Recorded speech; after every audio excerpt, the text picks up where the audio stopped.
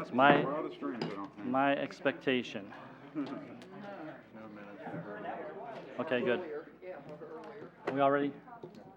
Okay. Welcome to the City Council work session, June 21st, 2016. Started at 6:08 p.m. There are guest presence. Thank you very much for everybody in attendance in the audience. And we do have all the members present except for Mr. Campbell and Ms. Smith. We know that Ms. Smith is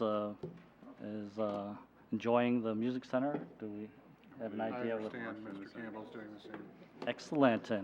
And when my wife saw the Steve Miller Band thing, as I went by the large billboard on there, she goes, "Steve Miller Band, we should go." But we're not. But we didn't. Okay. So approval of the minutes. You said we didn't have any. Okay. There are no approval of the minutes this evening. Moving on to topics of discussion. City water softening. All right. Russ, thank you very much. Thanks. I'll be here all night. That $20 bill worth. Yeah. We don't know nothing about no. All right, good evening. What I'm here for tonight first is the water softening report. You've all been waiting for this for about 2 months. And what this is we hired Arcadis, which is a company that bought out the original company, which was Malcolm Perney, that did the original report in 2010. The gentleman I have here tonight, which I'm going to have him come up, is Pete Cube is an engineer there, and Chad Dunn is a project manager for the project. They did the revision to the report, and the report itself has about 5 or 6 sections that I think they might want to touch on before we, I guess, get into the discussion or questions. Those are basically the water hardness considerations, the softening alternatives, the advantages of the softening, the modifications to the plant, the opinions of cost, and then the customer impact. So if you want to come on up.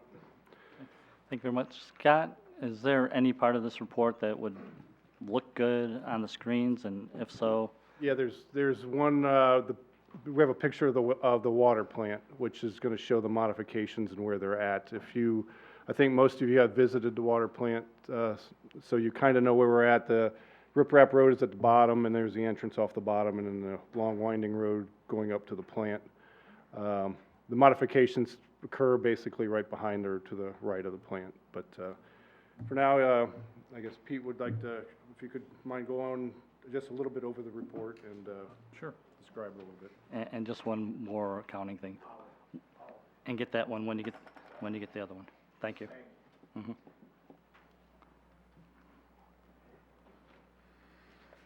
Ready? Yes, thank you. Okay. Hi, my name is Pete Cube. Thanks for having us tonight.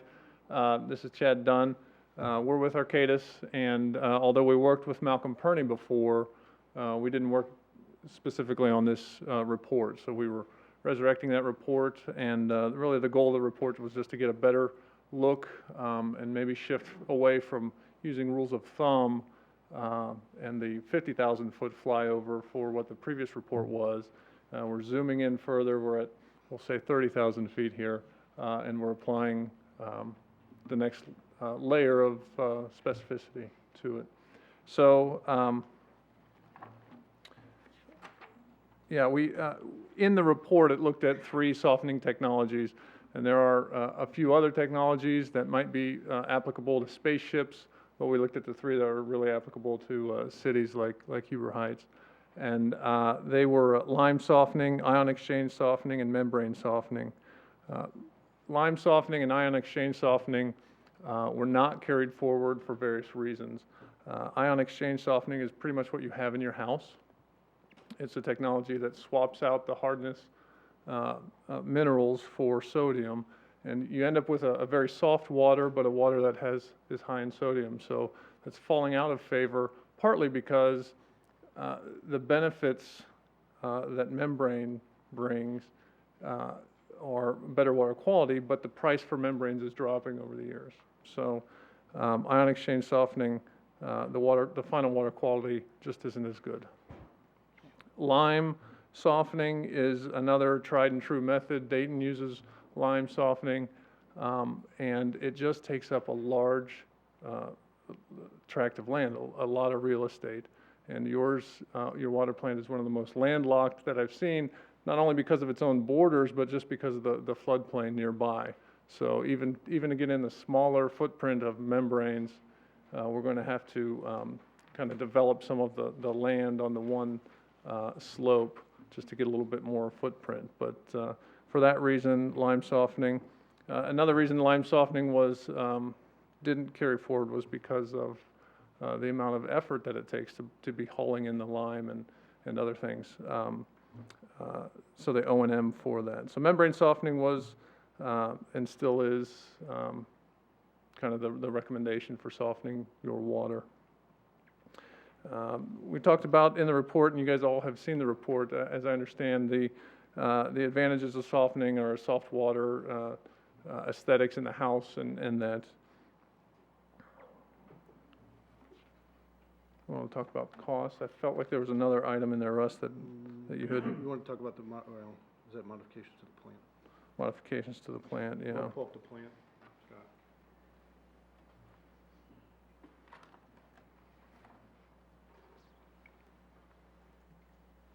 Okay. So what we're looking at here is the water plant. You enter at the road at the bottom, and you'd make an immediate left to approach and use what is basically an earthen ramp to get up to the existing plant. Scott, if you could just kind of hover over the existing plant, which is right there. So those vessels there, those ovals, are the existing pressure filters for the water treatment plant. And for the most part, water is lifted out of the well field, which is kind of near where you drive in, and is pushed through those pressure vessels for treatment. After that, it descends into the clear well, which is pretty much underneath of those pressure vessels. So to get softening in there, we want to utilize those existing filters to pre-treat the water, and we'd intercept it downstream of those pressure vessels, of those filters. So we'd intercept it before it goes into the clear well and route it over to our new building, where the cursor is now. The main large square in that building would be the filter bay, where the filter skids would sit, and you'd walk in and you'd see the tubing and the piping there. The smaller rooms are for the components of those of the treatment process that require some chemicals. There's additional polishing of the water before to remove chlorine, and then afterwards to stabilize the pH so that it is ready to go out to the distribution system. So that's the layout. If you could hover to the right side of that, you'll notice that that portion of the building is on that slope that we were talking about before, needing just a little bit more footprint there. The other feature of the treatment is the two circles on the upper left-hand corner. Those are air stripper towers, and they simply are a cheaper way to adjust the pH of the water after treatment and before it's just distributed. So Maybe a new drive coming in. so after it, I'll get there in a second if you don't mind. After it leaves the softening, it would go back to the existing clear well and then be distributed and pumped to the system using the existing infrastructure that's there. So if you'll notice, if you drive in at the spot at the driveway at the bottom, if you continue straight, right now you'd careen into the fence. But we have added this drive to get up to the plant in a different route.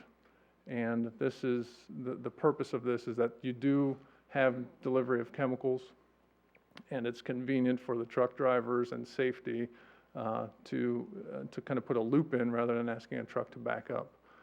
That's not critical, but it was just something we kind of wanted to throw in early and remove rather than discuss later. So chemicals can be delivered at your site. It would just involve a 3-point turn, and we all, for whatever safety precautions that brings with that. So. But that all does fall in the floodplain, and when you build a road in a floodplain. If you build it up, you will have to go through, I believe, Corps of Engineers. It Right. takes a good year sometimes to get through. Additional permitting to be able to influence the floodplain and/or floodway. So, next was costs, opinion of costs. I don't know if you're gonna pull those up, or, Oh, all right, so, well, you're still on the facility then. I'm sorry. The clear well itself, is water treated before it goes in the clear well?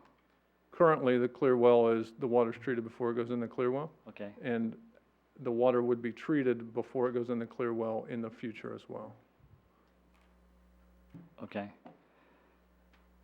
When you, I'm sorry, when you said, when I read the report, I thought that some kind of treatment was going to occur before it went to the membrane. That That's was correct, yeah. Okay. Did I miss that when you? Nope, I didn't go in that far of That much detail, detail? so Okay, I all right. apologize. But no, once it's intercepted from the existing pressure filters, Okay, we'd want to make sure that no, Pull that up. It's figure, A4. It's a schematic, but it'll give you an idea.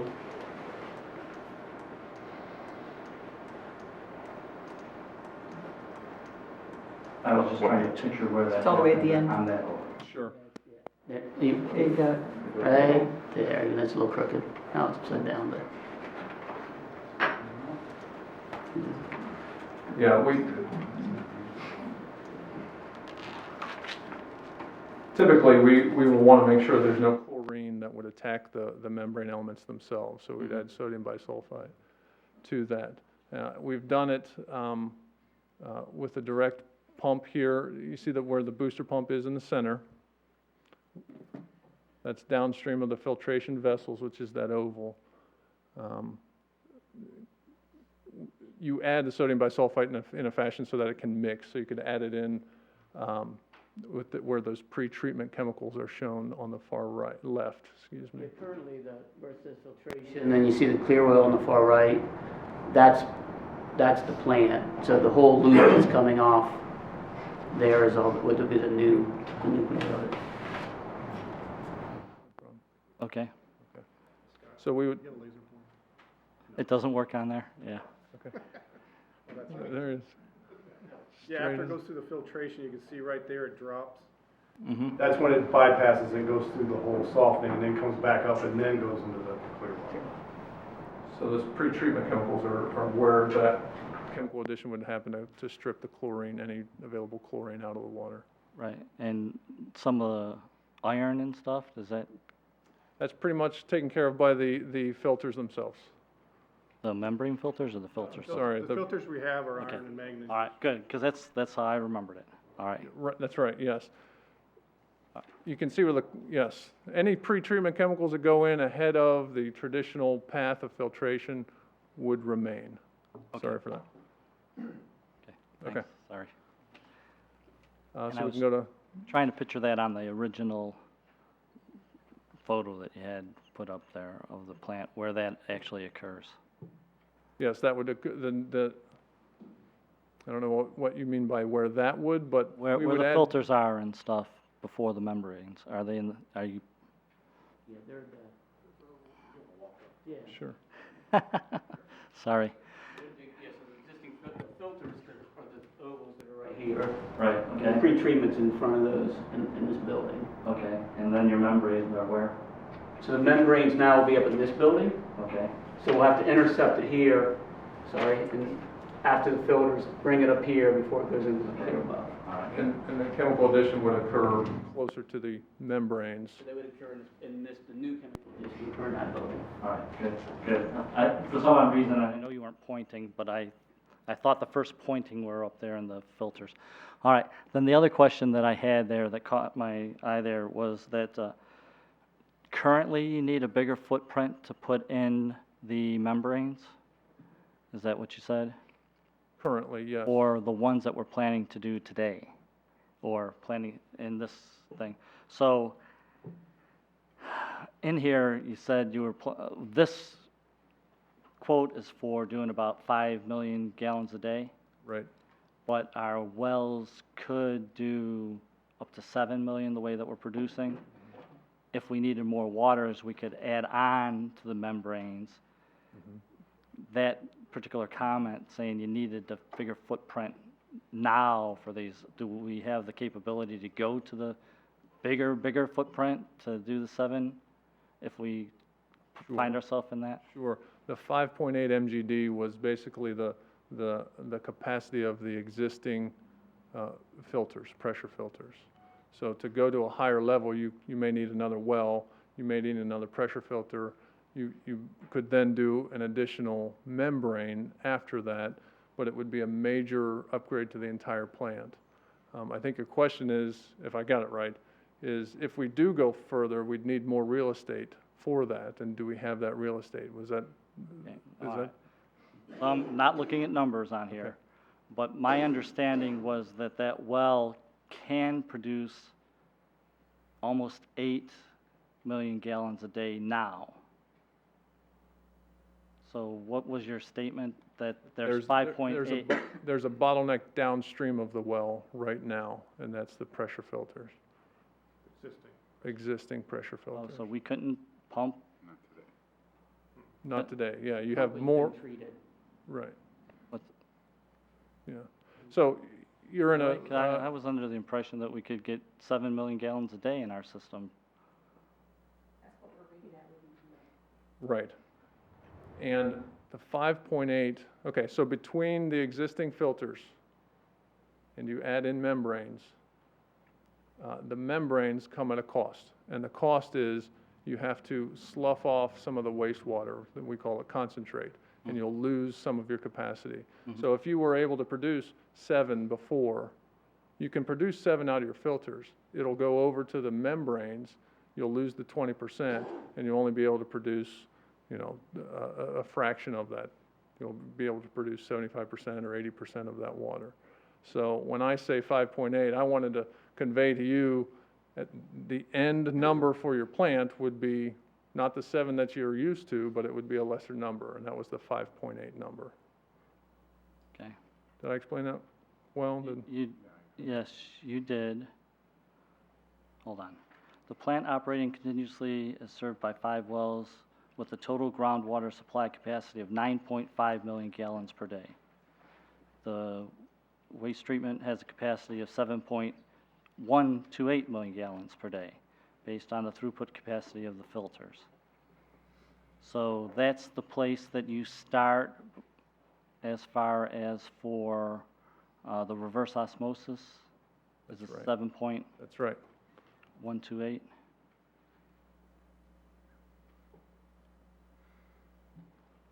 So upstream of the reverse osmosis skids, you would be sending 7.128 MGD to it. What it was able to produce as clean water would be less than that.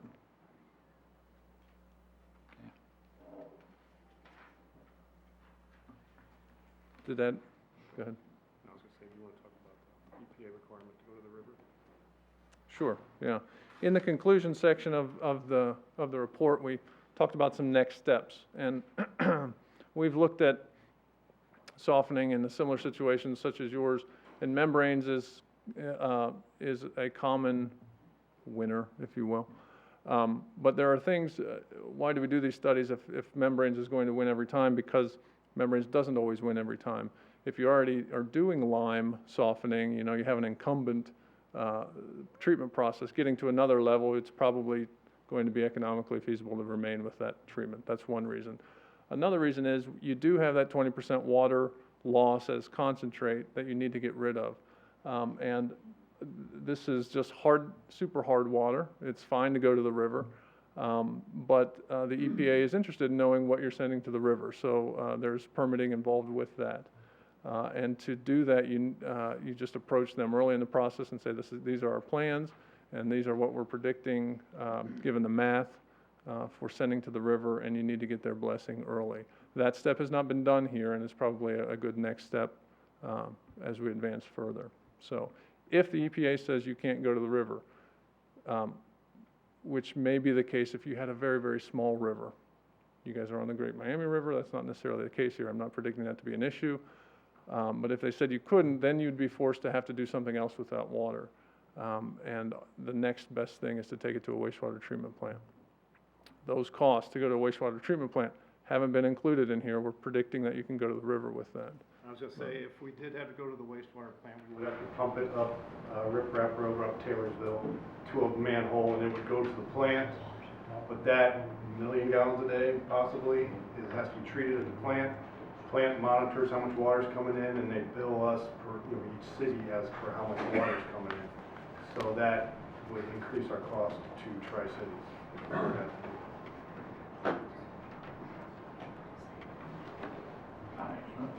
Just 1 second on here, going back to the capacity. In your report here, it says, "These drawbacks do not seem to prevent membrane softening from being selected for Huber Heights. The capacity of each of their well field and filters are respectively 7.128 million gallons and 9.5 million gallons a day. But you're not using the filter capacity, you're using the waste treatment plant capacity." The capacity of the plant would be that which would be at the very end of the plant. I don't think I answered your question, though. Well, I'm just, I know there was 9.5 million gallons a day is the filter capacity. With all the filters. I don't, Ben would be the one to answer this best, but when I read that, it looked like you had it backwards. I think the wells could produce the 9, but the filters, are the 7. You have to be able to do it with the largest piece of Equipment out of equipment out of service. I think that's where the 7 rating comes from. Right, the Regardless largest, of what the the largest value field is. out of service. So I think what is you're 7. asking is, are we talking about wastewater treatment or are we talking about water treatment? Is that what you're saying? Well, right here, I think they're talking about both the Needmore and the Rip Rap roads.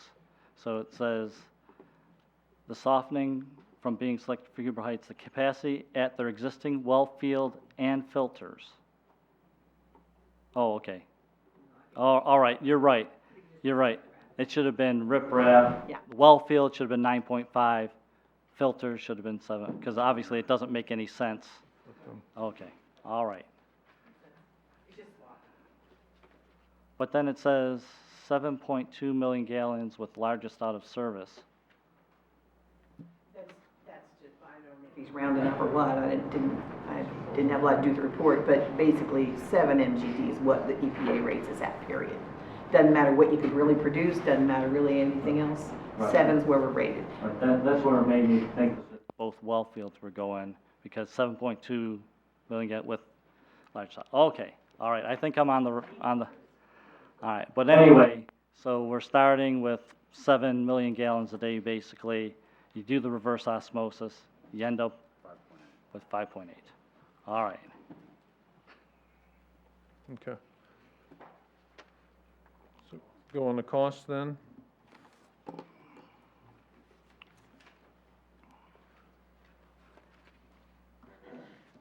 Okay. So this is broken down in a little bit further detail than it was previously. You can see, I mean, our eyes gravitate towards the bottom there at 12.6 million gallons, excuse me, $1 million. We have a contingency in there of 25%, which might be representative of where we are now with this look. I think as you progress and go towards design, that ratchets down to maybe a 10% contingency as you go into bidding, and then the engineering. We were mimicking these adders that go under the bottom of the construction subtotal to mimic what was in the report previously. But there's where we are with $12.6 million. So the next page then shows the O&M costs, and didn't want to mislead here, but I don't know that we called it out specifically enough. This is the O&M cost for the RO system. It's not necessarily showing you what you're doing now plus the RO system. It's the RO system for that. So I think that could probably be made clearer in the final version of this. And the table heading has it on there, though. Membrane and softening. Mm-hmm. It's not any less than membrane or more than membrane and softening, right? I mean, that's, the title's correct, the table title. I thought so, yeah. I thought you were telling me otherwise there, sorry, yeah. Okay, and then the final table there on the bottom, it was the bottom of that is, the average cost per customer is $6.39 per month. We feel that, or we've learned after this report that the number there right above that, which is the customer base, is a little bit higher than that, and we can adjust that to the 15,200. It doesn't have that great of an effect on the cost there. So we're roughly talking about $6 a month, and I thought there was another discussion of, Well, first off, the project cost listed there says 12,000. That's, should be 12,600,000. Three zeros. I believe, Jim, did you look at 3% instead of 2% for 20 Yeah, years? 2% is far too low, we need at least 3. So instead of $6.39, you came up with about $8, I No, believe. 882. 882. That's together, that's together. 752, sorry. Yes. That includes O&M. Yeah, that includes the 12.6 plus the 11.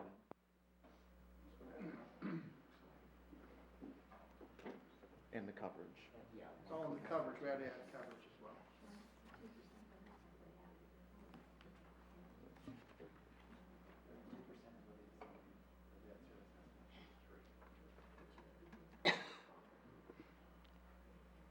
Donnie, so you said you had to add coverage? So what are we doing? Is that pushing it up to 8 or what? I mean, Scott's number included coverage. oh, the 752. Yeah, we have to add 15% to that just because of the coverage for the bond issues. So it's 115% of the actual debt service we have to cover with the rate, 15% more. And I believe the old report had it in the $6 or something range too. And I think that was calculated with 5%. So that's part of the reason why we're still down here. We'd use the Ohio Water Development Authority, and that's whatever the current rate is. Right, and our calculations are based on 14,500 customers, so if it's now 15.2, that 752 would drop a little bit. It brings it down about 30 cents. So it'll be a little over 720. And do you recall the number that you calculated in the preliminary report a couple months ago? Because that was based on a $10 million cost, and I thought that was gonna average out to $12 a customer.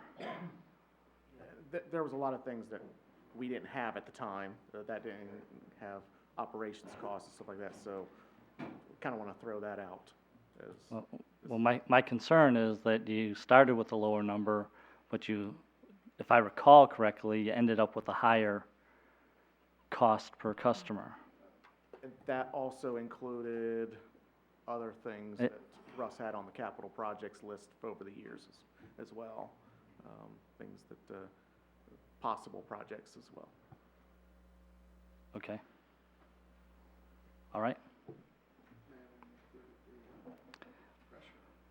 It included the pressure, yeah. So the total cost was a little more than 12 million, which was basically the same cost, but for some odd reason, I remember it being almost twice as high when you did the numbers as far as impact to customer.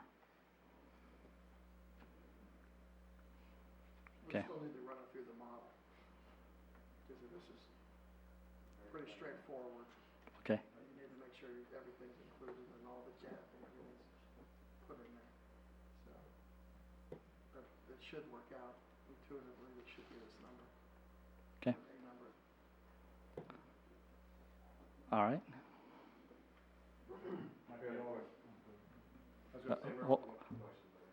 Okay, counsel? Ms. Burge? At what point are we going to get the, pursue the question of whether it's going to be safe to put it into the river? I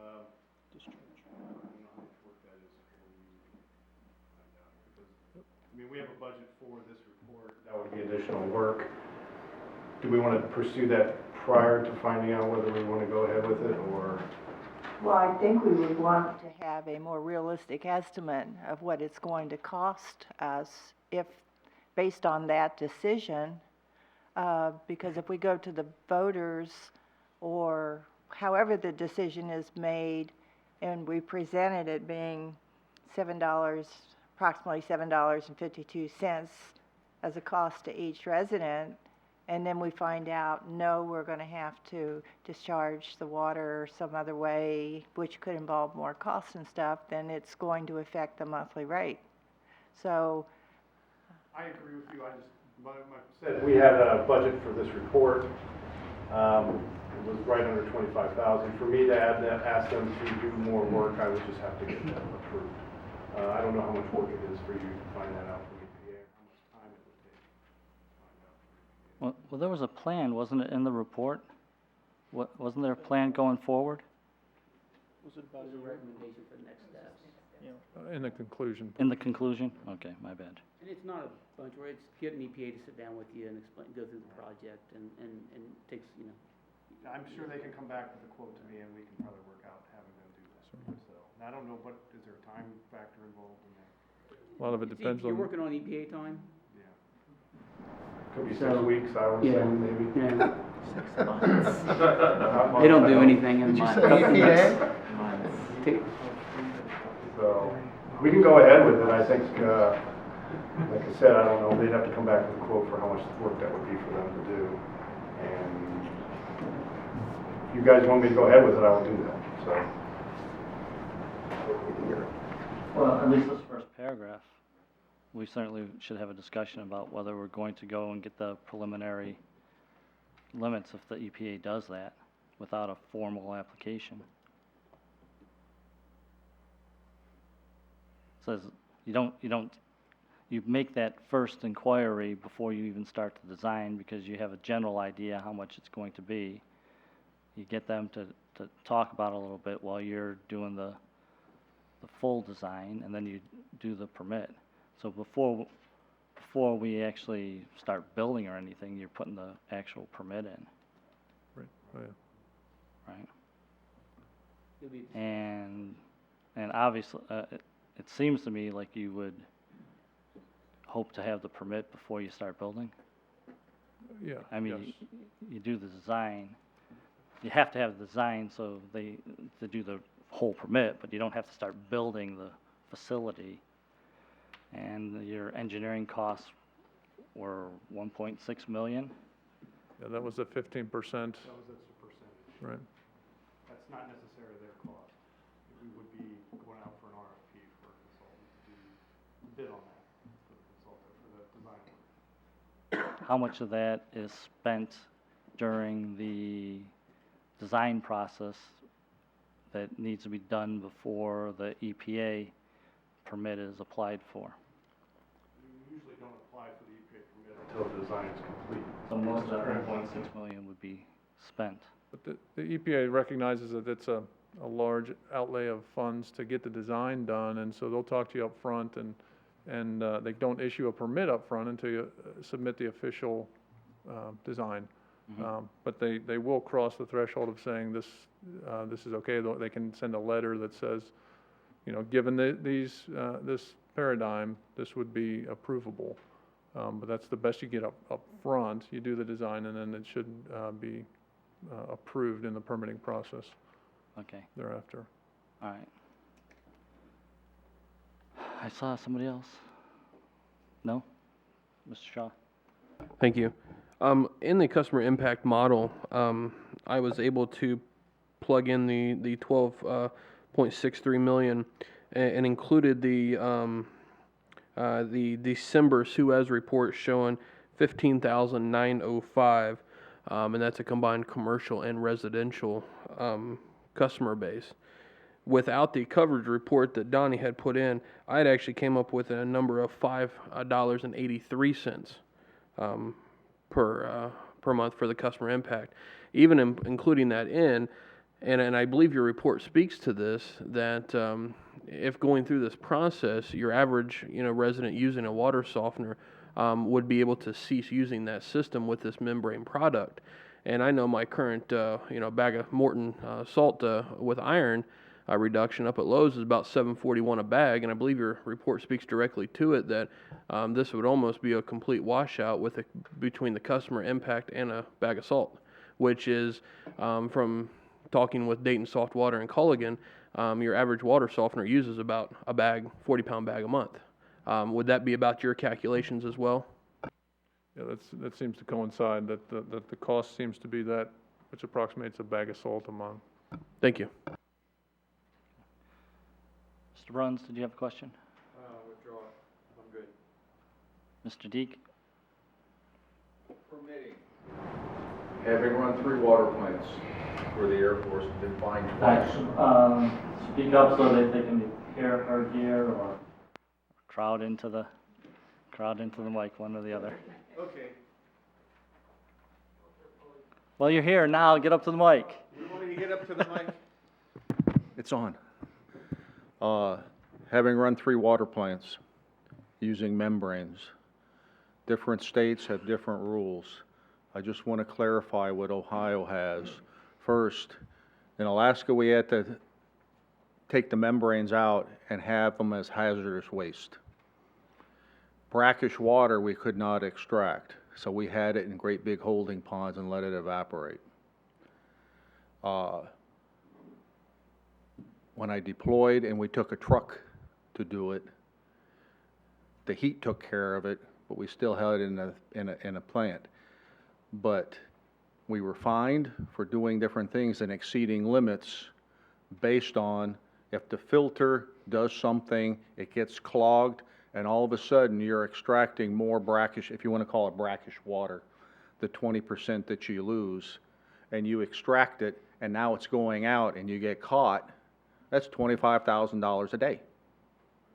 Well, we negotiated it down. There has to be some type of safety mechanism and tests when you go forward with this, because the city couldn't afford it. The fines is something that makes sure that the permeable membranes, because you're filtering the water first before it goes in, so it shouldn't get clogged as much. But they get clogged or they just get used.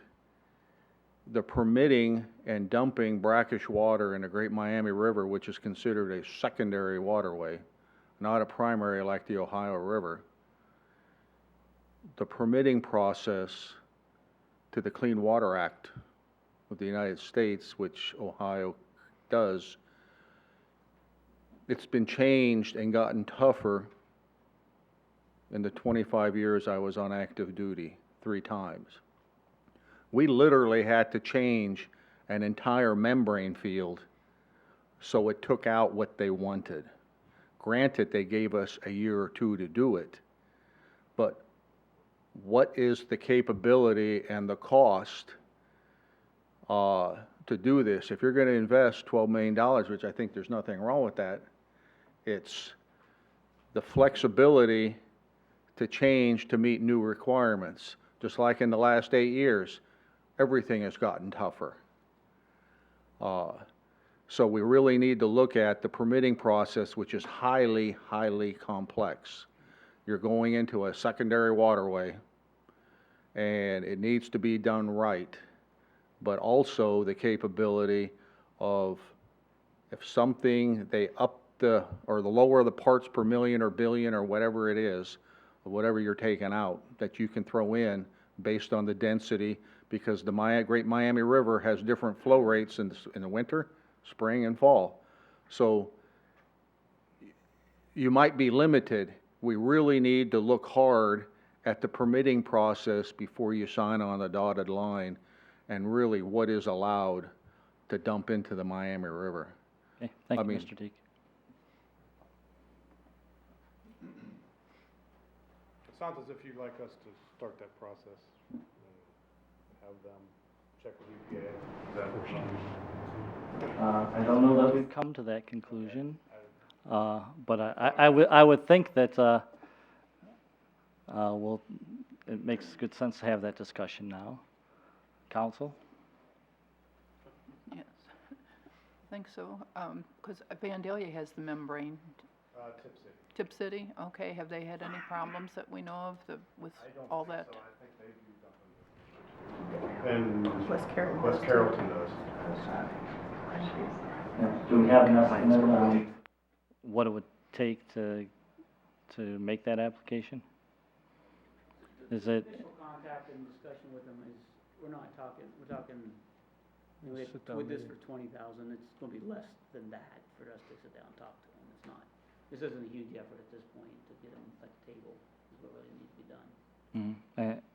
I'm guessing, I'm asking for all the things that are in paragraph 1 in there, other than the near conclusion of the design. Conclusion.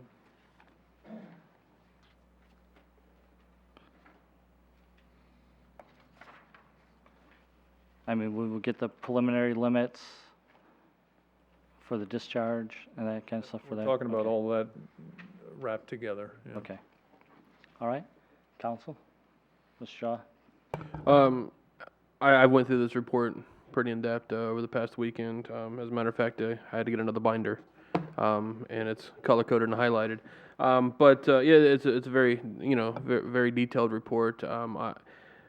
I read this and I almost felt like I called Russ and helped him write it a little bit. Again, I commend you on the report. I definitely think that this council and my position, we should move forward with this. Okay, any input? Well, the numbers look a little fuzzy right now, but that's because a lens fell out of my glasses. But everything I've heard, I feel comfortable going forward to the next step as well, so. Okay, I'd like to move forward as well. all right, any objections? All right, sounds like we're, Clarify it for me. talking to the EPA to see, Okay. The discharge, We're not, what are we doing in the meantime, anything? Coming back to the next work session. I mean, I don't think we'll have an answer by then. So, It's in 4 weeks. it's in 2 weeks. Yeah, the EPA will, no, the- yeah, no, I don't know how, Mr. Schomer. Just a matter of process and procedure. If this firm were to go to the EPA, I would assume that their preliminary discussions would be talking about the design that which they would be moving forward with.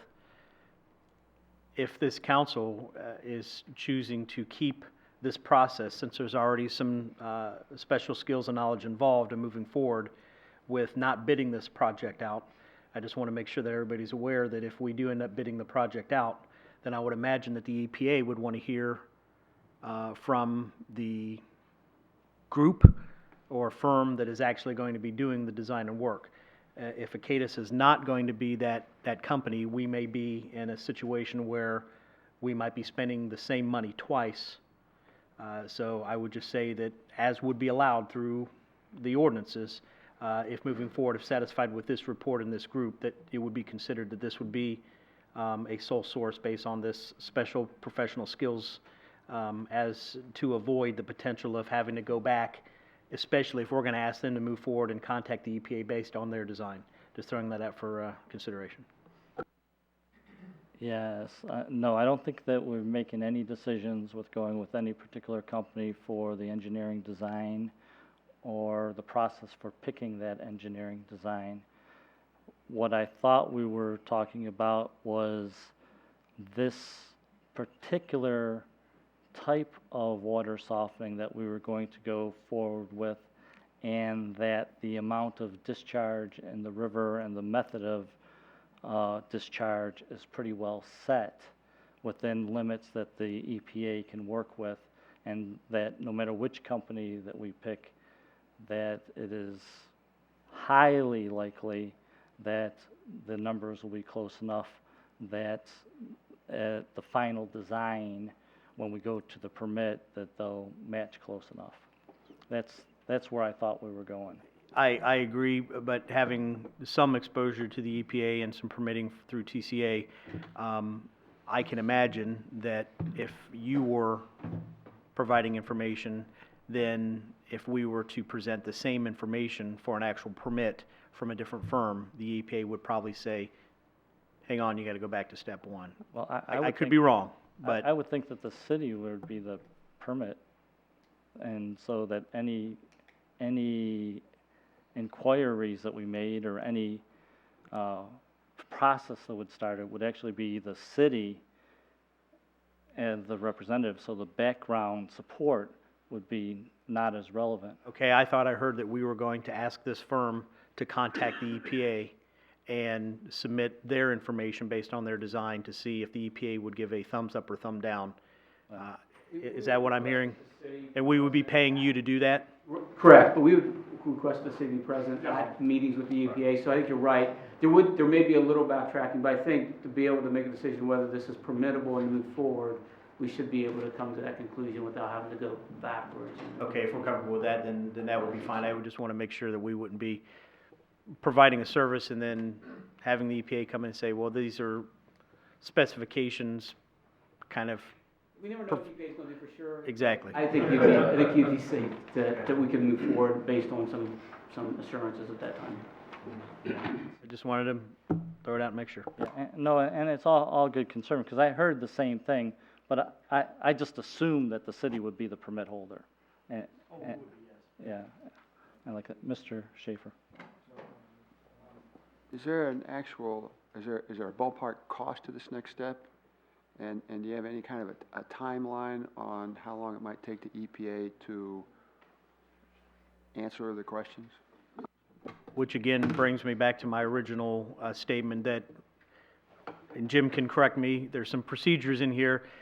Since we've reached the threshold of $20,000, anything with one particular vendor over $25,000 would require waiving the competitive bidding, which is, again, back to my original point. So if we're thinking that it's going to keep us under $25,000, if not, then we're going to need to consider a resolution with it. We're already at 23.5. Okay, so, right, okay. All right, so that's good input. That's the reason I brought that up. Yeah. All right.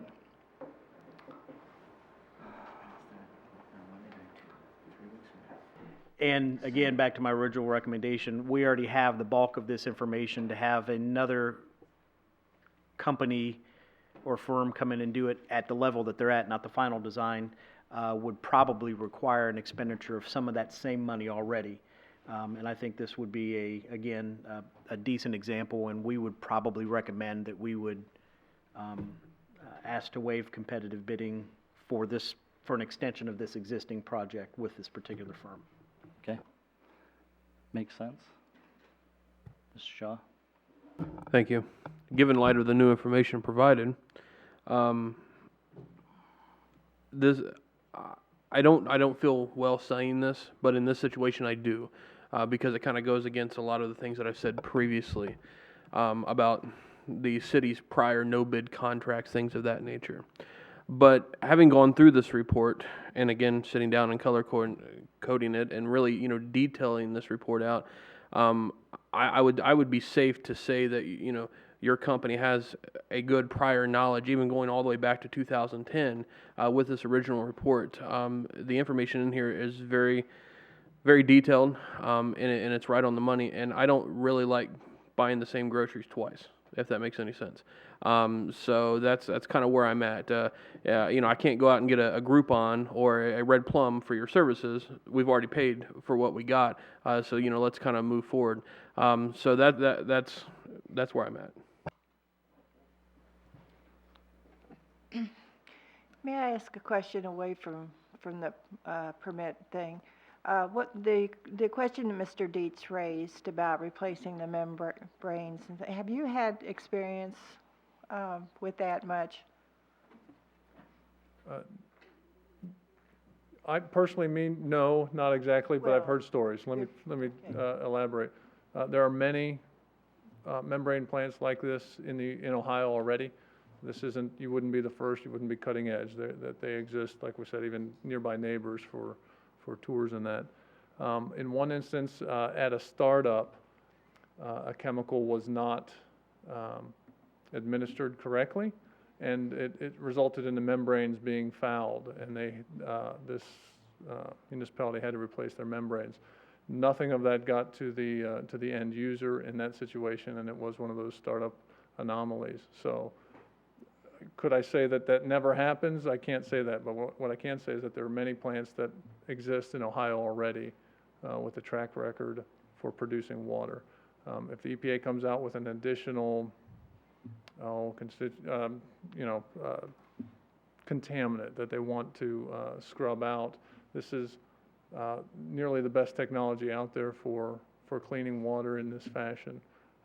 So this would be at the forefront of that discussion with the EPA, be it state or federal EPA. So I think those situations occur with many softening treatment processes, but that's the situation in Ohio. Mr. Bell? Sir, on your calculation of the O&M costs, does that, I used to be the finance director at Vandalia, and we went together with Tip City on producing that, paying for that plant. We were setting aside a significant amount of dollars every year to replace those membranes, because I think they only have a useful life of like 7 or 8 years. And so is that built into these O&M costs calculations? It is, and it's built in on the amount of water that passes through them, not necessarily just a clock set. So if you're using them less often, if you're not producing the max flow every day, they will last longer. But generally, a rule of thumb is 5 to 10 years for different. We're getting longer and longer, or we're getting histories with longer and longer track records for the membrane elements themselves. But that's still the rule of thumb now, 5 to 10 years, and that's built into these costs. Yeah, because I just wanted to make sure the city wasn't going to be on the hook to come up with, $500,000 every 7 or 8 years out of the blue just to replace the membranes. When you come to us and say, oh, we thought they were going to last 8 years and they're only lasting 5 years. We want to make sure that we're collecting enough in billing the residents to have that in advance. Yeah, right, yep.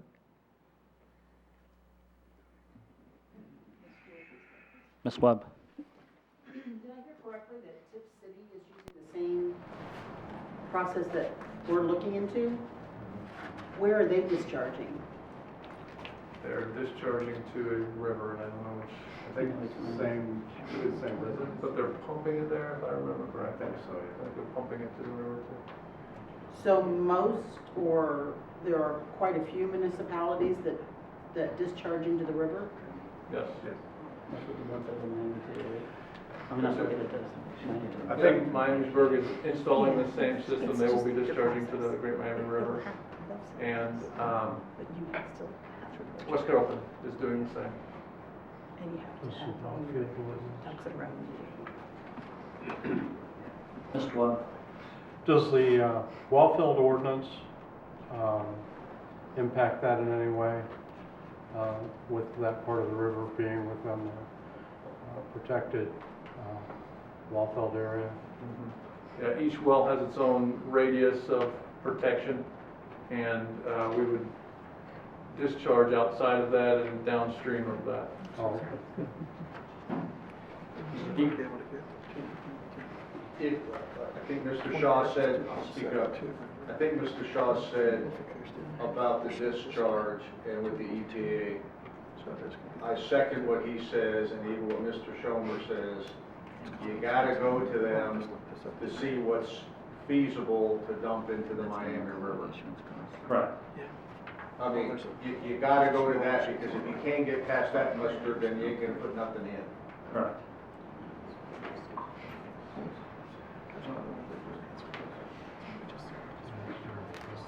All right. Our report, do we need anything more? Mr. Schomer?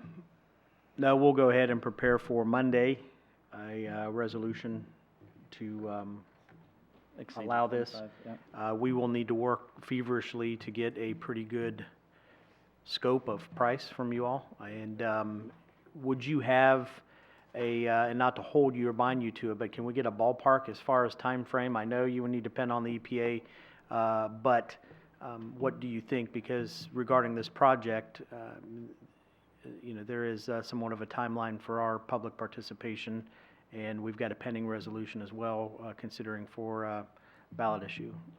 And the timeline is how quickly until you get a response back from the EPA. Is that the timeline that you're describing? More or less, yes. Right. I was thinking 2 to 3 months. 2 to 3 months. Okay. So we'll have to just pretty much move forward with whatever decisions we make with this project, still concurrent with the pending decision on that as well, which, Right, I would guess that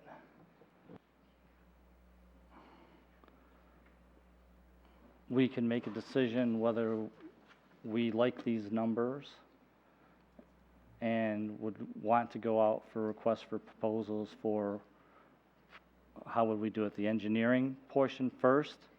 And once you do the engineering portion, then you go out for requests for proposals for the construction portion?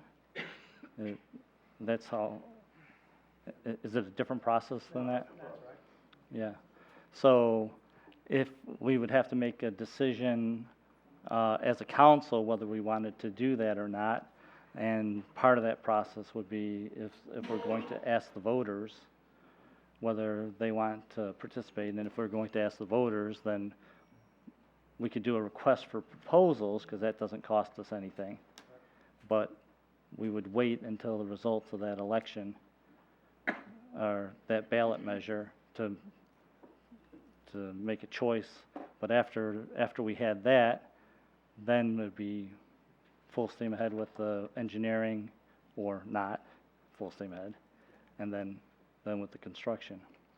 But council still would need to make the decision of whether we're gonna wait for a ballot measure or even go to the ballot measure on it. Right there, so. and we know the Plan B alternative to the Great Miami, and that would be sending it for treatment, and we can get estimates on that as well, and Oh, yeah, we'll factor in. that's another option too. Right. If the EPA doesn't Right, come we through would with just a have to permit, then we'd have to, send it and treat it. that would be good to know what Yeah, the we'll, cost would be. we'll factor that in. So that would be an additional, if I did the calculation, 500,000 gallons a day. If we fully maxed out and got 5.8 million, then the water waste would have to be maybe 1 million gallons a day in the wastewater. That's a peak basis, you only pay. Right. You probably want to look at that. Right, so if we did that, would we have to improve the wastewater plant as well? No, the plant has the capacity. The plant has the capacity to do that, but there would just be O&M costs associated with it. Right, whatever their fee is per gallon or per cubic foot, would be that much more. Okay, so. Okay. All right, then, I think the discussion should turn to whether we're going to take it to the ballot and get a advisory opinion. And this upcoming meeting would be the third reading? Or, no, this would be the second meeting. This would be the second reading for that. And we have time for, we have to waive the third because the next council meeting is the one that we need to go to the ballot measures if we're gonna do the ballot measures. Right. Okay, so council. It sounds like there's going to be time in there to put it on the ballot anyway. By the time we get the EPA response, it's probably going to be pretty close. Well, we have to make the decision to put it on the ballot I'm saying, next council meeting, I understand, okay? but I'm saying that we don't have to make a decision on the contract by that point. Oh, no, So we could go ahead and put it on the ballot, and if the right. voters Oh, approve exactly. it, yeah, Exactly, yeah. right. So, I mean, I obviously think it's a good idea to go to the residents so that they can see these numbers. They know that we're talking about this, and they can give us their input on, through a ballot measure, what they think of the additional costs that we have come up with. And our finance guys will come up with additional clarifications or honing these numbers to reflect the 3%.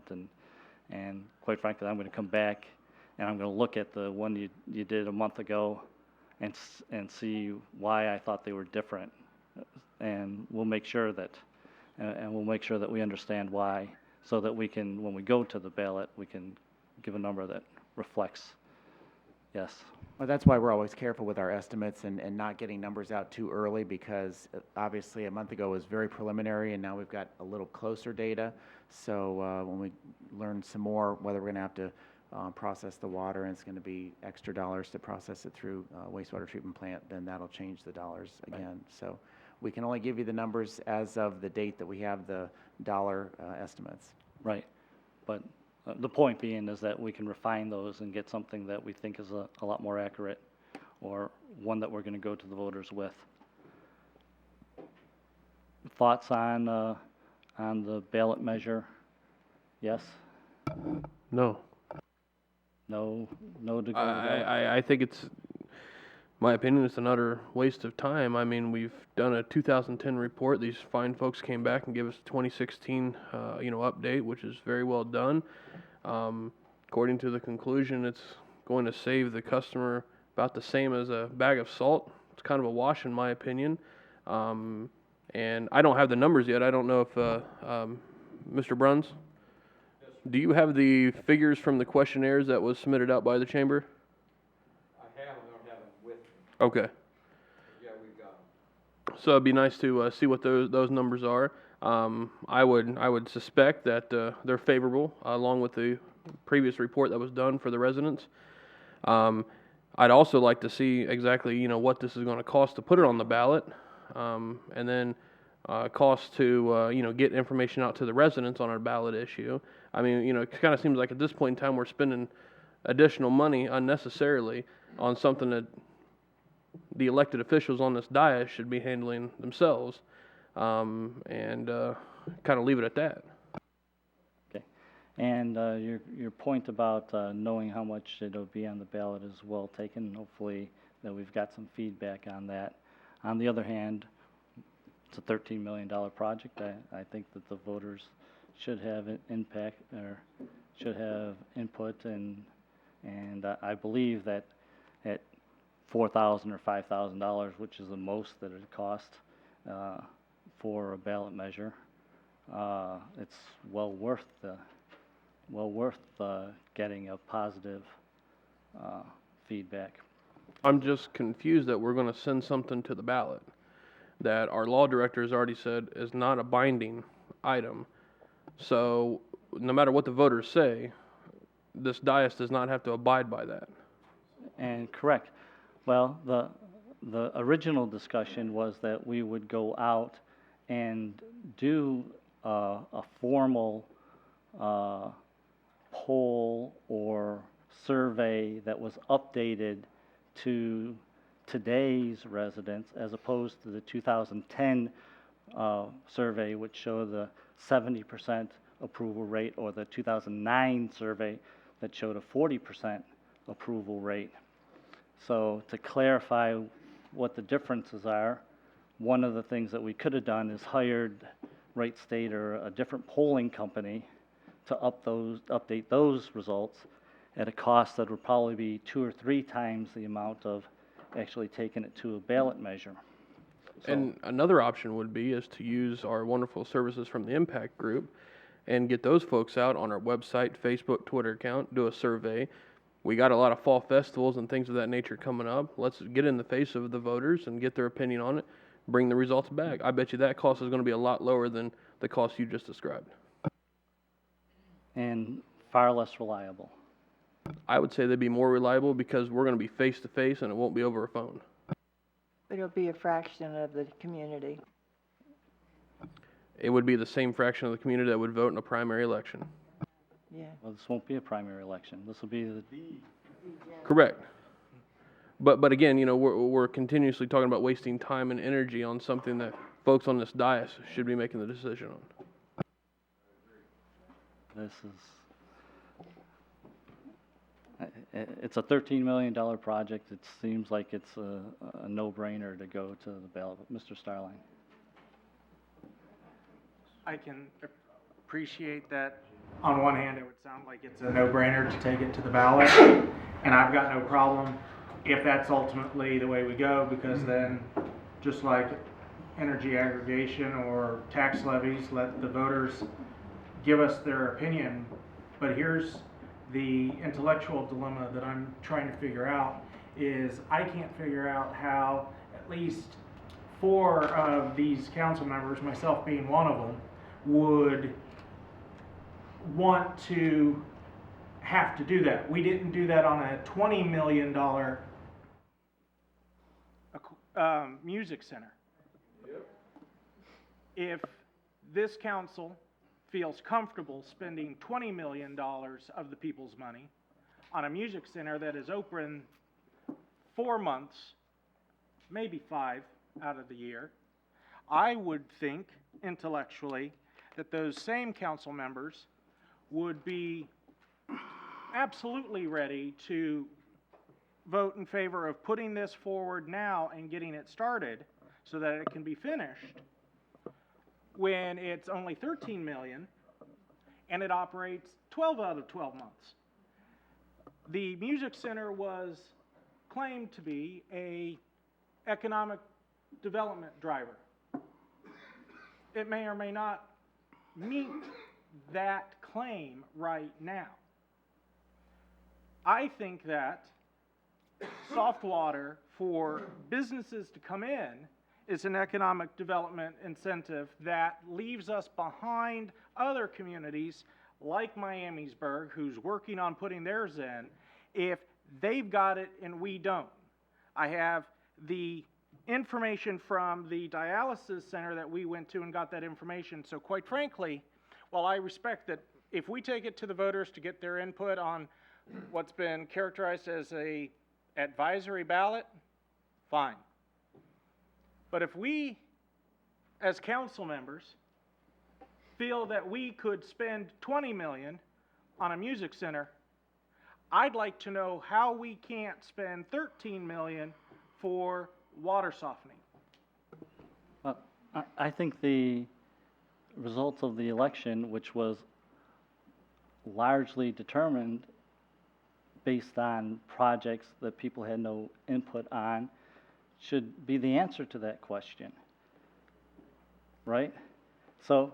Really? Yeah, I think,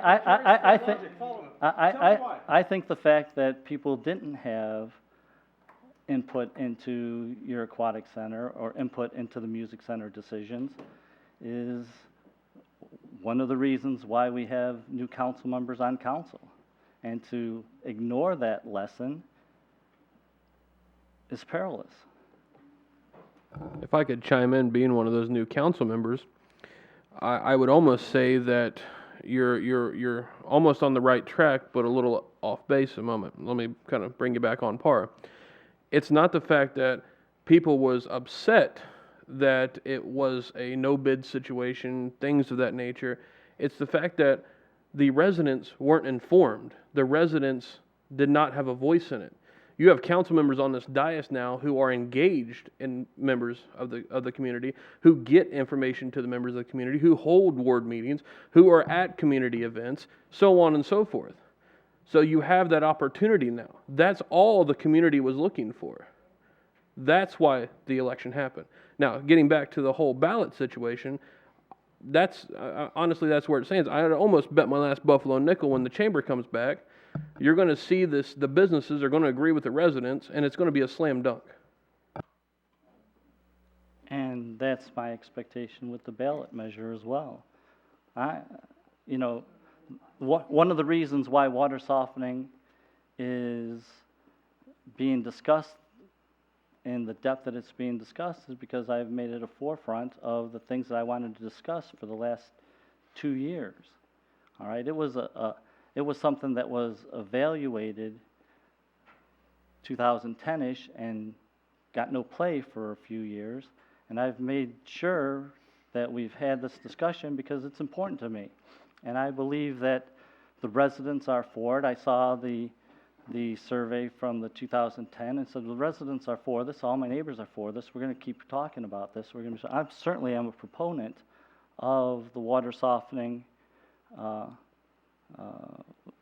citywide water softening.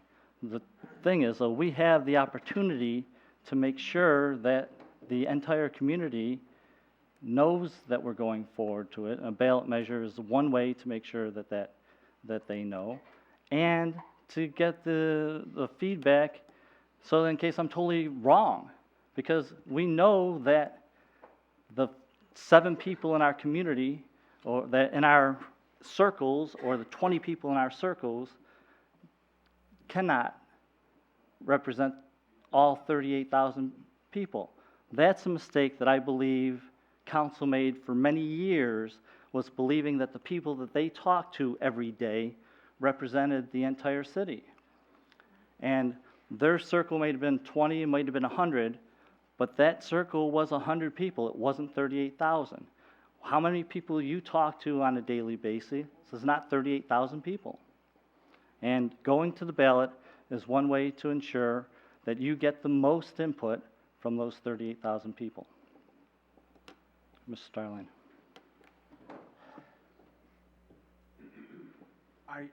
Well, first off, I'd still like to hear from my colleagues that were on the prior council, if they feel that there's a distinguishing feature between the music center and its 20 million that was decided by this council, and the proposed 13 million for this. I'm curious if there's a distinguishing feature. May I ask you, Mr. Lyons, if you're comfortable saying why? Do you think these are the same? Should we, the council, make the decision, or put it out to the residents, and how is it different, if you don't mind me asking? No, quite all right. First of all, I was reelected in November, so I think my constituents are quite happy with the service that they've been provided, contrary to what some people may believe. But also, I voted originally to put it on the ballot because I thought that's the direction we were going. Listening to the new council, I voted to take it off the ballot. And now we're back on the readings for the ballot, so I'm willing to work with the new council. I don't have a problem with necessarily the $20 million music center. I thought it would be a very good idea, and perhaps maybe we should have gone to the ballot for that one. One of the items that we could discuss is, I don't believe the water rates or the taxes were raised specifically for the music center. I think they were paid for through the TIF funds. So that could be one. This is water rates. I think in general principle that this is very good discussion for the community to have. I don't have a problem with going to the ballot, but in working with the new council, if we want to decide to do this on our own, then, I mean, I'm for the water softening program, period. So whatever gets that done. That's my position personally. Judy, may I ask you as well? We have had many discussions on this the last few years, and of the people I have heard from, we're all in favor of it. I've had one email, one, against it. That is it. So, you know, we're here to talk for everybody, and so I can't talk to 38,000 people, but we each talk to so many people and we hear from them, and so the consensus is that we have heard from people that really are looking forward to this. I have no problem with it myself.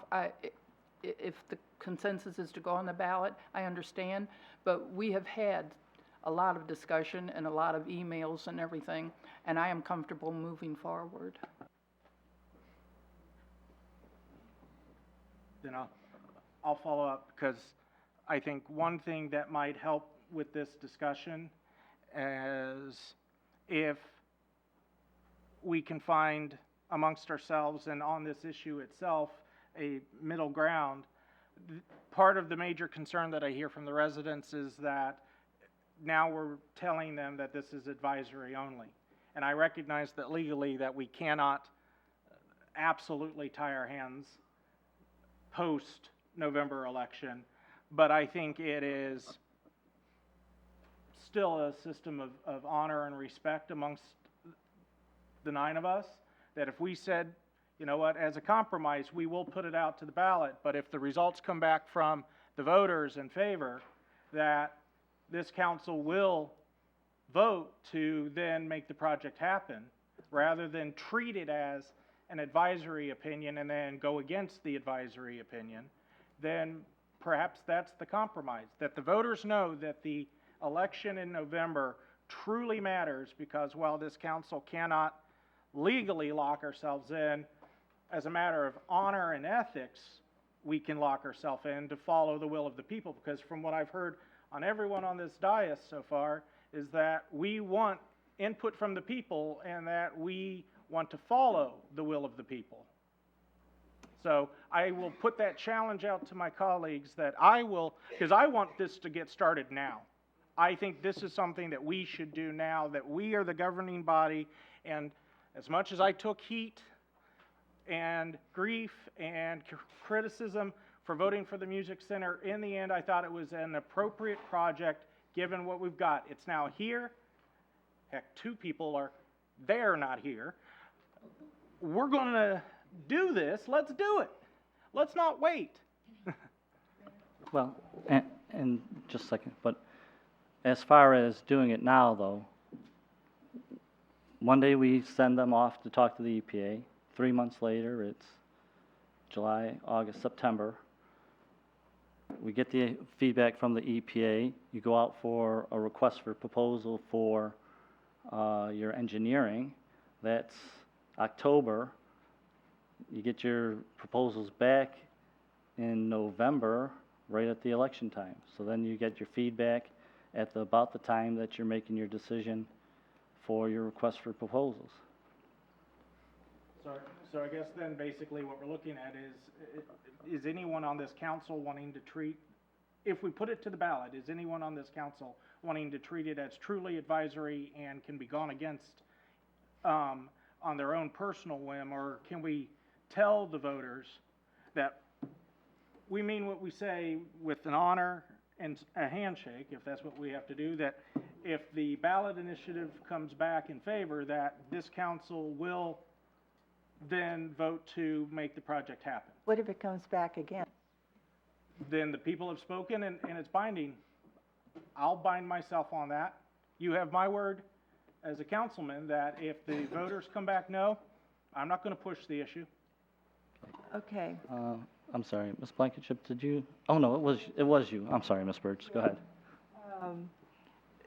Nobody doubts the benefits of this water softening. I don't think there's anybody that questions that. But the points I want to make is what the mayor just said. It really does coincide with the elections. It is like the energy aggregation ballot, except that you can't opt out. I mean, everybody's there whether they want to be or not. It is basically a tax on people that they do not have right now. For low income, fixed incomes, that's really important. To you and I, that may not be as important, but that extra amount of money every month is very dire to a lot of people. So for that reason, I really do want to see it on the ballot.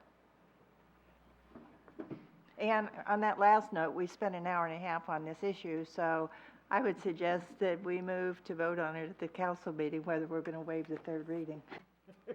All right. All right. Any last points? Mr. Otto? I figure it's my turn. I might as well jump in real quick.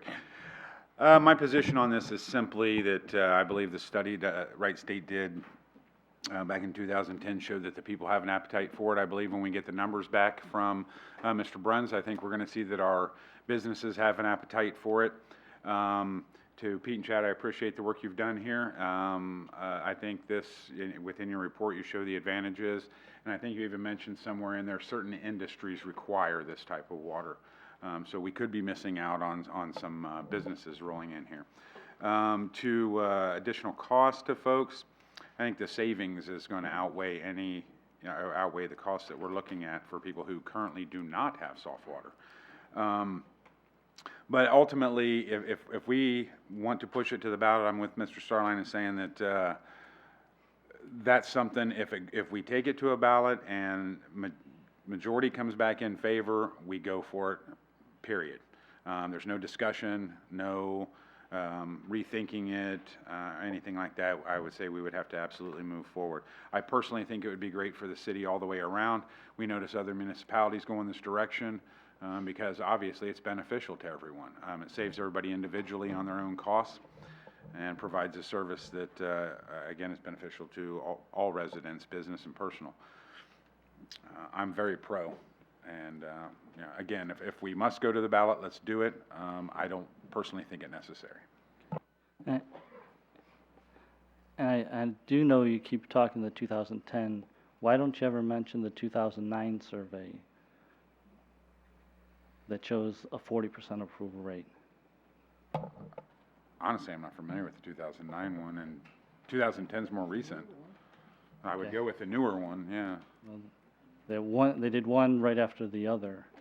So, I mean, there's some problems with the 2009 when I read it that seemed pretty obvious to me, but to not acknowledge that it was there. Well, I also think in this day and age, I think as we've progressed through the years that people have realized the benefit of this type of thing towards the newer styles of washing machines and refrigerators, and you're spending a lot more money on these really fancy electronic type deals, and you don't want to wear them out. I'm not going to argue the benefits of water softening. I'm a proponent. No, I understand that. But I think as the years have ticked by, I think more people are moving towards wanting it than away from it. Yeah. And I think that's probably proven going from that in 2009 to 2010, and I think today we'd probably see even higher numbers possibly. Yeah. I think it was a problem with the survey personally, but that's beside the fact. 2009, so. Yeah. But anyway, Mr. Schomer, though, we do want to know the cost associated with going to the ballot. Have you been able to research that? Yes, I've got numbers from the 14 and 15 general and primary, being the most recent that we've had. The billing is different on 2 different years. On the odd years, they bill for time and everything, and it appears the even years, they only bill for ballot production. So it's a difference between, for instance, one general election that involved a ballot issue in 14 was, I believe, around $800, and the ballot issue last general election for 15 where they billed for everything. And I have to check to see what we paid, but the cost that they show out was, I think, $13,000. Is it the same cost if you put multiple issues on, or is it that amount per item, per issue?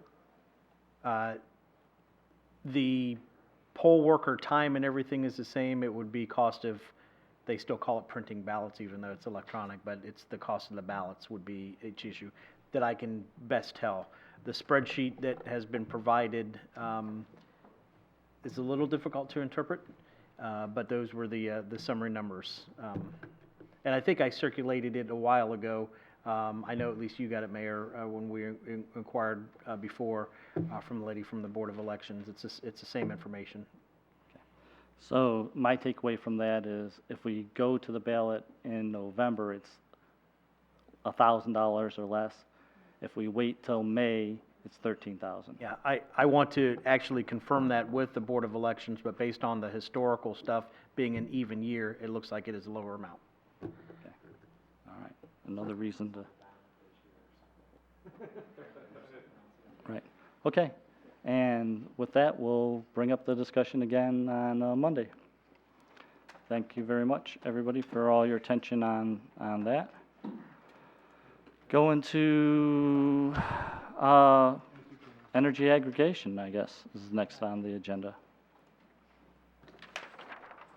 I think Russ is up again on this. Our last discussion, I missed out on any subsequent discussion that might have been added last Monday. Scott can fill in on that. Our last discussion was bringing the proposals back. I know the fourth one that was a question. That company actually does have a price. Russ has that. It's been included in. You've seen it in the packet if you haven't reviewed it. So pass off to Russ. Yes, I did include in your packet the price of the other, I think it was Energy Alliance. They came in at basically the same cost as the other company, which was Buckeye Energy Brokers. both at, 0.0005, I think it's cents per, kilowatt hour or whatever it is. Anyways, I calculated all four of them. We'll just go over that quick. If you were to use their amounts, Schneider Electric also did come back with a number, which was 0.000475.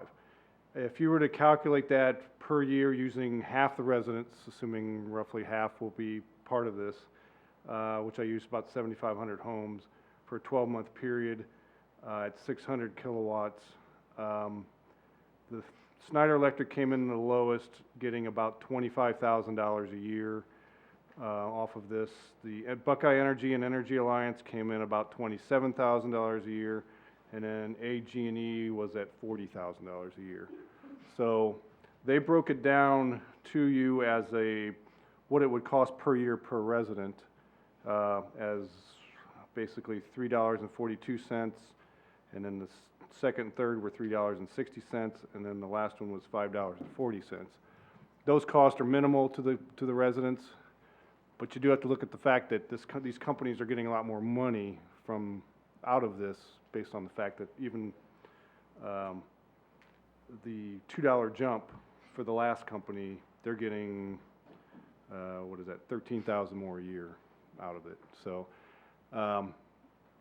I just wanted to make that point that you could look at it just based on these costs, and it's not costing us anything, and it's not really costing each person that much more, $1 or $2 a year, but yet it's a lot more money they're accumulating as the company representing us. So with that, I did review the proposals. We did send them out to you. I guess after the last meeting you asked to see them. I can give my opinion on them. My kind of opinion is they're all capable. It's very hard to pick one. I'm familiar with Schneider Electric a little more. I've talked to the gentleman a lot more. He's been in here. I don't have a problem with them.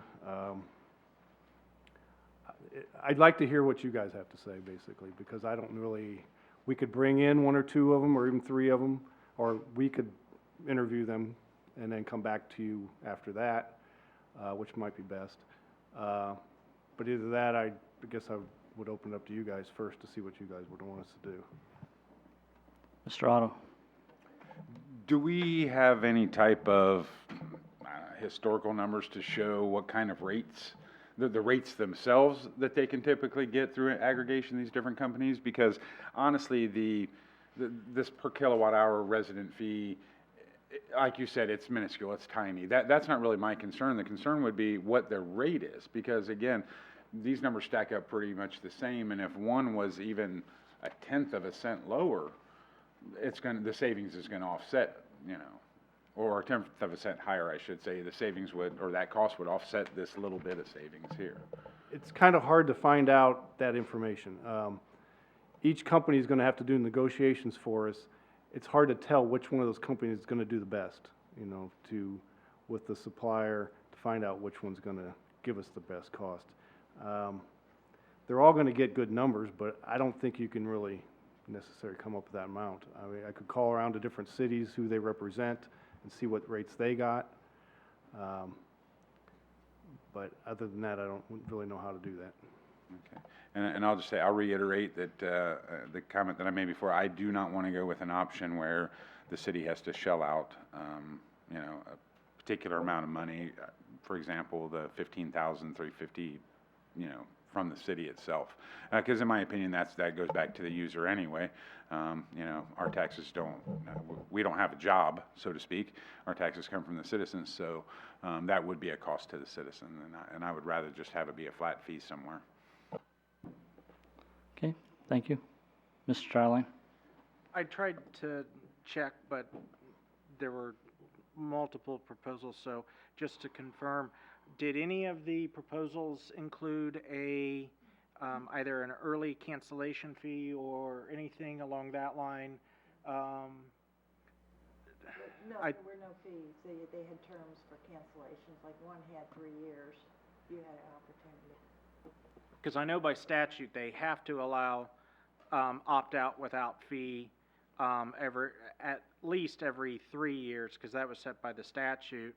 What I was trying to figure out is whether or not any of these had I'm trying to use the verbiage like what you have in the cell bills, where basically there's an early termination. I didn't see it, but I wanted Well, to double check. well, that wouldn't be part of this agreement. That would be part of the agreement that they negotiate with the supplier. But with these, they didn't have any also built in fees. Well, it wouldn't be for the customer, it would be for the city, right? If the city decided to go with a different company, you might have a termination of the contract.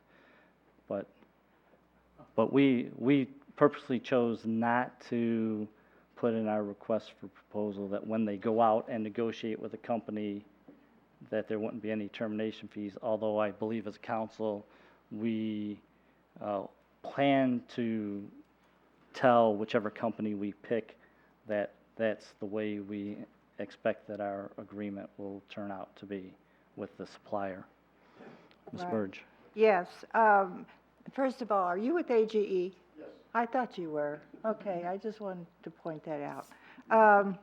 First of all, Energy Alliance and Schneider Electric's proposals were long on corporate details and short on terms and conditions. AGE and Buckeye both provided a good look at options that we may have as we go forward.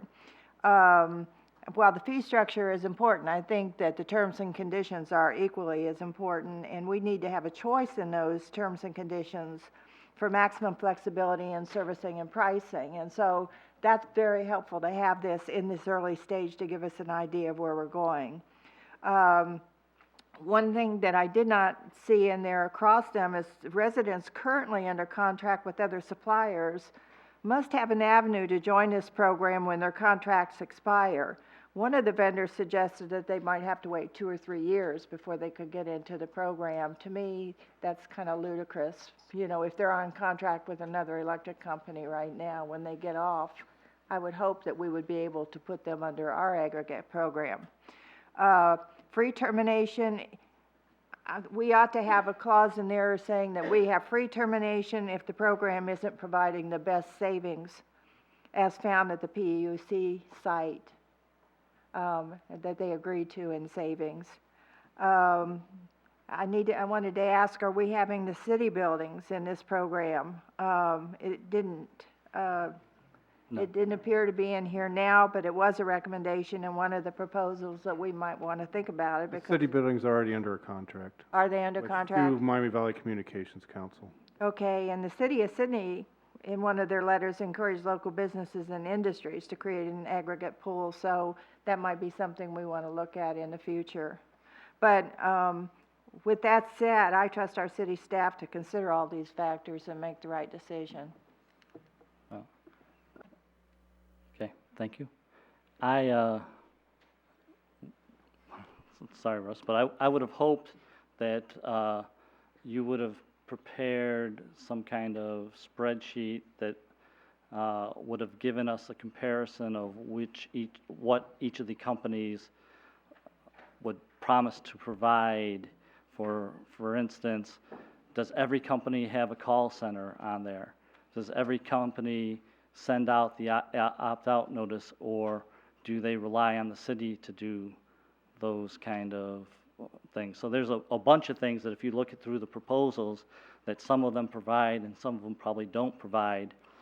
And I would have hoped that city staff would have given us at least the key ones that would help make our decisions, because if one company has a call center and dedicated line and another company just negotiates your price, well then we need to worry about who's going to pay for calls and that kind of thing too. So Drilling down to that detail, we made the assumption that much like any other RFP or bid, that the city staff would be conducting that in-house and making a recommendation based on our review for that. Typically, that detail of review is not brought out and vetted as the council basically being the review board for the determination of the recommendation for the RFP. Our request in asking this was basically taking a look at the costing methods for the overall thing, because that was one element, again, going back to the original conversation that we wanted to ask. We've heard a couple different Mr. Otto gave his opinion regarding, no cost. And if that is the method, then we would go back and actually conduct those detailed things, which would involve, interviewing and discussing and getting more detailed information from those vendors. We have not done that yet because we have not moved forward with reaching out and had those interviews, because again, we assumed that that was going to be a staff objective, not something that we would do and then bring back to have you make the decision on the recommendation. And the thing is, we do have paper copies of the RFPs. Yes. Right there. And each council member could read and could do their own spreadsheets and take the time to do all that, to do the comparison. But at this point, it would be good for, I think that's a staff job to put things out and do the key points of each of the RFPs and the comparisons between each. And if you are going to do the interviews or bring the companies into interviews, that's an additional step in itself. But here, I mean, if there's some companies that do the mailings for us and some companies that don't, then that would be a deciding factor whether we wanted to interview that company or not interview that company, or have you spend your time on those interviews. Does that make sense? It does. So I could. Generally, we don't get down to that much detail before we decide to interview or get more information from a company. It's usually at a higher level. If we're drilling down to those type of details, then basically we're making a decision based on our spreadsheet, and that would basically be eliminating, rating and ranking the respective respondents and making a selection from that. But again, we're prepared to move forward to get those recommendations and have those details. But the original plan and assumption wasn't that we were going to do it different than other RFPs that we've done in the past, and providing all that information, and then basically having council be the review board for the selection of the respondents. So you intend to interview all four? We intend to go through, just as the mayor indicated, and drill down through the respective RFPs, and if some of them, if all of them meet the initial, I guess, objective or, requirements, then we would move forward, and if interviews were necessary for all of them, yes. If one or two of them just don't need the basic needs, then we would typically not interview all of them. We would interview the top two, top three, depending on the number that we would get. Since there's only four, the likelihood of meeting with all four of them is pretty high, because there's only four of them. If there were 10 or 11, then we would basically quickly rank and drill it down to about a 3. So then you're going to do a scoring type method to look at each of the factors. Yeah, that's typically what's done with the RFPs. I can let Russ speak a little bit more. It's kind of his, I don't want to speak for him. It's his project for sure. Well, okay. Yeah, in this case, we can come up with some sort of spreadsheet and put it together, have staff review it, and then based off of that, I guess we would look into, if one just outranks them all, then we wouldn't have to interview any of them, but we could look at that, and if 2 or 3 of them are real close, then we'd bring them in and talk to them. And our report to council, based on that review, would have the information such as the mailings, et cetera, that you had talked to. And then council at that time could say, well, you approve or disapprove the recommendation, and we would go back and do something different or not. It's just, I guess, whether we do that on the front end and have council actually do that work, or which we assumed that wasn't going to be the intended process. Yeah, I wasn't suggesting the council do your work. You guys do a fine job. But I was thinking that if you guys, a lot of times proposals come in, and like I was talking about the terms and conditions, maybe some of those vendors didn't focus much in those areas. And if you interview them, you can get better insight into exactly, what their experience is. Oh, sure, there's resource verification, Right. reference verification, Right. and everything that So, if you did your scoring sheet or whatever, and after you got your spreadsheet done, the council looks at that and has your recommendations. To me, that seems like that would be a good point, but we certainly don't want to do your job for you. And I would look to the presentation for the new video system and how that was presented to council with the pluses and the minuses and the cost of each associated with it, because it was easy to compare one vendor with the other, and that would make sense, and you would just go through what's in this proposal and say, this company has these, this company has these, and how they're set up, and then we can look and judge against each one of them, and as opposed to each individual council member trying to look at the proposals themselves and come up with that spreadsheet. Yeah, again, we didn't supply it for the intention or assumption that we wanted you to review them all and then come back to us with a recommendation. We were just asked to provide the proposals. We've got them. We've not yet completed the review, and when we and that's will, fine. you'll have that information, yes. That's fine. That's where I thought we were going. We'll just send you This back. one's a come lot back more with- difficult than most other RFPs because we've got 4 companies that they could all do it. They've all done numerous cities. Right. They're all qualified. They all know what to do. Typically, we look at price first and usually use the top 2 or 3 with cost, and then work with them, and then read their scope. But all of them are fairly equal, so it's pretty tough to do. Right, and if there's $13,000 more going to one company, but they're doing mailings and they've got a call center and they got a thing, it might be, right, so. And again, we just want to make sure that, because of the discussion, I don't think is really finalized regarding, and I hate to say that, regarding the methods of the city contributing some of the cost versus absolutely not. So if we're, still good with either based on what the best benefit and the best outcome and the best service provided, then essentially we'll continue to look at all 4.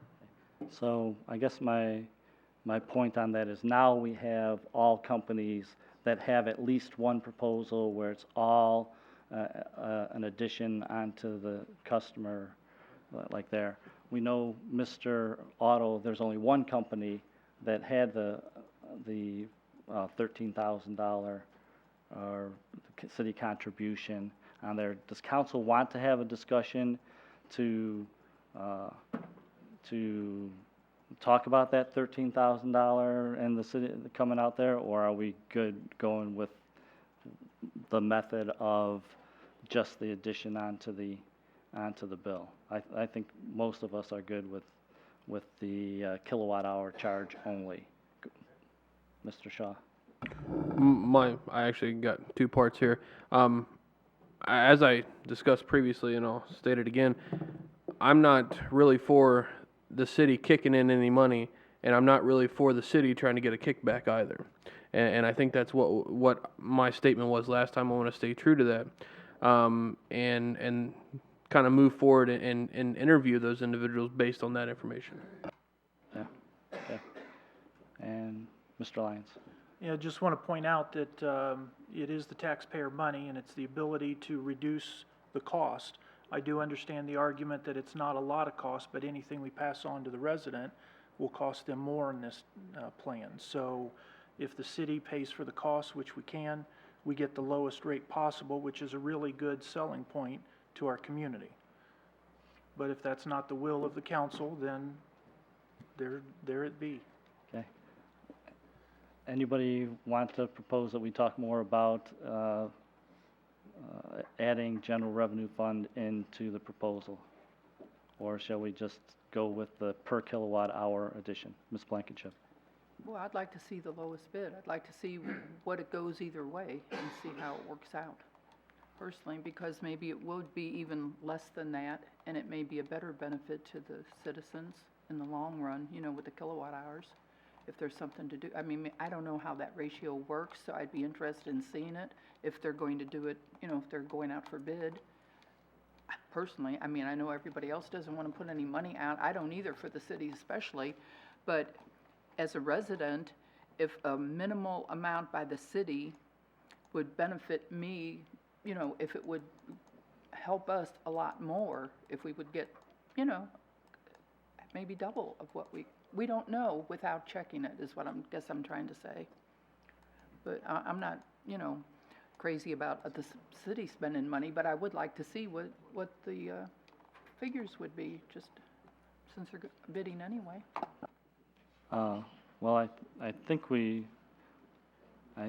I think those have been run, right? We have to do either or, is that what you're saying? Well, Mr. Schomer's asking to go forward, how we want to go forward.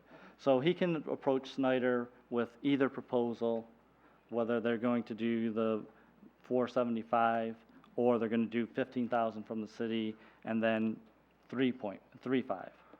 Okay? So do we have the total to Snyder based on our estimates? You say total, you mean if they went straight? Yeah, we know what we're using for a citywide electric cost. We know what we expect how many residents are expected to take advantage of it. Therefore, what's the total cost that goes to Snyder Electric based on each of these two methods? Well, I broke it down into, each separately. The cost to the residents, is that what you're referring to? If we paid the 15,000. Okay. Was $2.41 a year. If we left it all to the resident to pay, then it's $3.42 a year. So, the resident's saving $1 a year. Right. And, okay, so, and then if the city were to pay the $15,000, the resident would, $1 a year. I'm not sure that these numbers are making sense to me out here, because if we have 15,000 residents in here, that would be $1 a year out of the general fund. So I don't expect that every resident is going to go to energy aggregation, so the number shouldn't work out both to $1 a year. This is based on 7,500 homes, which is half the population, assuming Half the population goes, all right. Right. So, am I right? We've got about 15,000 households in the. He's assuming 50%. Right. So you can't charge every household $1 a year and have it paid for. Save half $1 a year. And have half the people participate and have, unless Snyder actually ends up with a lot less money. They, The 15,000 is a one-time fee. Mhm. The per kilowatt. one time. Spread out over 3 years. Okay, all right. That's where the difference. Okay, all right, that does make sense there, all right. That makes a lot better sense to me then. All right. I don't know, I don't, for the aggravation it's gonna cause for that $15,000 discussion out of the general fund, I would just assume, just tell Mr. Schomer to go with the per kilowatt hour. Mr. Otto. Could you guys help on, I noticed next to some of them, it says resident fee in parentheses, a couple it has new next to that. What's the new signify? Okay, that's where you're looking at? On in the agenda. And or Schneider Electric, it says. I just meant new that he just submitted that. Okay, I thought maybe That it was wasn't in the if you were original. a new customer or something like that. If No, you no, returned, no. It would It be was higher. just, or- it was the okay, addition to the okay. packet that was new. Thank you. Okay. Yeah, if you remember, last time we were going to eliminate Energy Alliance because they didn't have any cost proposal in there, but they subsequently came in and we're discussing them. Anyway, Mr. Shaw. Yes, at any point in time, can we get the gentleman in the audience who's here to speak today? Yeah, Okay, he's waiting patiently. all right. Counsel? Sir, did you have input? Yes. Thank you. Quickly, just make a couple of quick comments. First of all, where the new prices are concerned. Please introduce. Oh, I'm sorry. My name is Jeff Harmon. I am the managing partner of Affordable Gas Electric. I will also mention I'm the only one that's been here for the bid opening for the last two workshops, and I will be here every time until you decide what you're going to do. That's just the way we are. I have people in Greenville this evening, DeGraff this evening, and Quincy this evening, working with those communities to get referendums on the ballot for November. Our intention, and without butchering your name, Scott, is it possible for you to pull up our one quick slide on Exhibit G from our packet? The packets that were sent out to the council? Because I think it's going to illustrate for you as a council exactly what you're discussing in total. But prior to that, let me just go, while he's looking for that, let me just say a couple of other quick things. Clearly, if I was Schneider and you guys came back to me and said, hey, what's your price if you want to do it this way, when all the other prices are already publicly known, I probably wouldn't come back and say something higher. So I would clearly expect them to be somewhat lower than everybody else. Although I will tell you that I mentioned this at the last meeting, and I'll say it again, this is the way we work. Every resident in Huber Heights is no more important or no less important than every other resident I serve in Shelby County and all of the other communities. And so for me to give a different rate for the residents here than I give to every other community that I represent, I think would be unfair to those residents, and so I wouldn't do it. And so if that eliminates me, tell me now, I won't come back and bother you guys. And I'm okay with that. That's up to you guys. That's a council decision. The good news for you is that the residents have already approved this. So now they're just waiting to find out when they can start getting the savings on their bill and you to pick somebody to help you walk through that process. It should be 3/4 of the way through. Yeah, Exhibit G. Okay, so one of the concerns that I had to go along with maybe a couple of the other notes, and Energy Alliance, of course, was the same thing. They hadn't even submitted a price, and they came back with a price of clearly that was going to be lower than certainly what ours would be. Buckeye had a different scheme than everybody else had, and ours was the only one that simply said, listen, our rate is our rate. That's the way we work. That's the thing. The fee difference, as you guys mentioned, is 1/2 of 1% of the total rate that we're even talking about. It's meaningless.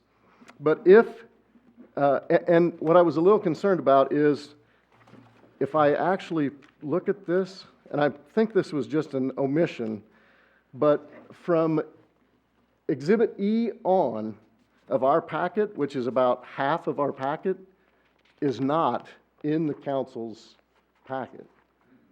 So you guys haven't seen really the map that I would prefer to show you, which is this regional buying group, which is really the crux of our entire presentation to you, which is, if you think that by joining our larger aggregate group and bidding yourselves with 20,000 community residential households as opposed to just Huber Heights 7,000, if you think that that can generate a better rate for you because of the volume that we're bidding with, then the numbers that you're talking about in terms of fee differences are absolutely meaningless. And I'm here to tell you that I can assure you that I'll find you $2 more a resident because I've got 15,000 more households to bid with in November. The second part to that is there was a calendar that is not included that spells out from us exactly the time frame, date by date, of when you would be included in the bid process to get you lined up with the communities that we have voting in November. So our intention is literally to take the Huber Heights residents and put them with the collective group of the rest of our communities that are voting in November and bid everybody as an aggregate. And that volume alone is going to drive a lot more than the savings that you can do just bidding it on your own, right? Once that happens, we will line up this group and the group that voted in November with our total group in Sidney Shelby County group, and now have probably about 50,000 households that we're bidding with upon renewal. That's when you start seeing the difference, and that's what to your point, those are the things that you can't see on paper. Those are the things that you can't see unless you literally, like I asked last time, all we want to do is get that interview. We just want to speak to you guys as a council and present why we think we can deliver for the residents of Huber Heights the lowest rate for the longest term from the most qualified suppliers. And we do it all. You don't touch anything. You just tell us, this is what we want done. We give you the bids. We give you the press releases. I even write quotes for the mayor and the council and say, do you guys want to put this quote or change it? And we'll give it to the press. Everything we do. So I'd really like to make sure that the rest of our packet gets to the committee or the council, and then really would love to have you at least be interviewed. And again, just realizing that fee structure speaks, this regional map speaks to the volume that we're going to be bidding with versus what you guys are looking at just in terms of Huber Heights by yourself. Those are my quick ones. Thank you. Thank That does, we got an email recommendation from a different mayor. Did you actually write that for him? No, I didn't, but I can speak to, Mayor Barhorst from Sydney was going to come with me today and actually ask you to join our group, but he had a root canal. Oh, That's okay. I don't know if that's a typical excuse, but he has been with me on several occasions. All right. All right, thank you. Mr. Deke, a minute. Did you have, yeah, just a second, please. Russ, real quick, you said you had 4 kilowatt hours. Can you just, 4 bids that had 4 different kilowatt prices? Can you say what those were again? Schneider's Electric's latest, new one was, I'm trying to think of the units that are on these, but it's .000475. Yes, right. And then, what is the unit, is that just dollars? I guess that's Well, dollars. it's cents. Cents, okay. .004. So that's Schneider. And then Buckeye Energy is .0005, Okay. so just a little higher. And then Energy Allowance is the same, .00005. And then AG&E was at .00075. And what did you, which one is yours, sir? Mine is AGE, and ours was the original, those first 2 prices came in after when they came back and asked for it. So are all those with the fee from the city? No. There's no secrets. These are all those, These are all after, like, Snyder Electric we came back to them and said, give us a fee without the fee from the city. okay, so everything, the kilowatt hour that I would see on my bill from those prices, that includes all fees and everything, the city would pay 0, it's all rolled into the indiscriminate kilowatt per hour that each consumer uses. Right, yes. Right. One of just consultant fee. Can I make one other quick Right, it's a clarification? consultant If you look at the Schneider secondary number, it does state in there, however, that if no rate is actually put into place for the city, that $15,000 comes back into play. Oh, So there's a fail-safe there, right? If you look in their secondary thing. And I'll just tell you, the MVCC has had aggregation approved for 12 years now and hasn't put a rate in place for a number of communities in the Miami Valley area. So it isn't without precedence that a rate may not ever get put in place. And if so, Schneider does have that provision to kick that 15 grand back into play. okay, thank you very much. That's, yep. All right. Okay, so we're going to send this back to staff. Mr. Shaw. I'd like to address the elephant in the room on why the entire proposal wasn't included in the packet first. Do you know what happened to pages there, Russ? Scan it, put it in there, I don't know why.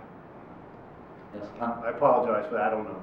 I gave her the whole thing, so.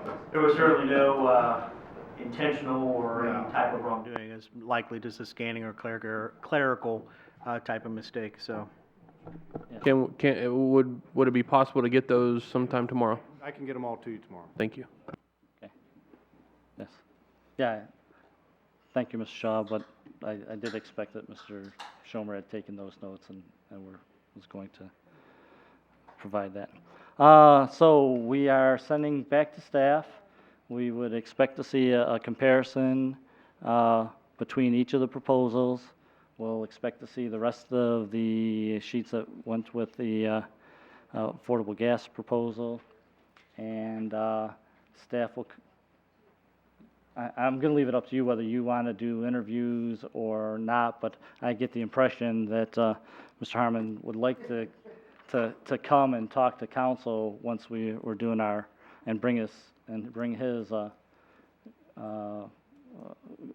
support staff with them to pitch their proposals. So we'll let you make that decision on how we're going to bring in each of the companies as you go forward with your recommendation. No. Yeah, well, I guess we have to have a decision on the city fee if Snyder Electric is going to impose it if they don't successfully negotiate a rate for us. Well, the main reason that I continue that discussion is because just following the process as I noted when we originally set out on the development of this RFP, take it back to a committee meeting where we were deciding, do we want to add some specifics within the RFP to state this is what we want or this is what we don't want. After that discussion, it was determined that we're just going to leave it open to see what the companies present, with the idea of coming back to make a determination and evaluation on that cost method. So we can, my recommendation would be, we're prepared and ready to go back and review and compare all of them. Some of that might be fees that one has compared to fees that the other one doesn't have, and that will be part of the review process to determine the lowest and best for this particular service as we would review any other RFP and make that recommendation to council. So I would recommend, let's go back and do that work, lay the information out for you, bring our recommendation back, then review it all and okay, see how the dust settles. Mr. Schoen, that sounds like a plan, council. Thank you very much. We'll move on to the next agenda item. Chickens in the residential areas.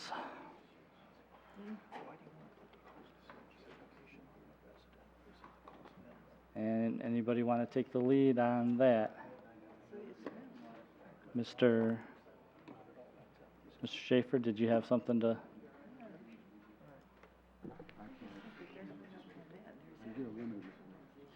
Yeah, basically we included the information. Alan can give an additional report, but as we discussed the advisory election and what the process would be, this would again be an advisory election because a change to the zoning code cannot be done through a ballot issue. That is a legislative measure, and then we would follow through the normal process for making changes to the zoning code. So, right. I guess the question is, have we made any progress with the items that Ms. Smith had? Oh, that part, yes. Just in brief, I'll say that we took and mirrored the original proposals and worked with, in the last discussion with Sarah here at the committee meeting several times ago. She kind of relinquished that, and we had that information that she had worked and provided. Some of the information that we had to change was, for an example, a 50-foot setback. That would pretty much cut out a whole lot of homes. So we made the appropriate changes to accommodate and meet the needs that we know would fit within what the intended purpose of the zoning code change was, but other than that. Okay. Now, I know we had talked to, reaching out to Ms. McBride and her group, and Ms. Smith was concerned that it's 6 hens in here, and they thought there was 4, and all that. So if you could speak to that. Thank you, Mr. Schaefer. Just very briefly, and maybe Tyler can too. I think, well, in any event, in speaking with Janelle today, they had trouble scheduling a time. I believe Sarah McBride was on vacation last week, and so they have met with her. And Tyler, were you part of that meeting, Tyler? Yeah, we met. Tyler, maybe We met let me yesterday. default to you. Why don't you go with it? Yeah, Janelle and I wanting an update and clarification on some of what was being discussed, met with Sarah yesterday to get information from her. Janelle obviously is not here today, and knowing that this is set to go to a third reading, that's my understanding, is that Janelle and I had basically said that we were still wanting to take the time then to get input. Ms. McBride pointed me to a piece of legislation that had come out of Franklin County, which she had referenced in the past. So I think for this item, unless there's desire on it, is maybe we just put it to its next reading. The second reading is next week, but take no action next week. And The third reading. Is it third? Yeah. Yep. Oh, It's not an emergency, so that with the 30-day effective date, you're right up against the Board of Election filing. okay. I had miscounted. So, I mean, I do not feel comfortable, quite frankly, speaking for Janelle on what she was wanting out of this. I was looking at getting the language done.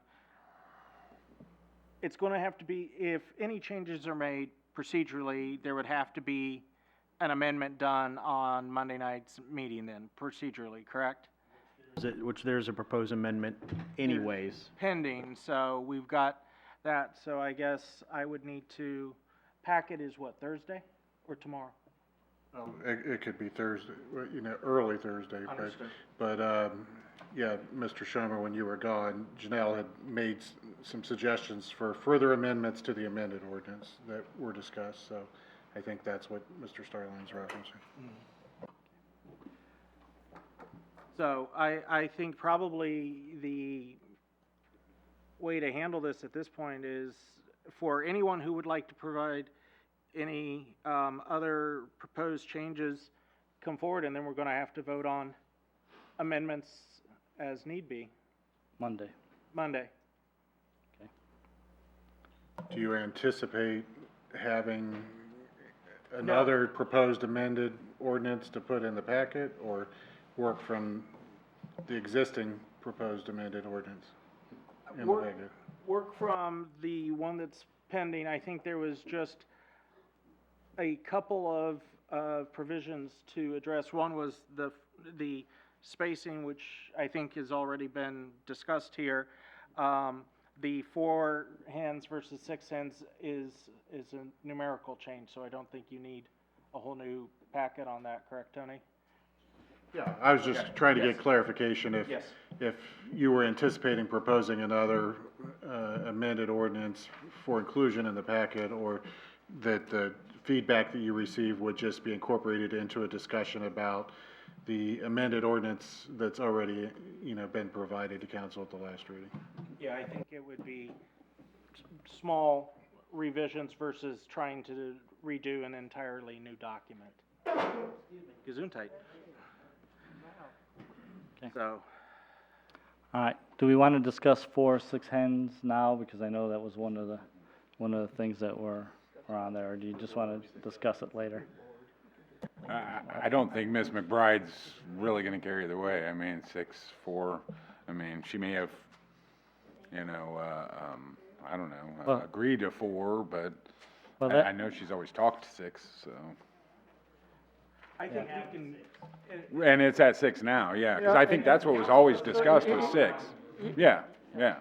And truth be told, I mean, this goes to ballot, again, it's advisory. We actually write the ordinance later anyway. Exactly. So we're just trying to get a feel for the public as to whether or not they want the chickens. I don't think the number 4 or 6 really matters too much. All right. Exactly right. The proposed ordinance won't even be part of the ballot language. Exactly. It's only in this ordinance to give as as a sample, so. Absolutely, yes. I Now, on agree. that, Ms. McBride did contact the Board of Elections, and the Board of Elections said that if a proposed ballot language is put out in terms of wanting that, it couldn't be like 30 pages of code, but if there was a short summary of what the changes are, that Sarah said she was told that that would be allowed. I have not confirmed that.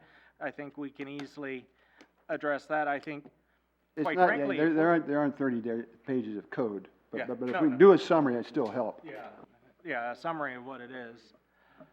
So, We can always post on the city website, the full statute if we can do a summary. yeah. I'm almost wondering whether that piece is going to be critical here, because the question is essentially, since it's advisory, do the residents want to amend the code to allow the keeping of hens in residential areas that are smaller than the 1 acre parcels, which is what our cap is now? So I think it's more of a binary yes/no versus a writing of a code. But like I said, I don't want to, if I've missed something that Janelle has that I've missed, I'll reach out to her and try to get the information in as soon as possible, probably by tomorrow morning. I'll do my best. I apologize. Well, that's not, I mean, if you're not gonna be proposing something to include in the packet, really the deadline for the packet wouldn't have any bearing specifically on the I outcome understand of your that, but discussion. for my colleagues, if something's being considered, I would still work with Janelle to try to get that information out as soon as possible so that everyone has as full a picture as possible before we come to the packet and then going into Monday. Mr. Otto? And again, based on the language in the amended ordinance, the bold verbiage here that would be put forward to, say, the ballot, it doesn't even speak to numbers or distances or anything like that. It just asks the general question of should chickens be allowed? So again, I don't know that those specific numbers are really concerning right this moment for this issue. As we get word back, if it's a resounding no, we don't have to worry about it. If it's a resounding yes, then we tighten it up and decide what those numbers are going to be.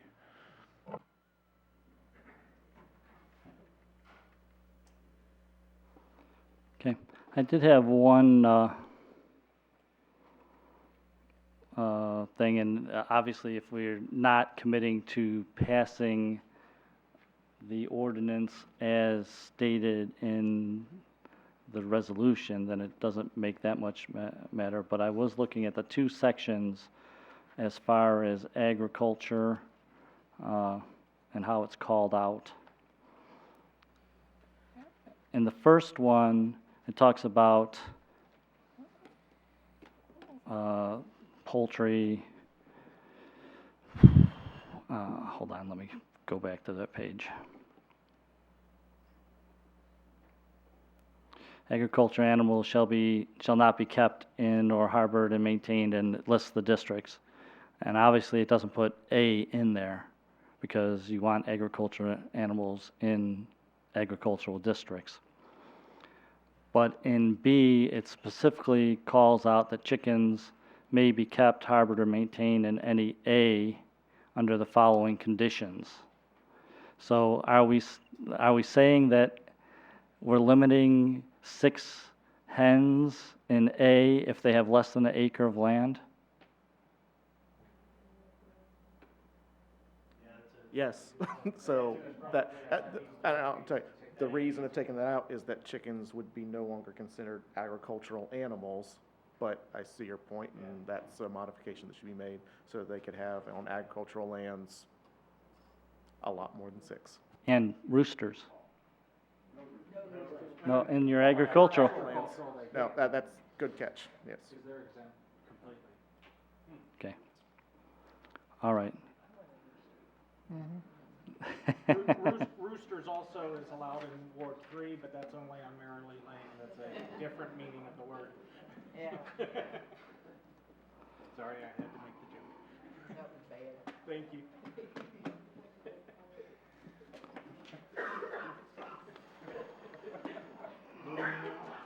Okay, so we'll see this and any proposals. Yeah. Don't get her started. 3 minutes, how many chicken jokes I got her. How many? Yeah, okay. What the heck? All right, where are we at? Sorry. Water break? I could use a water break. Oh, water pressure.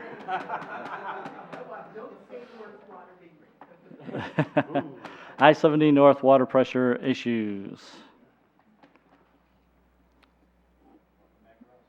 And welcome back, Russ, as a matter of fact. Yep, there was a couple things on here too that so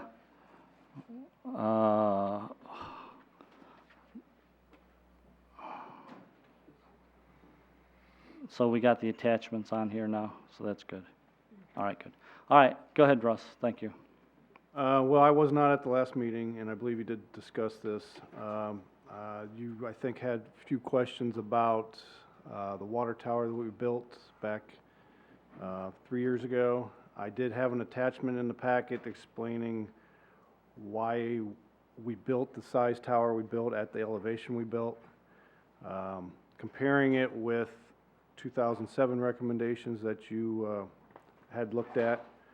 The 2007 recommendations would have been to build a taller tower and with more storage. But it also stated that the Emerald Gate Tower would either, it wasn't really clear to me, but with discussions with that was to get rid of the Emerald Gate Tower. It has 1.75 million gallons of storage. It doesn't have more than 200,000 of effective storage the way it's at now. That tower was at the time 20 years old, which is fairly new. It had just been repainted. We were not about to take that out of service. By doing it the way we did this, we only spent $2,700,000 3 years ago to build the tank we built. If you were to build a larger tank, taller, you would have had to build the booster station on Wildcat Road, and you would have to pay the extra expense of the taller tower and the larger tower. That would have had to all been spent at that time, which at the time we were looking at it, we were in the middle of the recession, and the council did not want to raise water rates, so we couldn't do that. So at the time, we decided to build the 1 million gallon tank, which did not require a booster station because the water plant can pump it up to the elevation it's built at. So that in that case, we always had it planned to come back and build the booster station on Wildcat and a booster station at Emerald Gate. And that way the storage in Emerald Gate becomes fully effective storage at 1.75 million. And so we'd have the 1 million gallon tank we have out there now, the 1.75, the 850,000 gallons we have at the water plant, and the 2 other towers which are effective storage a little over 200,000 each, which puts us at the 4 to 5 million we need for effective storage for EPA. 1 day storage is what's required. We have been shy of that. They haven't pushed us for any reason for it, but it's always a recommendation to be at 1 day storage. So that's what I put on here to get to you. I can take questions on it from, I guess, if you have more questions. I don't know where we're at with the pressurizing, what council wants to do at this next stage. I guess that's back up to you guys. Okay, thank you very much. I appreciate that water pressure study comparison because I was looking at that because to me, frankly, the 2007 plan seems a lot less complicated as if we would have built the towers higher in the first place. It seems like the system would be a lot less complicated and therefore more reliable, with less moving parts, because the 2016 plant where you pump it from Emerald Gate up to I-40 and all that, and relying on pumps, and that seems like a lot of extra moving parts that I wish we didn't have to make. I see that the cost comparison between the two plans is about the same in that 4.9 million. So like I said, I wish that a different decision may have been made back at that time. I'm also looking to correct it so we don't have the complicated one now. Looks like it'll be probably an additional 4.9 instead of the 2 point whatever that we're planning on doing. So it seems like living with the complication might be the. There's more pumping now. Well, there's one more booster station now than there would have been in the other situation. But the cost would have been the same. So it's just the cost of the extra power running that booster station now. Right. That you could have had a higher tank that would have run by gravity more than, so it would have saved the cost of boostering it. Right, right. And getting it to the residents with the water in the tank and flowing down. Right, at 55 foot higher, it would have given us the same pressure we're going to get now with the booster station. Right, and it seems to me less complicated to have water already there coming down in case there's an issue. Right. Than it would be to rely on those pumps being available 100% of the time in order to get. But it also wasn't, the Emerald Gate, I don't think was built properly. It should have been a different type of tower. Because by doing that larger tower out there taller, we could have eliminated Emerald Gate, and it would very hard for me to come back to council telling me we're going to tear down a tower that's 20 years old and in good shape. So it was a little bit of a political thing at the time too. So. Yeah. All right, council. All right. So I guess the other things that I had asked for was information on how we know that it's actually a pressure problem for the residents. What's our method for that? How have we documented it? How are we tracking it? We get calls, I get calls maybe 3 times a year. I don't know how often the water department gets them, of people complaining, can you come out, check my water pressure, it's too low. Sometimes it's been water softener problems where they have a valve closed, and that happens. But typically, if you take the pressure at somebody's faucet, it'll be about 35 PSI. We've done numerous water pressure tests at the fire hydrants, and they're all 35 to 40 PSI out there. So it's livable, but it's low. Like I always said, doing this, there's 3 good things for it. It's a better way of living for those people to get the pressure that everybody else has. It's good for economic development, and it's good for fire suppression. So, all those things are a reason why I would like to see this happen. All right. And Mr. Schomer, have you done anything with the expected economic impacts as far as businesses coming in, how much it costs for them to, if you had a business and they needed to put in their own pumps and stuff like that, have we tried to figure out what those costs would be and what the likelihood of those kind of businesses coming in? Yeah, for example, on Executive Boulevard, one of the larger, tilt-up concrete buildings that you see that is generally 28 to 30 feet tall for ceiling height on the inside. For them to have high rack storage or to extend anything would require a fire pump. A fire pump for a building of that size is about $500,000.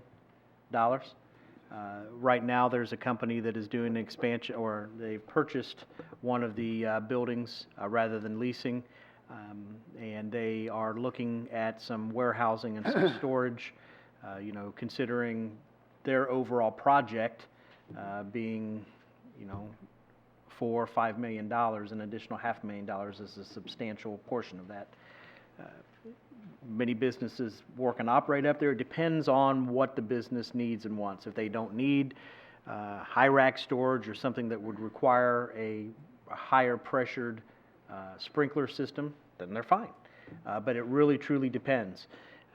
We mentioned one example being Trimble. They had to face some relocation. They did not want to expend that cost in their current location for what they were doing. And on top of that, in addition to that, they ended up doing some consolidation and building a larger building and moving 2 operations here rather than losing one. But besides that fact, there's really no way of knowing for certain other than when somebody comes in and says, hey, here's a building for lease. When they check, they would submit for plans or they would check the building. If they need high rack storage and the building doesn't have a fire pump, it would be problematic for them in that particular location, and they would likely not rent there. Do I know of examples that that's happened? I can't cite any. There are lease tenants, but those don't need that particular thing. So what the economic impact is, it would be marketable to be able to have that higher pressure. That is something that a lot of manufacturing and or some businesses would do, to be able to say, hey, we have a high pressure zone, especially in our industrial area. That's something that in economic development terms, we can market as an asset. I don't have a cost for you to say what we're losing by not doing it. There's empty spots up there. Are they empty because they don't have high pressure? I don't know. A couple of them are in receivership, so that's why a couple of them are empty. But that's about the best that we internally talked about, reviewed, and looked at some existing people there. The current expansion project that's going on, they don't need it, so it's not really applicable to them. But it really is driven and dependent on the type of industry or the type of work that's going on. For instance, we talked about FedEx. They're tapped out. There's no more availability to take the flow that we have and add pressure and be able to have sprinkle there. They're pretty much maximized for the amount of square foot that they have in their system. So there's another example of at least a limitation placed on an existing business. Can I state one other thing? As far as cost, the way I was looking at it was, if you're going to increase cost for water softening, you could add at the same time to figure out water rates, how much they need to go up to pay for both. Or if you feel that this is more of a commercial issue, for commercial properties, it could be spread out for all commercial properties to the city, up their rates to pay for this. 2.2 million isn't a lot. It shouldn't raise their rates that much. That way, pass it on to those properties rather than the residential.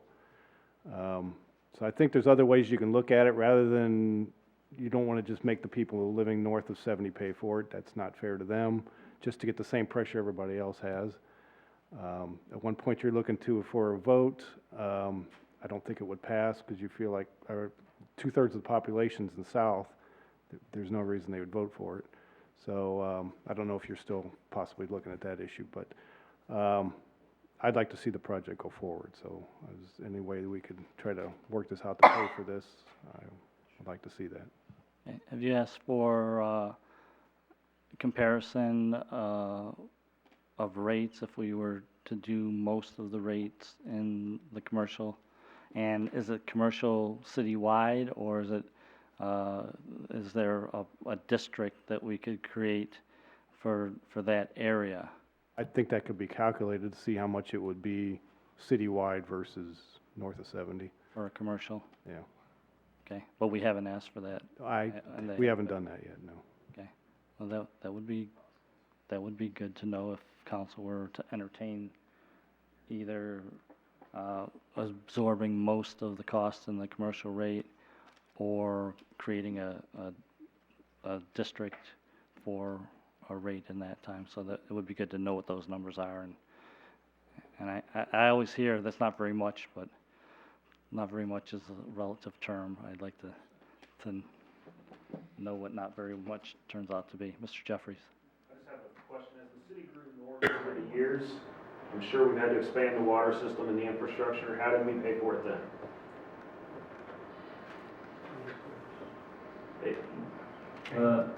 As we expanded north, it's subdivisions, it's pretty much paid for by the developer or through TIF money. Yeah. Water Yeah. towers and pump stations, as Longford got built and Taylorsville got built, we moved north. Right. The developer usually absorbs that cost. Right. For the most part, the developers put in the water and sewer lines and the roads. I worked for Ober's when we did Parktown. Ober's paid for the utilities. I'm talking executive, I mean, part of the pressure is executive, that's city, and then obviously the residential area, is Yeah. another one. But I know when we built, it's the same story that Mrs. Webb said when they built. Hey, when that water tower gets done, that's gonna take care of the pressure out here, you'll be good to go. 25 years later, we have the same story. So just curious on how it seems to be the same story. And this is a project that was passed and approved or agreed upon by third-party consultants, from what I understand, from the way it looked back in 2010. I mean, this is the next stages of.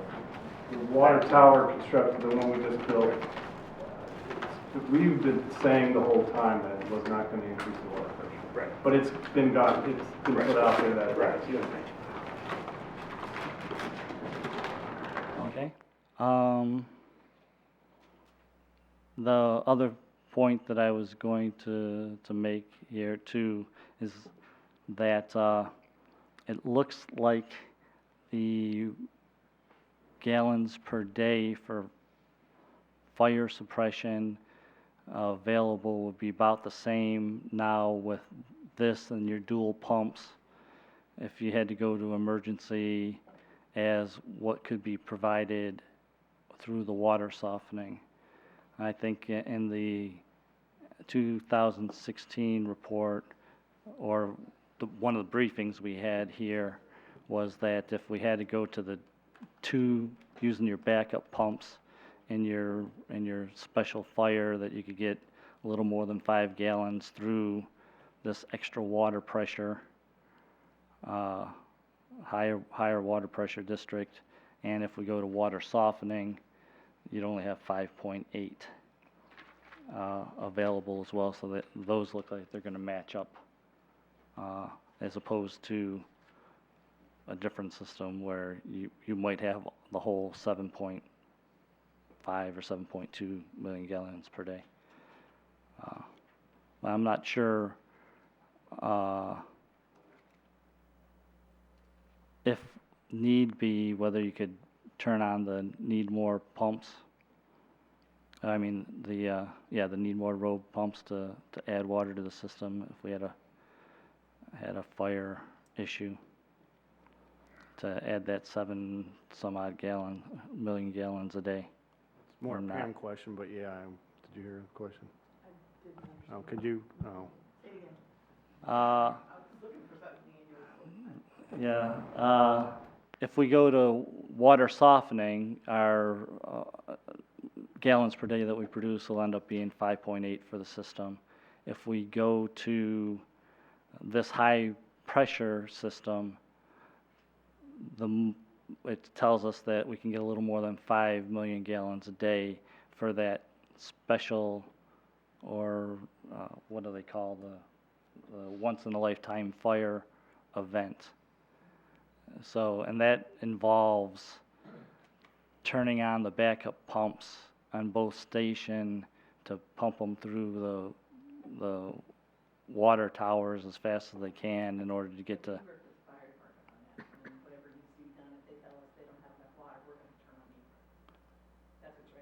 Right, right. So that need more can just turn it on and pump it up that way. Yeah.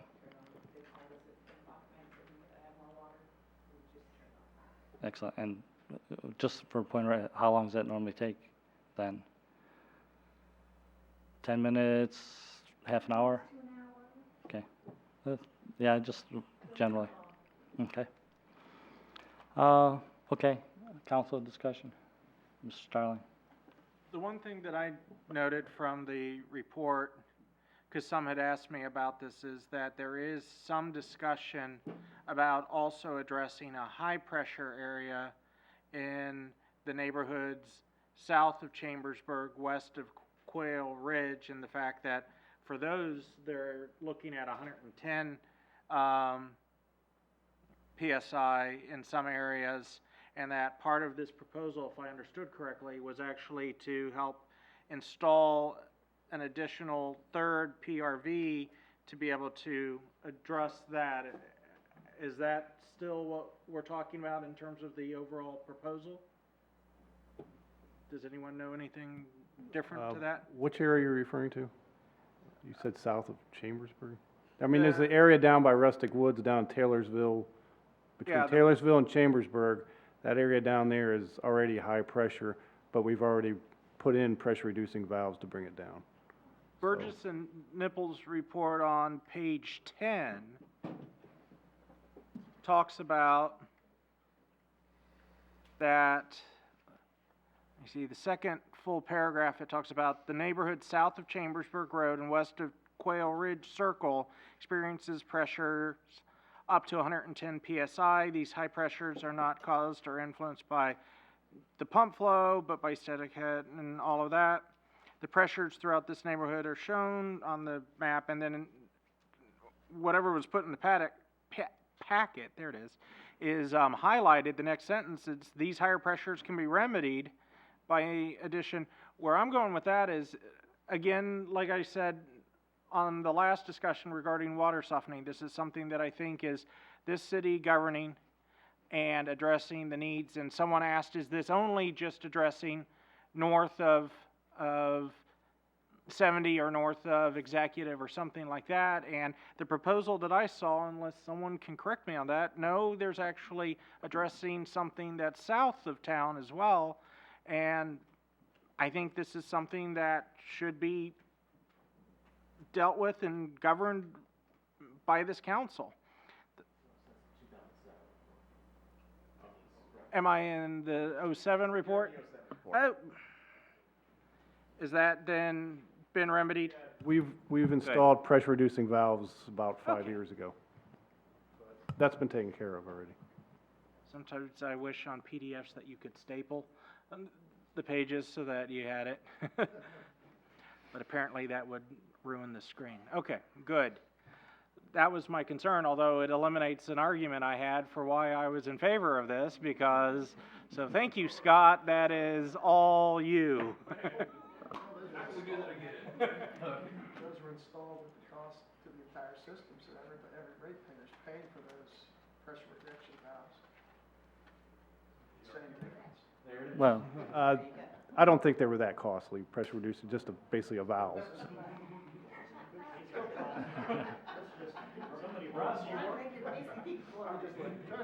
Yeah, and what, Engineer answering the question without care.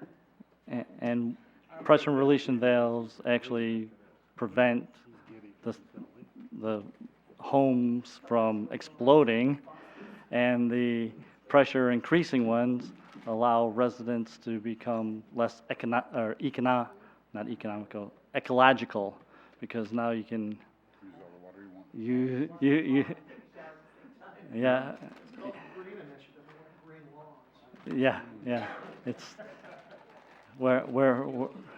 and that's the nice part about being in this area is today we don't have to worry about the same kind of ecological issues that most of the country does have to do, but in most parts of the country, I'm sure they're reducing pressure to that 40 to 60 range as much as possible. Mr. Schomer.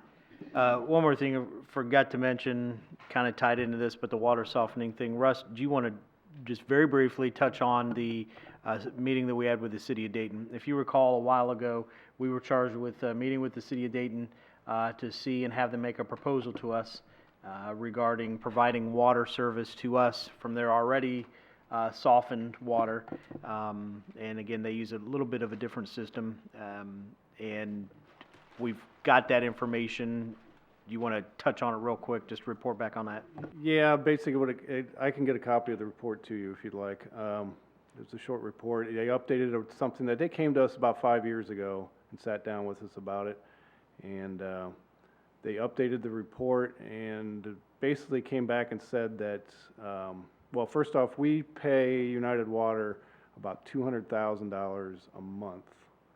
So that's about, what, 2.4 million a year to maintain the whole system. They came back saying it was over $5 million a year just for the water. And you still have to add in all of United Water's cost because that's just the water, the softened water. So it isn't feasible for us to even look at that. Okay. That does bring up a different thought to my head, though. Weren't we accommodating a water system that was running lines on 40? Was that a water system or a sewer system? On State Route 40? On State Route 40. Those were put in, they put water main in and they put some pump stations, sanitary pump stations and force mains down. That was Miami County did all that to supply water to the people of Bethel Township. Okay. We didn't connect to it and we didn't offer. That was just an easement or a right-of-way. It's not tied into our actual utility system. No, it's not tied into ours, but having them, by the fact that they did that, anybody that would develop something up north of 40 would tie into that system and would never annex to the city. So we're probably pretty much done annexing anywhere north of 40. Now, my question is, what's the water pressure in those mains? I don't know. Have we approached them to see if, Would we, to buy water from them? yeah, is it softened water? Can we make it, I don't know. I was never asked the question, so I don't know. I've never investigated it. okay. If I could. Yes, Mr. Schaefer. The expansion of Huber Heights up to the Miami County line included or resulted from a number of annexations as we move north. Those annexations were bitterly fought by Miami County. They spent hundreds of thousands of dollars in attorney fees, et cetera, in fighting those annexations. Most of those annexations occurred under the old annexation law, so that it was potentially, or at least theoretically, there was some logic in them fighting it if they really wanted to. Under the new annexation laws, and we've annexed some land up there, some smaller pieces of land up there, in my tenure, which have been under the new annexation law, and there's not much they can do about that. My point in bringing this up is that 3, 4, 5 years ago, maybe, there was an opportunity to work with Miami County on extending Huber Heights sewer and water to the industrial park, which is in Miami County. And as part of that discussion, they were also planning this water, potable water system that they subsequently put into place. So there's a great opportunity for two jurisdictions to get together and in a cooperative intergovernmental way solve problems for both of their jurisdictions. For instance, the crossroads of Fountain, Ohio, are you familiar with that? I haven't heard recently, maybe they've taken care of their sanitary sewer problems, but that was one reason it was fairly easy for us to extend our sewer up there. We would have taken care of those problems, we would have taken care of the industrial district's problems. It was, in a perfect world, it was a lay-down arrangement. Us working with them on our sewer, them working with us on their water. It just didn't happen. I mean, what, their water tower's a golf drive from our water tower, or It's less? down in Brant, which is of that small town, Yeah. Lordy I mean, and it's not that far away. There were some real opportunities, and it just didn't happen. And it's not for lack of trying. The city and we met with the Montgomery, or Miami County people on multiple occasions, and it just died. It just died. Now, I will say that there's some very strong sentiment. At least we experienced some very strong sentiment then from some of the Bethel Township residents who really didn't want to have anything to do with the city, regardless of what kind of logic there may have been in sharing resources. So it may never have happened anyway, even if we had gotten some traction up in Miami County, up in Troy with the Miami County officials. But again, there was an opportunity, and it didn't happen, and so we had to go it alone, is what happened up there. All right, council, way forward. Mr. Shaw? Get it done. Mr. Otto? I'd say this is an equally important issue, and I agree with Russ, kind of look into some options on how we can, combine these issues and make this happen. Ms. Blankenship? Okay.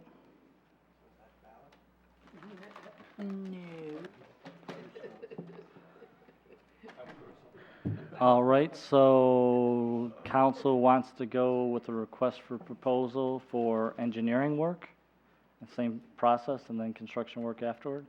Yeah, that's where we left off and then paused it, and then if that's where we want to pick back up, that's what that would be the logical next step. All right. We'll move on to the next agenda item. Are you gonna have that for Monday, Russ?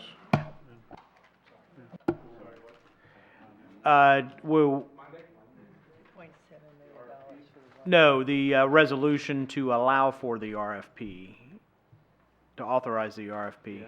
We won't have the RFP prepared, but we can have a resolution authorizing the RFP, right? But the RFP won't be ready to go out by then. That would take some time. We're going, I think the plan is, and all of them, is to Iowa Water Development Authority loans, which is the lowest interest rate. If we're going to be planning for these things, there's planning loans, and there are engineering loans, and then there are construction loans. We would be under no obligation to accept a loan, but I think we should get authority to apply along with this whole process, so we can get our application in and get it approved. And if we don't want it, we don't have to take it. But I think it might be good to get ahead of that and get authority for that as well. So maybe an authority to apply for a loan. I'm not sure exactly if we would have to apply and accept, but we'd like to get something maybe on the agenda as well to get this.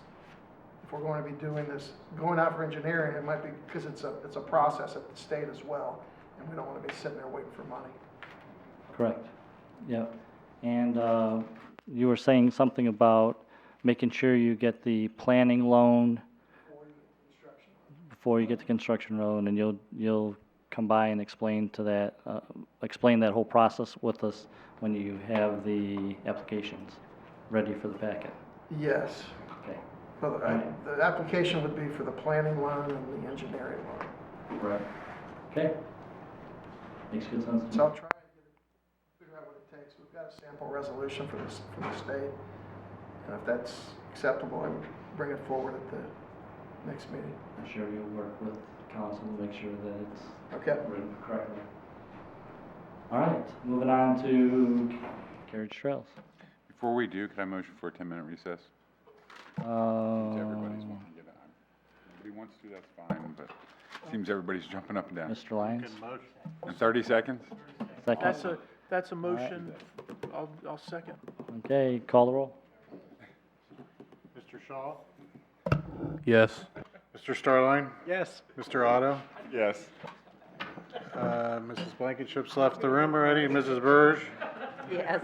She's voting Mr. Lyons? yes. Yes by default. Okay, Take your time. all right, 9:07, thank you. Just 3 hours. This item on the agenda. That's a little long without. It's only 4 items. Do it. It's only 4 items. Right, we've already taken, the money out of, Is good? the water funds for the fire station. All right, I said 9:07, we're gonna start at 9:09. Moving on to carriage trails, special assessments. We're not going to have this on for Monday. The engineering and the draw estimates, if I term that right, are not yet prepared because of the method that we did. We passed all of the lots ahead of time, and as was described, there's going to be some catch-up as they go on for the special assessments for the phases. So all the paperwork isn't in yet, and we want all the paperwork together before it's presented as part of the resolution. So it's not going to be there for Monday, so there's really nothing additional to discuss. All right, moving on, city goals and development. This was Mrs. Smith's item, and I know that there was a request for a brief update on the 2025 plan as part of the city goals and et cetera. And Don has gone through and verified that we are on target, but one of the things that he wanted to do to enhance that is to basically conduct an audit of some of the actual numbers coming in and generated from the assessments and the evaluations provided by Miami County in those specific areas, since there is a part of that plan, a newly established TIF area and an existing TIF areas, and we want to come back with that more detailed information. We can go the just basic update in the plan, or come back with more of a comprehensive type of audit to validate some of the, to actually show some of the true today numbers versus the 2 year ago numbers in the projections and the plans. Yeah. Which I feel would be probably more beneficial. Yes, I know that we had an administration committee meeting in October, just prior to the election in 2014, that had a lot of good information and spreadsheets that mapped out the TIF dollars and where they would go to, and that I don't want to hear that we've spent 5,000 hours or whatever it took to make that whole administration committee meeting, like we were telling the public, but I do believe that a lot of those spreadsheets themselves were very useful in helping us understand the financial position of the city and our plan for debt structure. So if we could look at those that were produced and then add in the additional properties or the additional assessments that we had, and update that, and then plan to have a significant meeting just on those updates, I think that would benefit council a lot. And There are values that aren't publicly available. Oh, I'm sorry. There are values that are not publicly available that we believe that the assessor for Miami County has probably already assessed the values, but they won't show up until next year. We'd like to get up there and talk to them and see if some of these properties have already been evaluated by them. If not, when they will be. We know they're going to be. That would give us an idea as to, we've got estimates of what they should be. But I think we might be able to get actual numbers in at least a few of them. Sure. So I prefer to, if I could get the actual number, I'd rather have an actual number rather than going off our estimates. yeah, and that makes perfect good sense, but if I recall correctly, there were items in that projection that were needs in order to make it. There was the good sports complex, that we rename something else because we knew that it wasn't going to be there. But as long as we call out the fact that those are projections or what the status is, that's perfectly fine. But it's the idea, what we're expecting and when we need to get those in place in order to remain in good standing with our debt. Absolutely. That we've already got into the formula that weren't there then. Like a Panera Bread or Exactly. a hospital. The hospital. So those things, we've got line items for them, and we know what they should be valued, and we know what some of them are valued. But I think it's worth a trip up to Miami County to see if they've got some values since the last time. The last download we got from them was, I think, October of 2015. So it's been 6-8 months, and I'm sure they have values already again. So, And, because this is when they go through their process. So we'd like to do exactly what you said, Mayor. So we will track this as an action item. What time frame do you need to prepare for?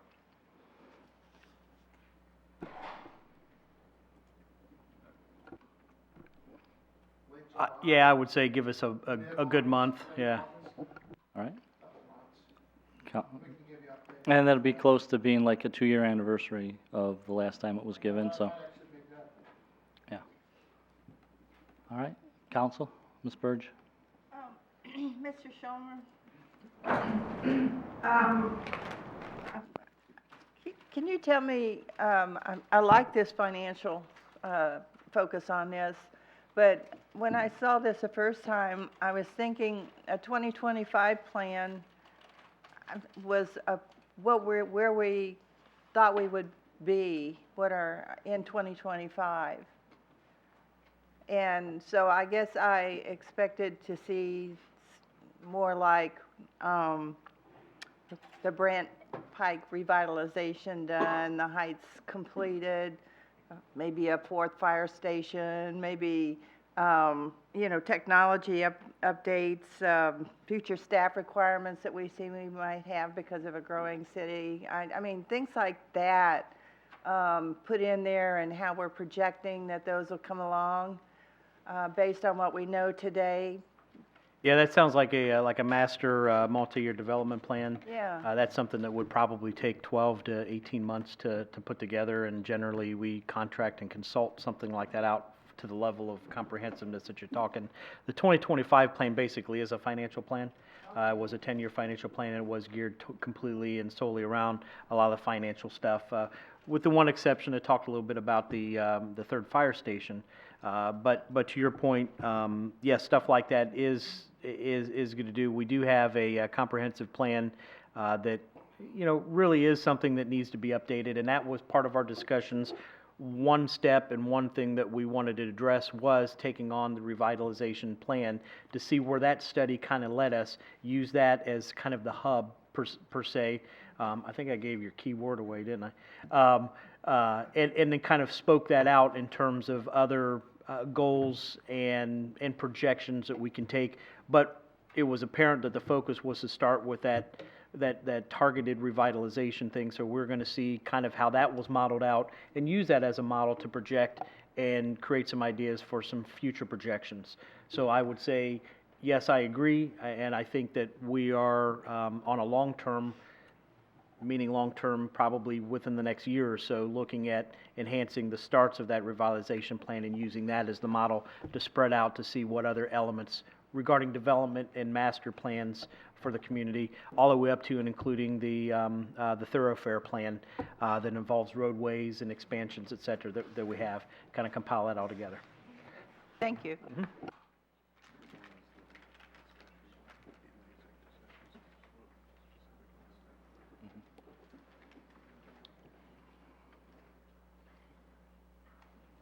I'm sorry?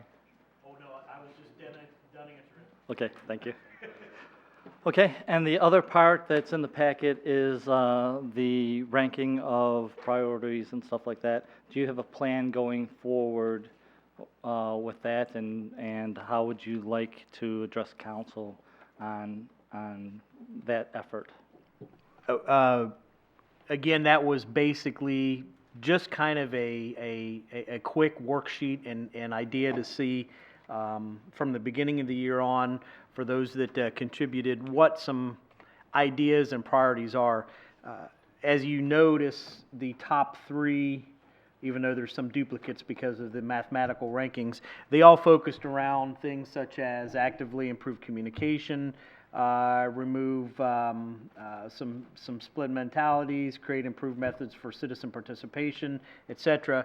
All of it kind of revolved around that citizen participation engagement. A lot of those top three priorities came out that way, which in a later agenda item took that and kind of fostered a proposed citizen participation program and project.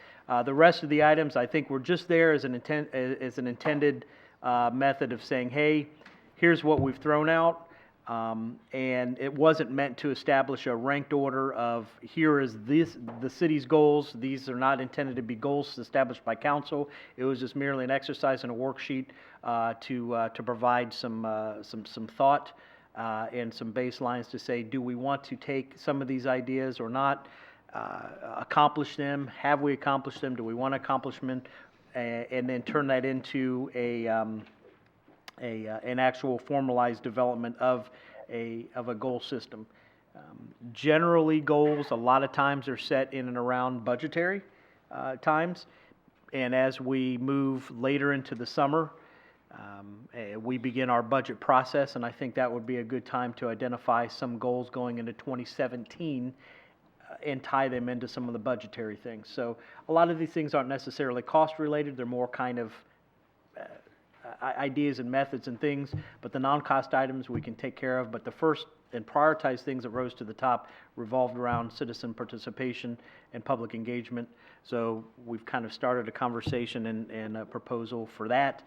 The rest of it, I would say that we continue to look at, and as council would like to, going into 2017, we would like to see a strategic goal-setting session where we would actually bring somebody in to help facilitate that, much like many other communities do. We can certainly do it internally, but it's always nice to have an outside and a neutral come in and help facilitate those things. We've got some resources to accomplish that, things that we used to do years ago, but I think looking into 2017, that would be the goal and the direction that I would like to see us move. Okay. And my takeaway from that is that we each have the sheet that has a number of different goals and give us insight into, and to me, it gives me insight into what some of the other council members were thinking, and that we can contemplate that, and then as we go into 2017, bring up those items that hit us as being items we'd like to bring up. That's all it was intended to be. All right, excellent. Thank you very much. We'll move on to the next agenda item then. Could I jump in real quick? Certainly. The item that the remaining staff is here for has to do with the real estate and economic development, considering the possibility of some extended discussions with the remaining council items. Could we consider hearing from staff on those items, and then I could release them? Okay, is that the executive session? That is the executive session, and it really should be pretty brief. It's not extended. One's just an update, and the other is a current project and economic development incentive that we just want to provide an update on. Should be brief. Okay. Sounds like a plan to me. If the council has an issue, then we will amend the agenda to do the executive session next. And Mr. Shaw. Yes, I'd like to make a motion to amend the agenda and go into executive session for matters regarding economic development. Ms. Burge, seconds? I think we need to restate the motion specifically for purchase or sale of real estate property, as well as confidential business information of an applicant for economic development assistance. As stated. Whatever you said. As stated. That's what he said. Okay. All right, and Ms. Burge. And call the roll. Mr. Starline? Yes. Mr. Otto? Yes. Mrs. Blankenship? Mrs. Burge? Yes. Mr. Lyons? Yes. Mr. Shaw? Yes. And we'll see what brief means to city staff. As I understand it, it's 25 pages, but that's my definition. All right, good. We are closing the executive session. No actions or formal actions occurred in there, and we're resuming the regular session, or regular work, whatever we're doing here. Council communication and council public communications, I believe, was the next thing on the item. So, Mr. Mayor and council, there's a cover memo in the package. As you know, Tyler and I have been working off and on this for quite some time. Frankly, we were somewhat stumped on the issue of how far we could go on electronic communications. It was a bugaboo kind of an issue. It was clearly going to ultimately be a court decision that was probably going to determine the outcome. Courts of appeals had gone both ways on the issue of electronic communications. And on May 3rd, our Supreme Court answered the question for us. And what they found was that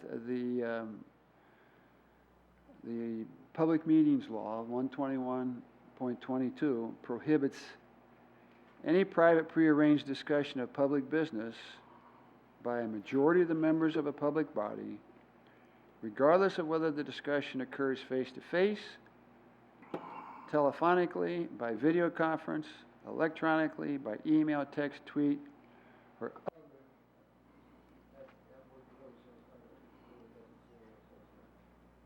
form of communication.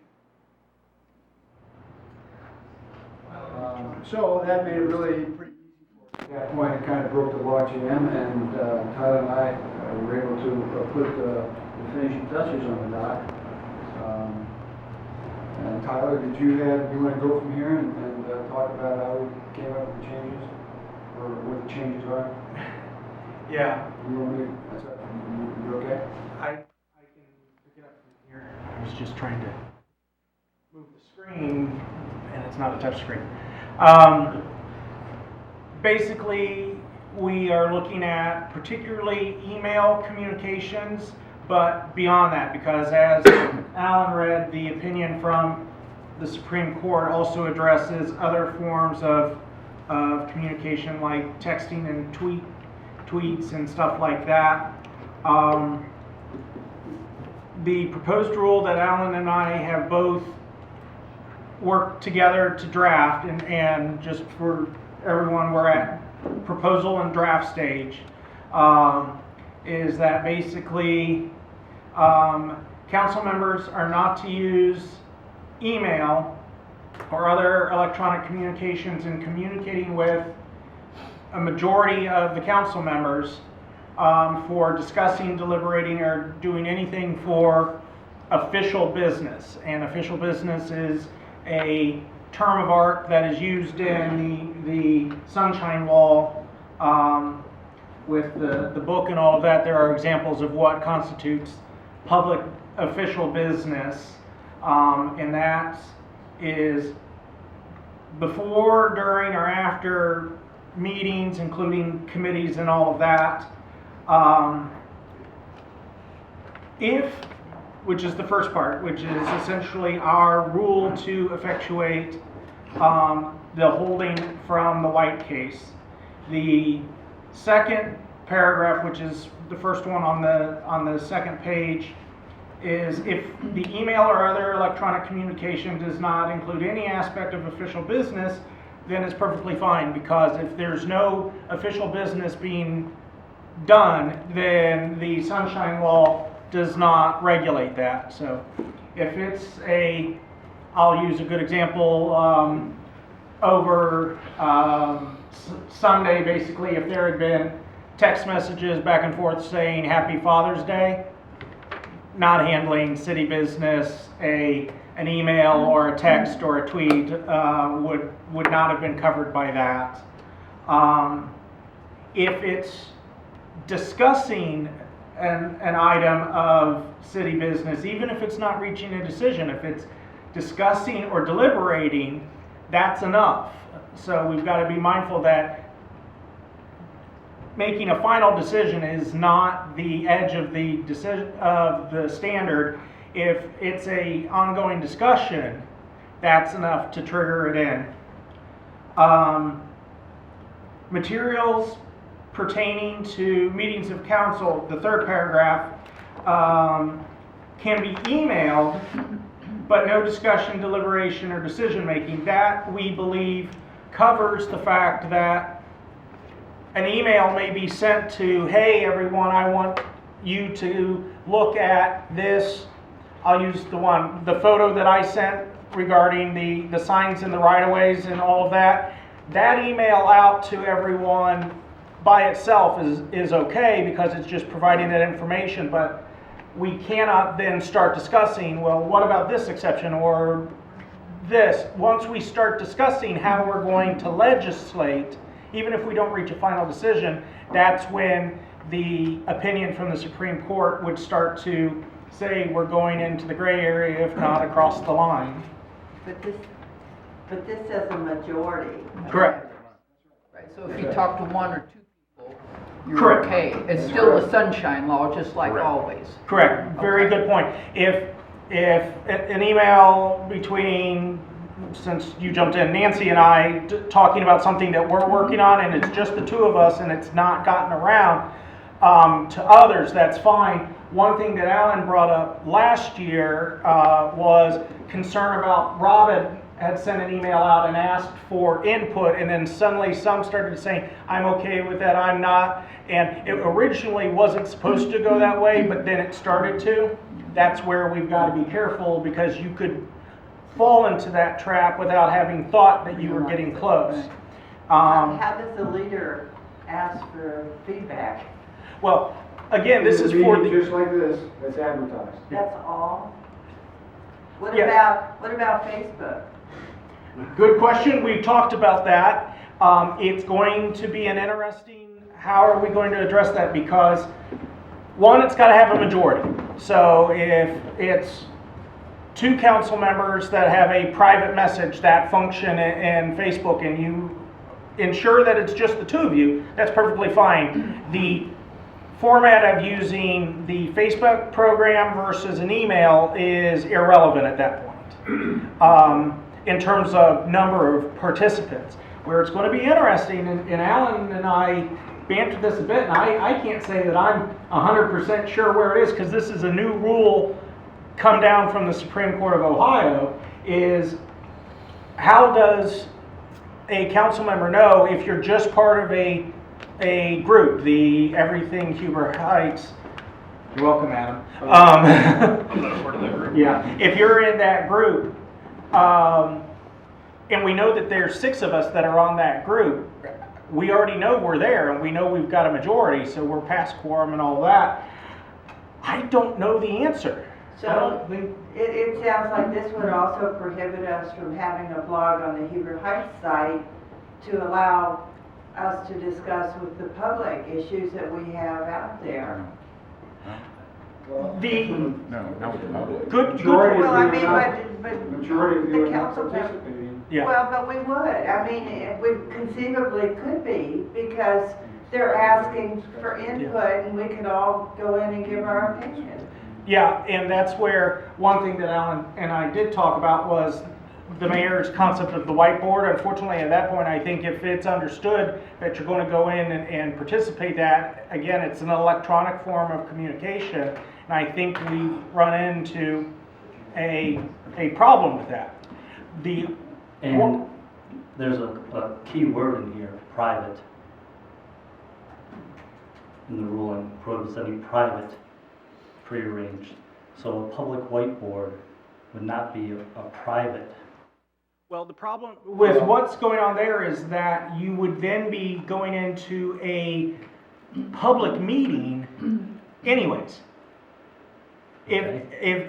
Well, when you go into a public meeting, capital public meeting, you have to notify, you have to keep minutes, you have to follow the protocol of any public meeting.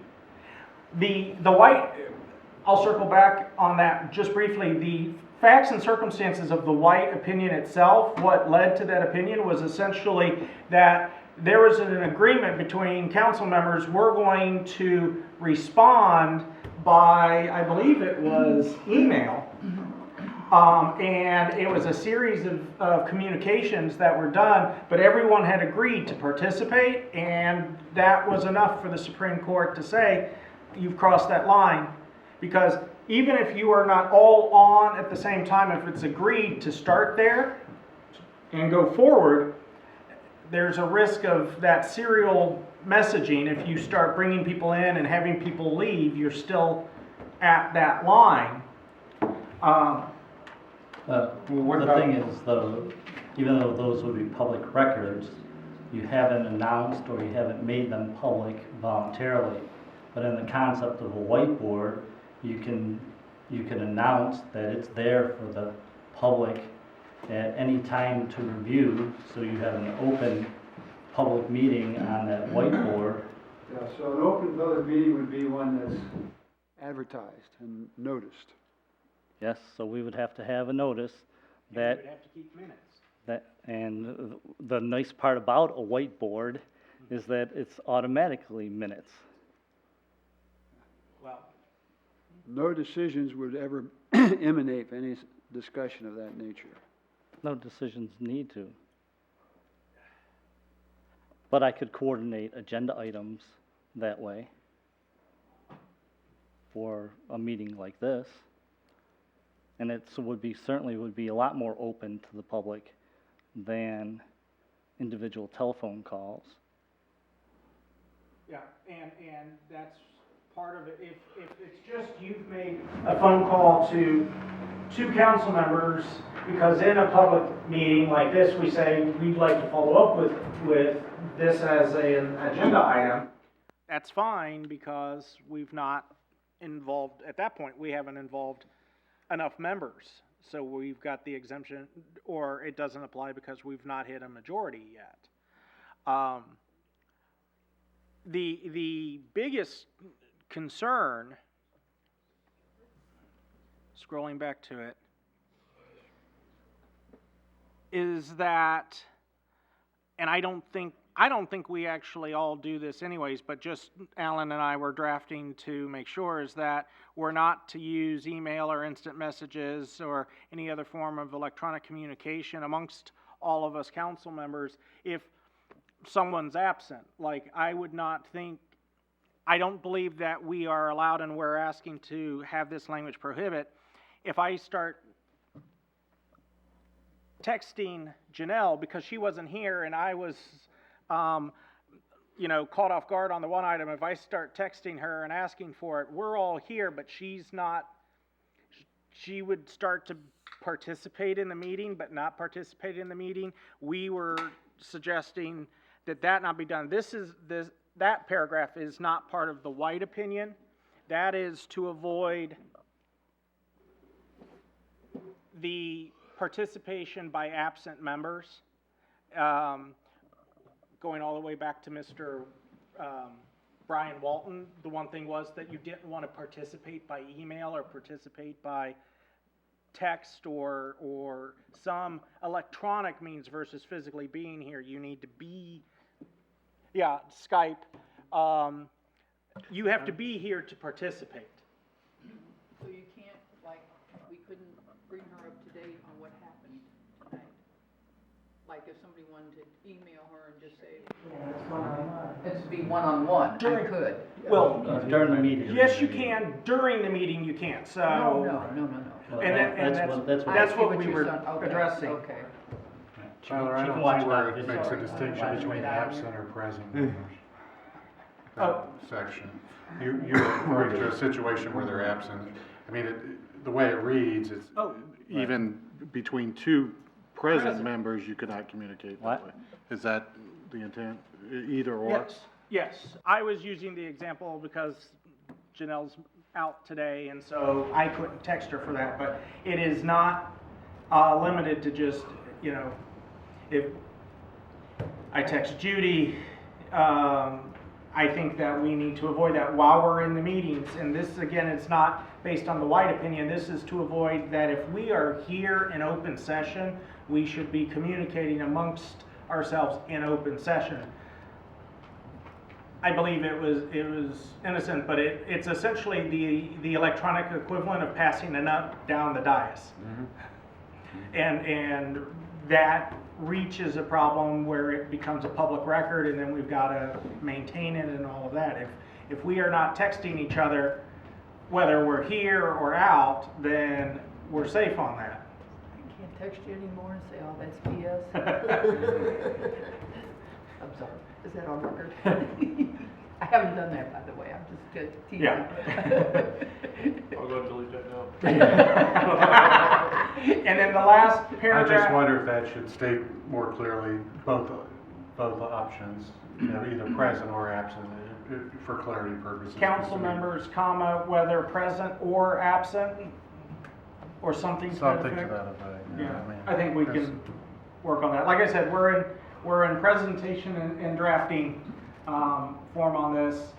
And then that next paragraph is encouragement to use the email accounts as a means to communicate questions, comments, and concerns to the city manager. And I would emphasize on that, this governs elected officials. The Sunshine Law does not put a restriction on communicating with city staff, other city officers, as long as you aren't having 6 of us go into a chat room and then send messages to Rob. I'm just going to pick on you. If we did that, we would run afoul of that restriction. And again, that's not white itself, but the fact that we need to avoid those sort of communications. And then the other two, the last two, we are only to use our designated city email accounts to communicate by email regarding any aspect of official business. This is just putting into a written form that which I think we all now are doing, which is if we are going to be communicating by email for city business, even with outsiders, we want, with members of the public or anyone, it should be, if it's city business, use your city account. Everyone's got an HHOH, they're all up and running. We want to make sure that we're not dealing with that. And the next paragraph, I keep on wanting to touch the screen. Sorry, guys. The other thing is, the last one is, if you are receiving emails from, say, a resident, can I use you as an example, Don? Go for it. Okay, if Don were to send me an email and from years past, he had my Gmail account, and so he sends it to my Gmail instead of my HHOH, and it's something regarding a question involving planning commission, even if it's accidental, we, by our rules, need to self-regulate and basically say, promptly forward it to your HHOH. That creates the official trail, and to inform the sender of the email that it's the policy of the council to have these email communications and all of that. And basically, I think if you feel like it, almost copying and pasting what's there is usable. Alan and I have had that, and I hope he doesn't mind. There was a couple of times where Alan was communicating with me, and unfortunately his email program was pre-filling it in, but using my Gmail and all of that, and it only had my name, so it wasn't warning him that he was using my Gmail and all of that. So I would write back and just... If I type Tyler, I get his Gmail account. If I type T Starline, I get his HOH. Gotta love technology for almost thwarting yourself. So I would write back and basically copy it over to the HOH and say, hey, Alan, I think your program pre-filled it in for you. And this would be a way to address that. So, have I missed? I think that pretty much covered. The very last sentence there, Tyler, is also about maintaining every precaution to protect the confidentiality of any communication sent to city email accounts identified as such. Commit every instead of every. Yeah, put the E on spell checker, didn't catch that, but, yes, for anything that is identified as confidential, particularly emails from Alan to the council, or Alan to staff that then gets distributed to council, we need to be very careful about keeping those confidential almost as a rule versus the exception until we know that it's been made a public disclosure. At least my rule of thumb is trying to help with that, both with the Barracuda search and all of that, is up in the search box, or not search box, the subject line, I try to write in attorney-client privilege in there just to flag it. It's not an absolute, it's not a guarantee, but at least it makes it so that we can look for that if you're asking questions of Alan that we think need to be kept confidential. Not every email from Alan is a confidential email, but this is something where we need to be proactive on trying to maintain that. So some of this is dealing with a new Supreme Court opinion, which is complicated in part because it says what the law is, but it's a new opinion. So how the contours of that will get worked out, I think will probably be a process where opinions will come down.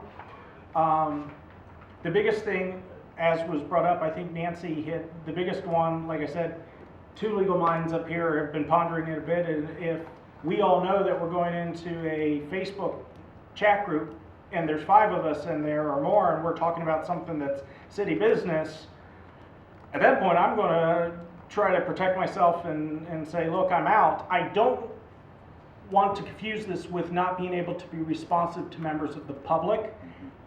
Absolutely, I think that's great for all of us that do anything from emailing a resident to talking on a Facebook. The problem is we've got to be aware if we've got a majority of us involved and it appears like it's prearranged, then we're going to have to be careful. And I don't know how to make that happen. Because if we do, it's not that we can't do it, but we have to follow the public meetings protocol, so we have to advertise it, we have to keep minutes, and so on and so forth. Well, and you have So, to be present. Yes. You have to be present for a public meeting to occur. So, well, obviously you don't if there's ruling that the email exchange is a public meeting. Yeah, it's considered presence electronically. This is not, but as you pointed out, it's a private discussion, prearranged private discussion versus a prearranged public. This doesn't say that you can have a prearranged public meeting by using by telephone, by video conference, but electronically. It doesn't say you can have a public meeting. It's if you say, you send an email to all accounts and say, hey, at 3 o'clock this afternoon, I want to open up a chat room and talk, or, I'm putting this out, respond, that kind of thing. You can't do that. And even face-to-face, you can't do that. I was just, So if I thought I heard your contention was that you can't have a public meeting. Okay, all right, never mind. My other point was here with this, if you get an email to your personal account, then you have to forward it to your city account. So a resident has my personal email account and says, my neighbor's got a couch out there and it's rotting and collecting rats. I don't really want to put a formal complaint in, but can you address this like that? You're saying that I now have to send that to my personal account so that they can see who it was that initiated that conversation? we're not saying that you have to do anything. That's something that in our discussions, was a point of discussion, and we decided to stick it in and see where it goes. Well, you have shall in the wording. I know, but this is just for discussion purposes. I mean, we put it in here because we talked about it, and we said, let's, you know, we didn't, I mean, Tyler and I agreed to put it all together to get it in front of council. If you don't want to do that, you don't have to do that. This is just a recommendation, just a thought. It's just we're getting input. Okay. And I was just using the words that were on here and the way that I read shall on there. So, obviously, I don't believe that that's should be required out there. I think if people walk up to me on the street and say, hey, I've got this issue, that's not necessarily something that has to be a public record. And I think if they are smart enough to use your personal email account, if they know it, then they could communicate with you in that way. Tom? Oh, I'm sorry. May Mr. I Lyons. speak to this point? Okay. I was thinking about the same thing, and if you're amenable, it says shall, number one. If we could just put something in there that's a little bit less specific, but still keeps the general idea of something like make a reasonable attempt. Would that be something that you would, Well, make a reasonable attempt. I mean, if I can send it, then make a reasonable attempt says that I should send it. well, yeah, and I do this generally anyway, but it depends on the level of emails I get and from the same person. So I'll send it to them once, and if they continue to do it, I'll CC my city email and respond to them. But I was just looking at something like that because I could imagine, you know, coming home from work one day and you have 100 emails and now I got to send back every single one, which I think was kind of your point. That might be a little excessive. And I'd certainly hate for there to be a problem because I happen to, you know, out of 10 emails, I send 9 on and one happens to come to city council in a form of a complaint against me. Yeah. So, if there's and I understand, and I'm not, you know, finding fault with this, I was just looking for something a little bit more flexible with timing. Well, and my objection with make a reasonable attempt is, I understand your point of accidentally not sending it. But I'm talking about those cases where a resident asked me specifically not to release their name because they don't want to make a big deal of this You know, or when that that. hits city and email, me, it automatically becomes public record. and me making the choice of honoring that request. You know, that's another point. Just change it to May. I'll respond. Respectfully, I don't think that's it, because a communication, a document, and an email is a document. It's electronic, but it's a document. If it in any way addresses the city business, even if it's discussing city business, and that's where the distinction is, public records law is different than public meetings law. They're connected, but they're separate. If it's a public record and it discusses an aspect of official business, and we have had physical possession, whether it's on an email or physically handed to us, and we do not preserve that record, and we potentially destroy that record, we are going to run into, that is the quintessential failure that the public records component of the Sunshine Law will address.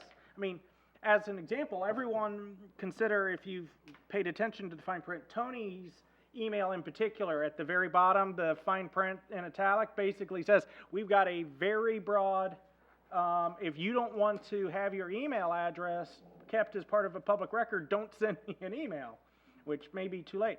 Respectfully, Mr. Mayor, I disagree. If someone is contacting you saying, I don't like the fact that my neighbor has a rotting couch out on front, they are contacting you most certainly because you're a city official, not because you're just Tom who lives next door. We can't divest ourselves of that status going forward. So the point you make is one that was made by another council member a year ago when Alan and I started on this adventure.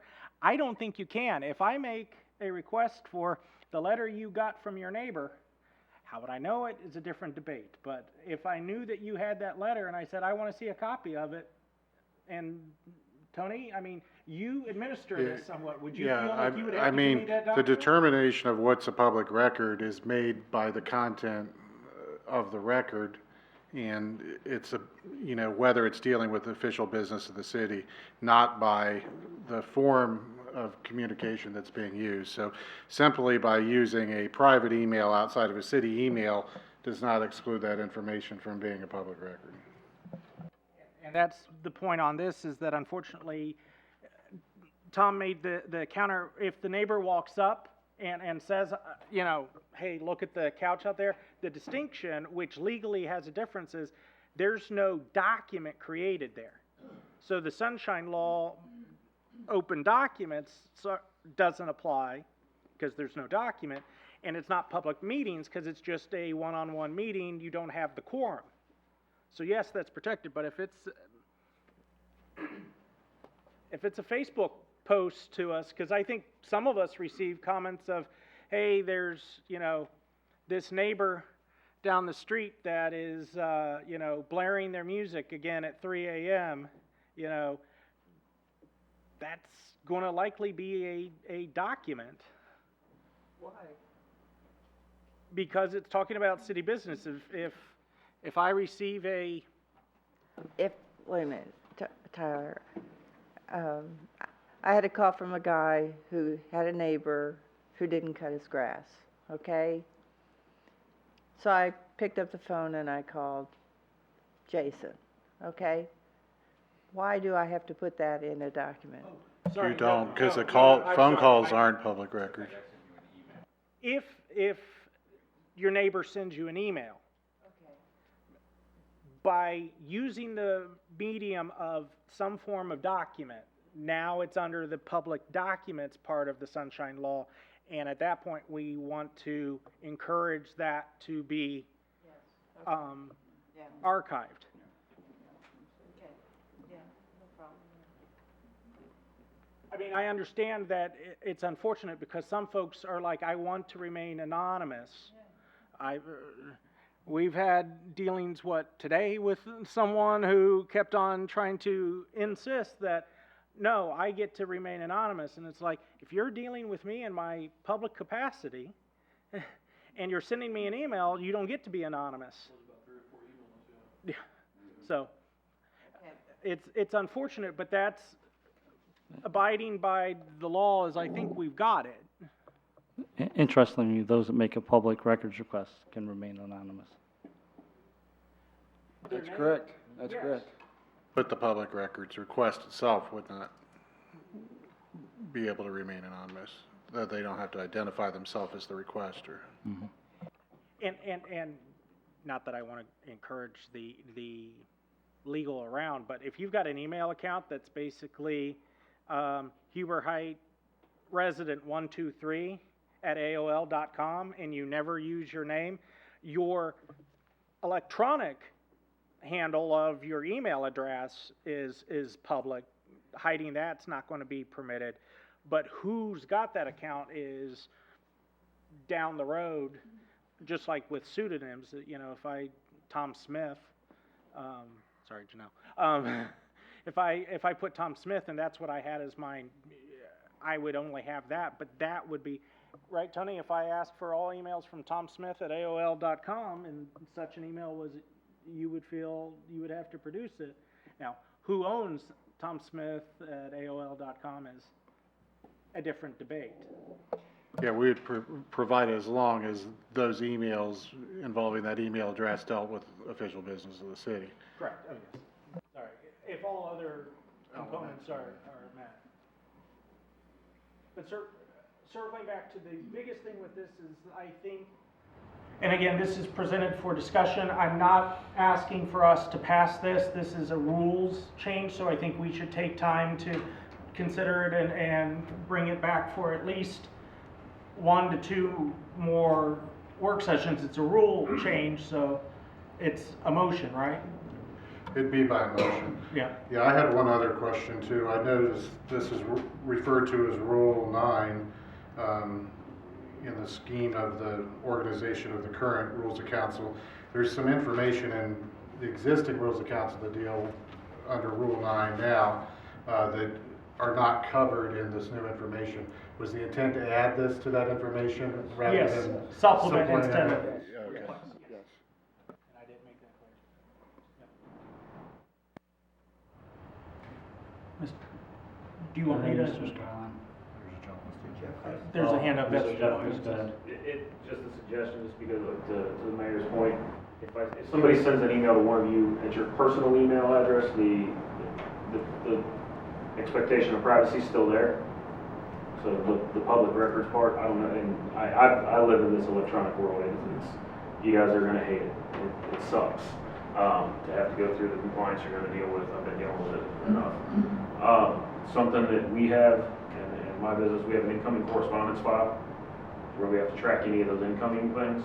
I don't know on your guys' side if you'd be able to have an incoming correspondence file that goes to Tony that is held as non-public information, but records the incoming correspondence. I'm not sure the ins and outs of that, because on our side, it kicks in when we reply back. That's when we cross over. What if it's via text? We archive all emails from or to the hhoh.org. Right. But if it came in, let's say I emailed Tyler's Gmail account, is there any way for you guys to record it in a non-public place where you have access if called upon, but it's not available as public record?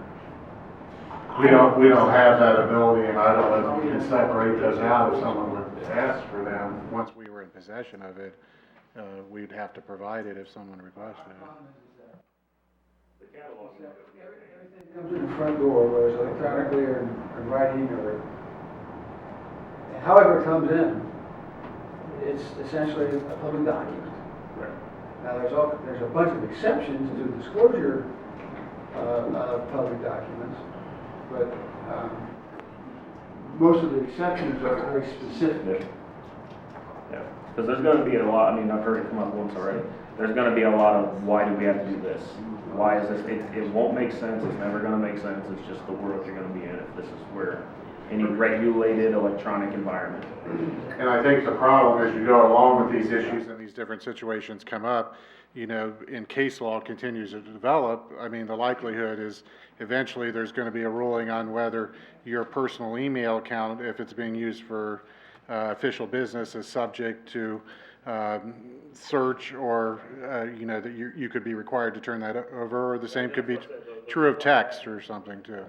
That's what the reply back will be the death knell for any of it that comes up. Well, at that point, you can't deny it. At that point, it gets done. And that's where, with the one paragraph of suggesting is that my hope is by using that disclaimer that it puts them now on notice, look, this one, it's here, and who knows whether we can make an exception.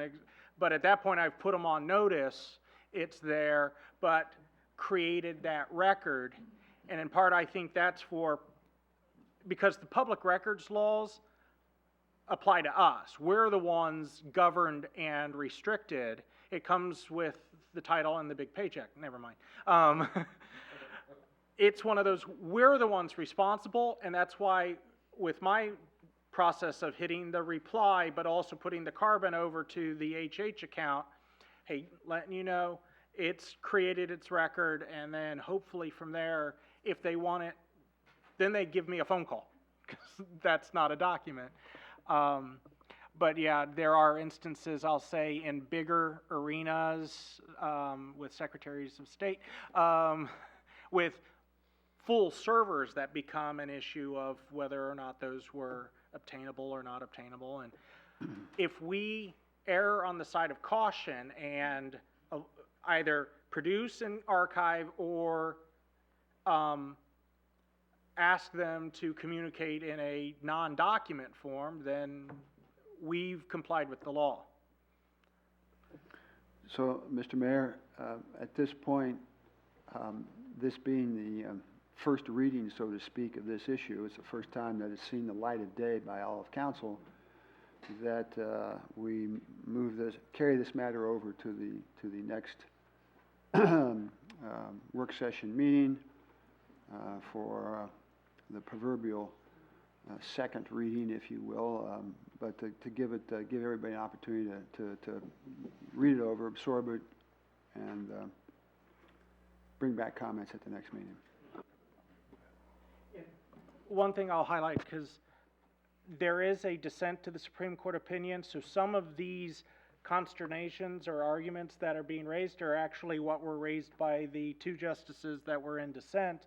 And one of them is what Alan and I had debated about 6 to 8 months ago, where it's like, wait a second, it's a document, not a public meeting, so this shouldn't apply at all. And some of the Court of Appeals had found that way and others had not, and that's where the dissent from the Supreme Court basically was, you all are rewriting the statute from the Supreme Court bench, not through the legislature.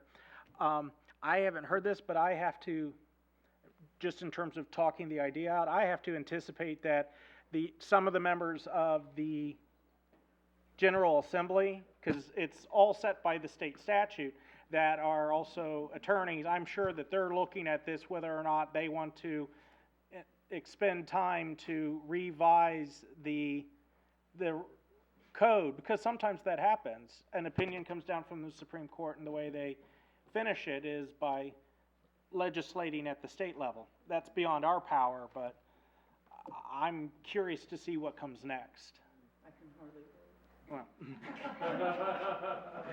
that's the law nerd in me. Please tell us more.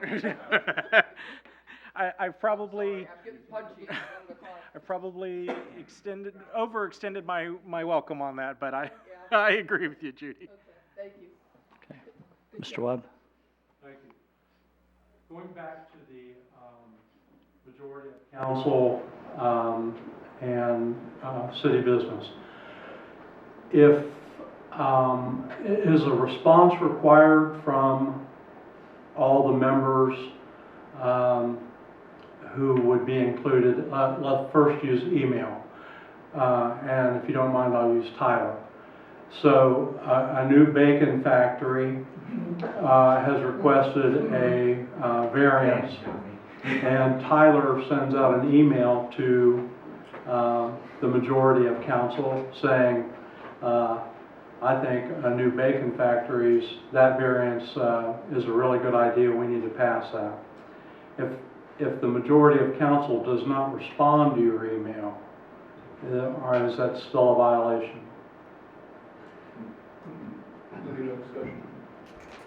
In theory, there's deliberation, discussion, there's some back and forth.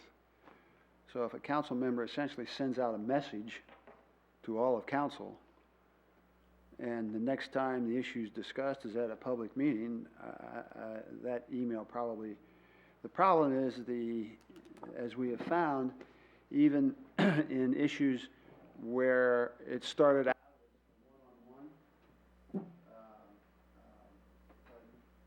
copying, others started to input, and before you know it, you have a majority participating, and that never was really the intent, but it happened. You know, with this case now, that's you can't do it. That does lead to the second part of my question, which would be a Facebook comment. So Tyler makes that comment about bacon, the bacon factory, on Facebook. Of course, knowing the rest of council, you all join in with your recommendations on the bacon factory variance, probably largely positive. In that case, would it be, again, in your opinion, that would be considered a violation of the sunshine law. Would it? It's neither private nor prearranged. The Facebook post. Another time and put it on the next committee meeting. I would guess it I isn't, think because it doesn't what mean Judy you is suggest, one, my concern is I think the answer is yes, but I'm not sure of that. And I think what Judy's suggesting is probably, Alan and I spent, in my office, about an hour coming up with some hypotheticals and then bouncing them off on what we thought, and particularly the issue of Facebook, because unfortunately, this could have an unintended chilling of public officials being able to communicate I agree. on any social media. Probably a third of the public will cheer, the rest of us will be upset.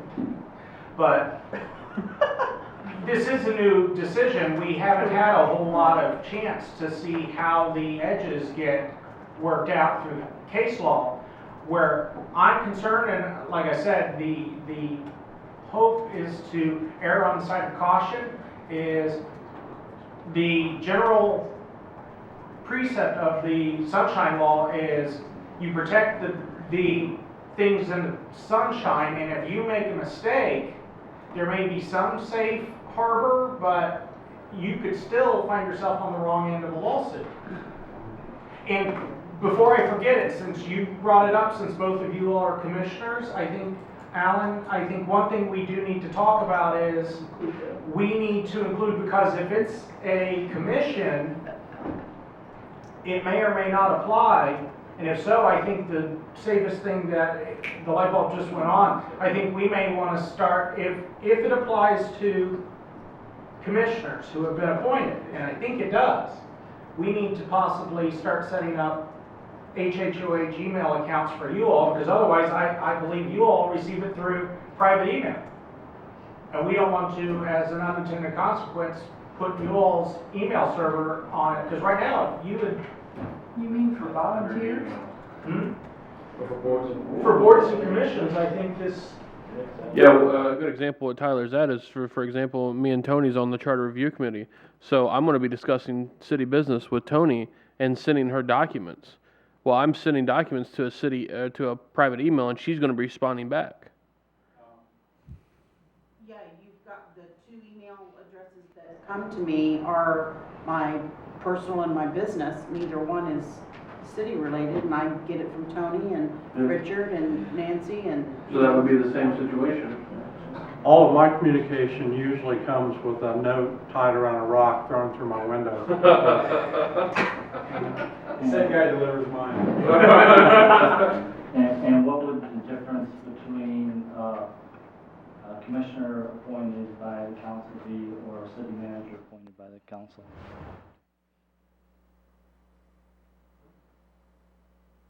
Their pay? Good question. Authority.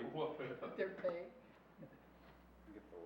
He does, off the top of my head answer is he does not actually he is not a member of a public body that has the membership. Memberships of boards, commissions that are appointed in that manner, and then council members who are elected to that. I mean, one of our members right now is appointed, so the appointment versus elected doesn't save you ever. So, again, it's a good question. Off the top of my head is that basically any of a member of a public body, if you're involved in that, you're covered by that prohibition. You are governed by it. I think it's the right phrase. Sounds like a good start. I think you're right. Again, though, I'm going to renew my suggestion that I'm not certainly suggesting that this isn't an important subject, but really we ought to all sleep on this for a little bit, move it on to the next meeting of the work session, and hopefully everybody will have a chance to read it, any questions, comments, concerns, and then maybe we can finalize it some way, shape, or form and move on from there. All right, council. We'll end discussion for now and pick it up at a later meeting. Thank you very much. Do we want to go on to the next agenda item? I think the answer to that is yes. And the next... And the next one is public record security and public policy. I think the first place to start with that is this email that we got that was forwarded by Vice Mayor Starline. That was, the subject line was formal complaint. There's a number of different elements with that. There, and I think everybody was copied on that. Now, in the rules of council, it talks about written complaints, but it doesn't really give a format for formal, what makes a complaint. So obviously the idea on that email is that it would be a formal complaint. However, I'm not sure it makes meets a lot of the elements in there where it actually doesn't say anything in particular that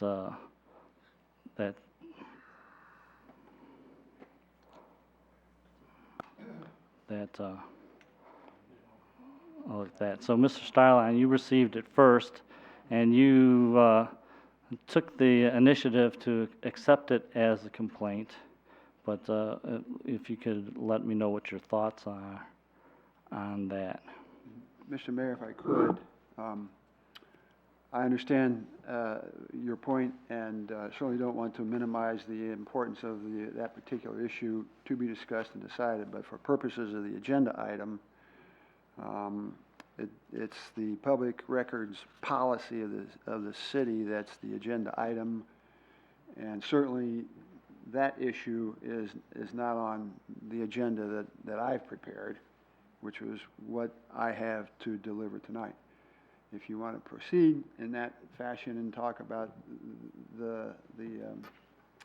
this alleged complaint, that's fine, but I just, from my perspective, you know, I'm prepared to talk about the public records policy tonight.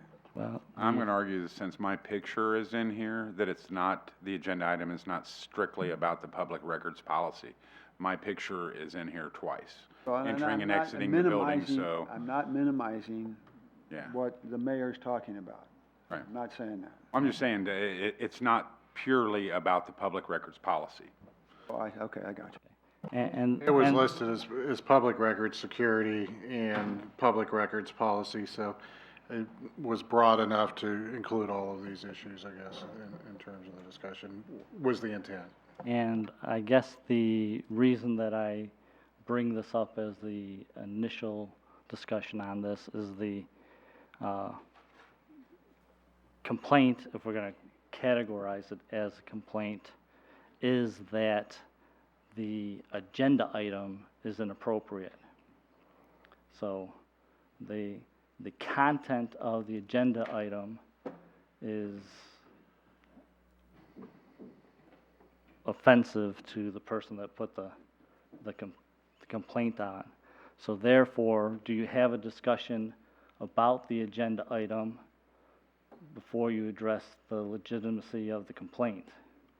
Because if it turns out that there's merit, that the agenda item itself is out of line, then it doesn't make sense to discuss that agenda item and the content of it.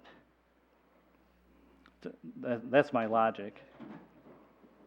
So, Mr. Starline, you took the ball and accepted it as a complaint, so if you would talk to your thinking.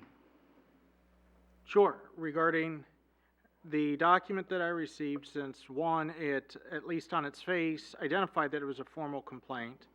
It was brought directly to my attention because I'm in the role of vice mayor. The first sentence of the email written complaint, so-called for this discussion, basically said that it's a belief that it's the mayor's responsibility for the agenda, both at work session and council, and if there's a violation of the rules of council on how that's to be brought forward, that's what they asked. So my process was to let everyone know that I had received this, that I was going to investigate it. I'm not at any point at this discussion at a conclusion. I'm still in fact gathering, but I wanted to let everyone know. So in that regard, Mr. Mayor, I'm not trying to make an definitive assertion of whether I believe that there is a violation or not. I am making the assertion that I believe a complaint on that particular part has been made. Now, I got your response, and I respected that. Some of what's in the email is actually not regarding conduct of yours, and I agree with you at that point. That's not something for me to review as part of my investigation. So I intend to focus my scope as I go through this to only investigate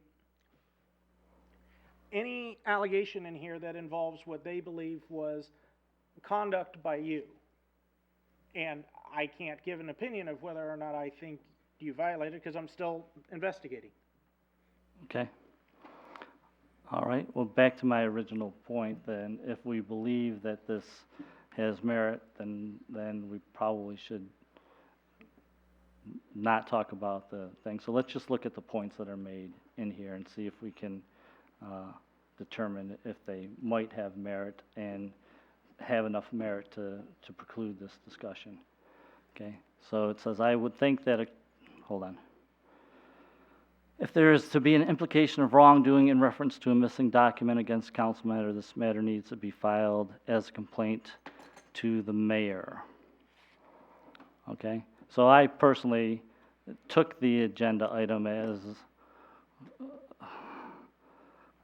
when the pictures were added in there, that they were added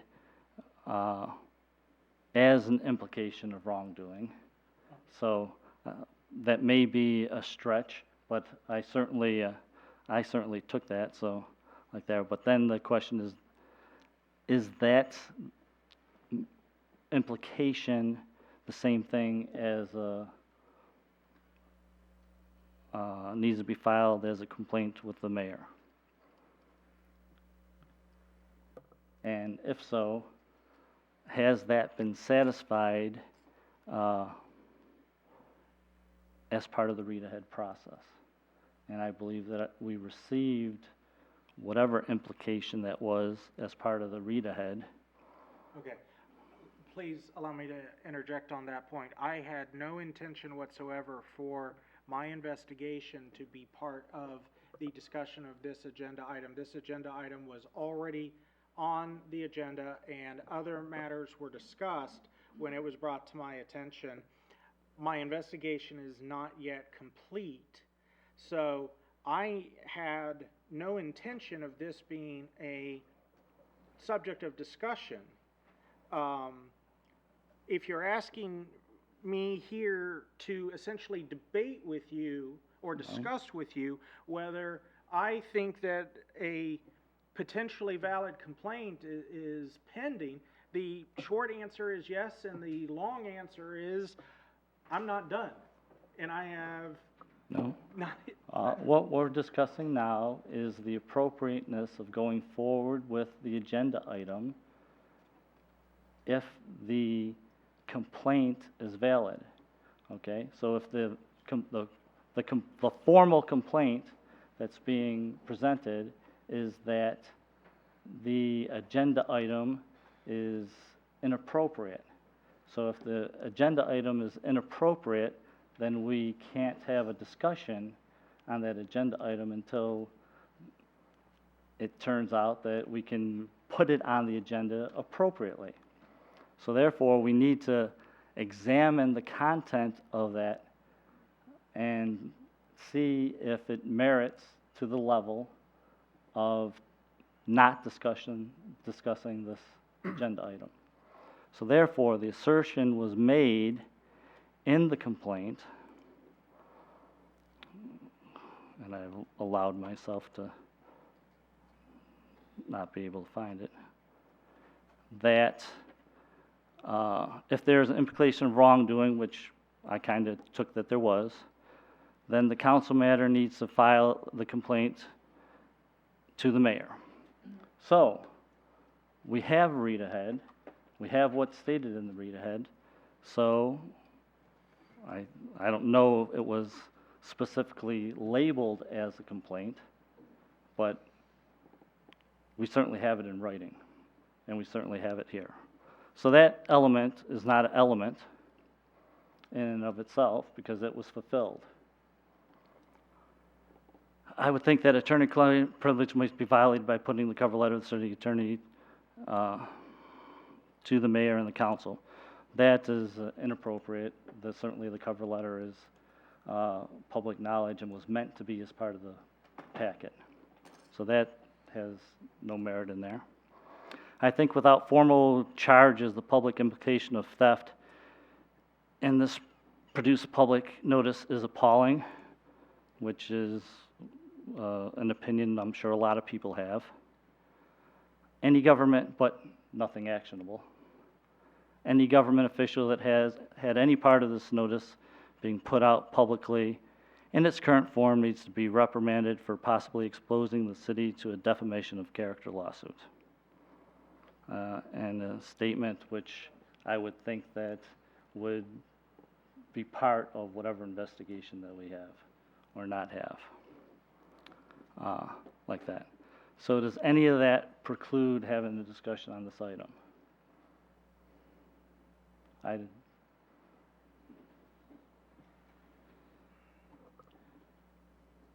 Mr. Mayor, I don't believe that that's a determination for me to make. Well, well, it's open. It's to the council, really. All right. It was a conversation between us, but Okay. but you're the person we're talking with, so I guess to the council, but I'm looking for your guidance first. Insofar as we have been presented with, as Alan has indicated, a proposed change of rules and procedures going forward, I believe that is, for lack of a better phrase, person neutral. It doesn't talk about any of us, anyone. It's rules and procedures. I feel perfectly comfortable talking about that regardless of the pendency of this complaint. Regarding stuff about going backwards and whether or not this should have been presented in this manner or not, I don't feel that it's appropriate to discuss at this time, but it's my job to investigate you, not the rest of this council. And so I'll almost make that easy. For my purposes, my benefit, it's whether you feel comfortable talking out here on the record about this, knowing that I'm your investigator, or do you want to not talk about this out here on the record, knowing I'm your investigator, and respond accordingly? Yes, and we can make an agenda item for like that. Right now, we're just trying to determine whether this agenda item is appropriate to go forward as we are. I don't believe that the rules of council and the notice and that kind of stuff are violated and protected. So I think that it made the agenda item appropriately so we can talk about it, which is Your prerogative. Which is what I'm saying. And for and we'll see that as you investigate, but I don't know that anything in this particular complaint shows us that, or there's anything here that we've brought up today that shows that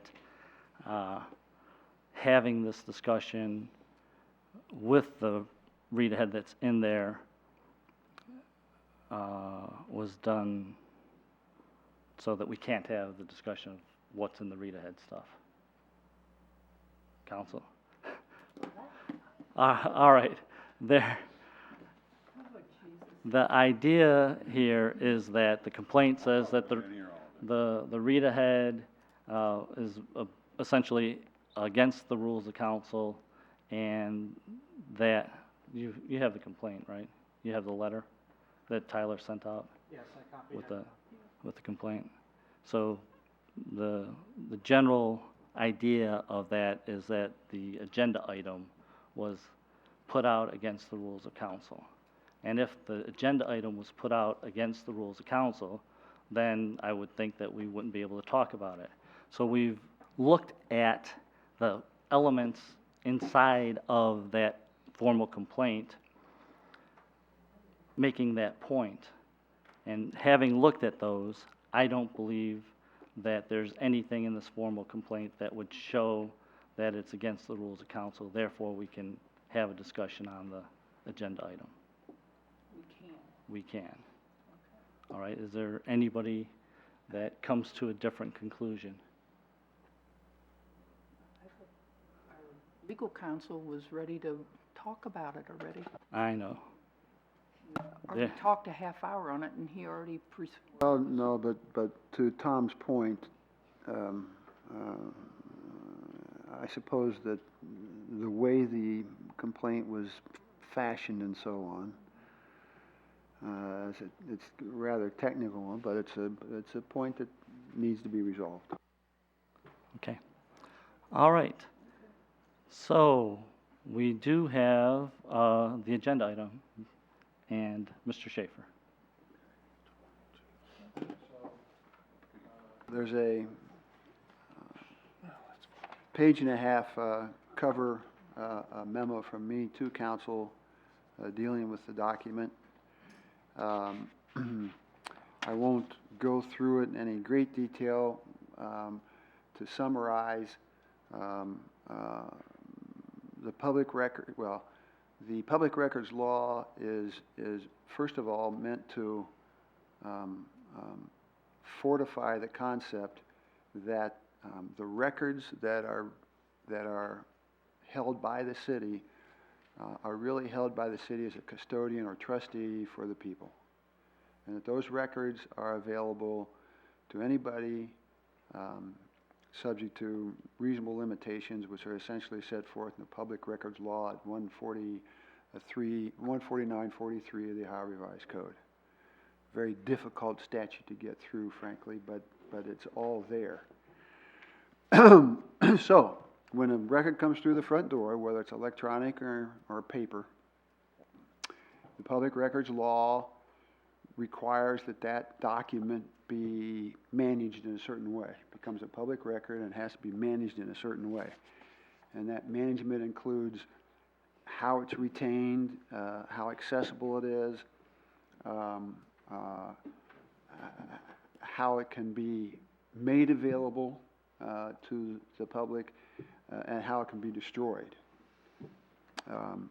Because all public records being owned by the public, the Public Records Law says you can only destroy those records pursuant to a very specific procedure.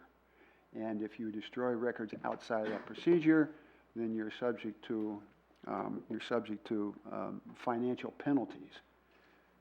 As the city of Akron found out when they paid out $800,000 for inadvertently destroying plus or minus 800 documents at $1,000 a crack. Now, under the law was subsequently amended, and there's a $10,000 maximum, but $10,000 is $10,000, not to be sneezed at. Our public records law, our current public records policy came into effect as a result of the fundamental, comprehensive rewrite of the public records law in 2006, and because of the way the law was rewritten, it put a number of responsibilities upon municipalities in our case to gear up, to be ready for the process to be implemented. So the law, although it was passed in December of '06, didn't go into effect until September of 2007. And in that process, one of the things that we were required to do was come up with a public records policy. Now, what the public records policy does that we drafted is an attempt to regurgitate in understandable language what the ordinance, what the statute itself says, to give a reasonable interpretation of the statute. And keep in mind that, well, of the statute. Now, I would also say that the public records law has been heavily litigated. So there's any number of case court decisions that impact the public records law. And some of those pronouncements are contained in our public records policy because that's also the law of the land. We amended our public records policy in 2012. We haven't taken a good hard look at it since then until we decided to do here most recently. I would have, the way the document was copied and put into the package would suggest that every page contains 20 different changes, but that's not accurate. The system, the word system, every time you reformat, so the highlighted or the language that's colored. Black and white is the document. The changes are in red and blue, and so there are minimal changes throughout the document.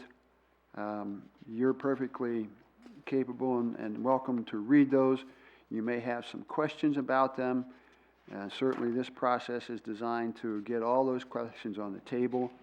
What I'd like to do is to draw your attention to the last page of that document, where really the maximum amount of the changes are contained in one page, 1.5 pages there. And ironically, it has the fewest number of formatted changes should show up on the page. Let me address, first of all, the public record policy as it relates to a legal hold. A legal hold is a concept that comes out of arises out of the litigation arena that we as citizens of this great country have to face from time to time. Whether it's a litigation involving a public entity or litigation between two private parties, the legal hold concept applies and essentially says that certainly once the litigation is filed, and even if the litigation is all but a foregone conclusion, so that would predate the actual filing, a legal hold goes into effect, and the parties on both sides of the issue are required by the court's own pronouncement to retain any and all evidence in whatever format that might be, to make sure that they're there for purposes of discovery back and forth, to make sure that the fact finders, who is typically the jury, have all the elements in there available to them to make a reasoned decision. And this legal hold concept took on a lot of significance once we started, once the world changed and we have the electronic communication that we have. The legal hold was almost it was assumed that the legal hold applied to written documents, and so we had very little problems with legal holds. It was only when the electronic communications took hold, it was very easy to after Arthur Andersen got sued or Enron got sued, for those guys and gals and so on to go in and start deleting emails. Legal hold says, well, the legal hold applies to emails too. So, in any event, what we've done there is just identified the concept and included it within our public records policy because it deals with public records and how they have to be maintained. And what a legal hold does is take those public records out of our typical destruction schedule and says that those documents, regardless of what the destruction schedule says, have to be maintained until the case is finally resolved. So if a document that would otherwise be subject to destruction after 5 years is also part of a lawsuit that the city is defending or litigating or is a plaintiff, and that case takes 7 years to resolve, that document needs to be retained for 7 years. So that's why we stuck it in. The last item, security of public records, and I am clearly not looking for responses. We can discuss as much as you want tonight. This needs to be thought about and contemplated by every member of council as to the different aspects of how this security of public records should be addressed.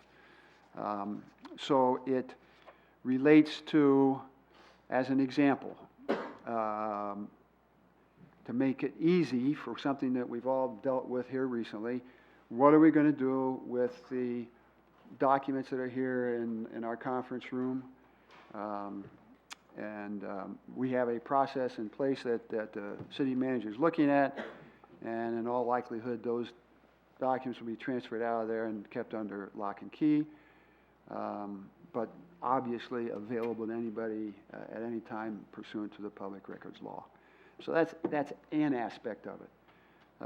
It reaches other aspects of public records that are maintained within the confines of the city.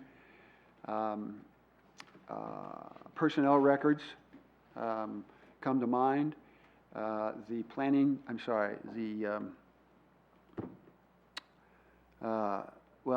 department, the land use department, our zoning department maintains certain public records in a locked filing cabinet.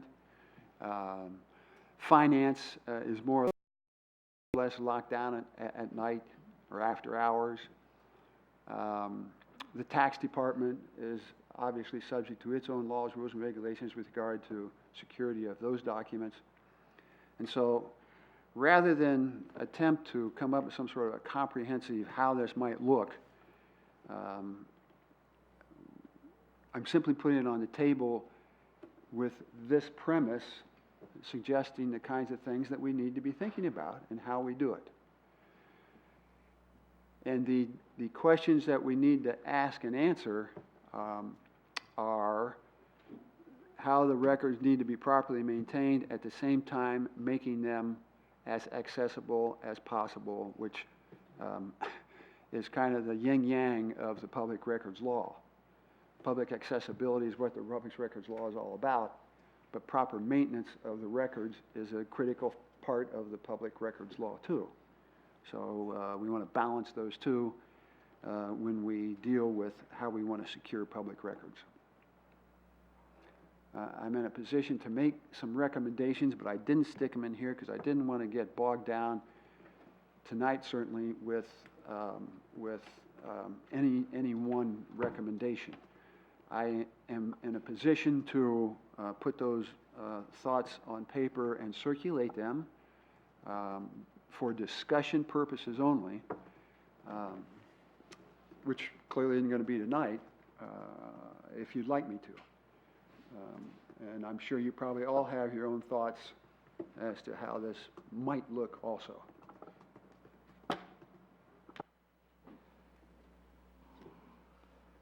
All right, reading over what we have in the packet, and there, I don't particularly see any issues with public records or requests, and how the request, how these changes affect those requests. I don't know if council has any opinions on the procedures for public records and public records requests. On there, did council, Mr. Blankenship? I think it's very important that everybody has access to our public records. I have no problem whatsoever of anybody seeing the records, any record. I mean, it should be available, everything should be available. And I'm not gonna start anything because I don't know, I don't have all the answers, but I am concerned if they leave the building without being notified. And that's the only thing that, from this, is what I'm just guessing, that. See, that's where this is very misleading, and Mr. Lyons has made a really ridiculous accusation by posting up his pictures. No original documents ever left this building. No original documents have ever left this building. I've never left out with one. And I won't speak for Mr. Shaw, but I'm going to assume the same from him as well. They've been reviewed in the back room. There's been copies of them made, but the originals have never left the building, ever. That's what I think it's all about, Yeah, it's just absolutely. getting to know that information Absolutely. and having that information. That's exactly And right. that's what we need to clear up, and Well, I'm not involved in it, but I mean. Glenn, what happened to the copies? Hold on, I see this as two different issues right here. This particular document deals with public records and public record requests, and how our clerk of the council, as the public records administrator, will deal with the records and their responsibilities. That's a totally separate issue than the ones that we had when council members were reviewing it. So I'd like to stick to this document first to see if we can make that, because then we'll have the discussion whether it applies even to the situation that caused this discussion. But concerning what's in this document and public records requests and custodian things, do we see anything in particular that we find objectionable to? Well, And what I've, and I'm sorry. I'll What start- I've said before is if we have a lock on it, and like at the library, if you want to get something, you sign it out, and it's fine. I don't have any, I think it should be available to everybody, and I just think if we have to be caretakers of this information, and we have to be responsible for it, then we have to have a plan where anybody could not walk in. And I don't mean, I don't mean it in any mean way, but that anybody could go, because you can't go in any building or any office and just walk in and take anything and leave with records. You know, that's not acceptable anywhere. And so that's to protect all of us, me, you, everybody. If it is where you have to sign it out, or to take it out of the record law, if you're gonna go and look in that room, there should be some record. You should be accountable for what to me, I mean, I would wanna be accountable so no one could say that I misplaced something or took it or anything. I think it's just for our own protection, personally. Okay. And, yes, okay. Concerning the document and the revisions that were done, Ms. Burge. The document states that the records can only be requested during regular business hours, and I believe that is the appropriate policy. The one thing that I'm concerned about, Could you help us out on which page you're looking at? I'm so sorry. It's late. The one thing that is not particularly addressed in here and I'm concerned about is the room in the back that we had locked up, that has the planning and the zoning information in there. It's my understanding a lot of that stuff cannot be replicated if it would be misplaced. Mr. Schomer, is that right?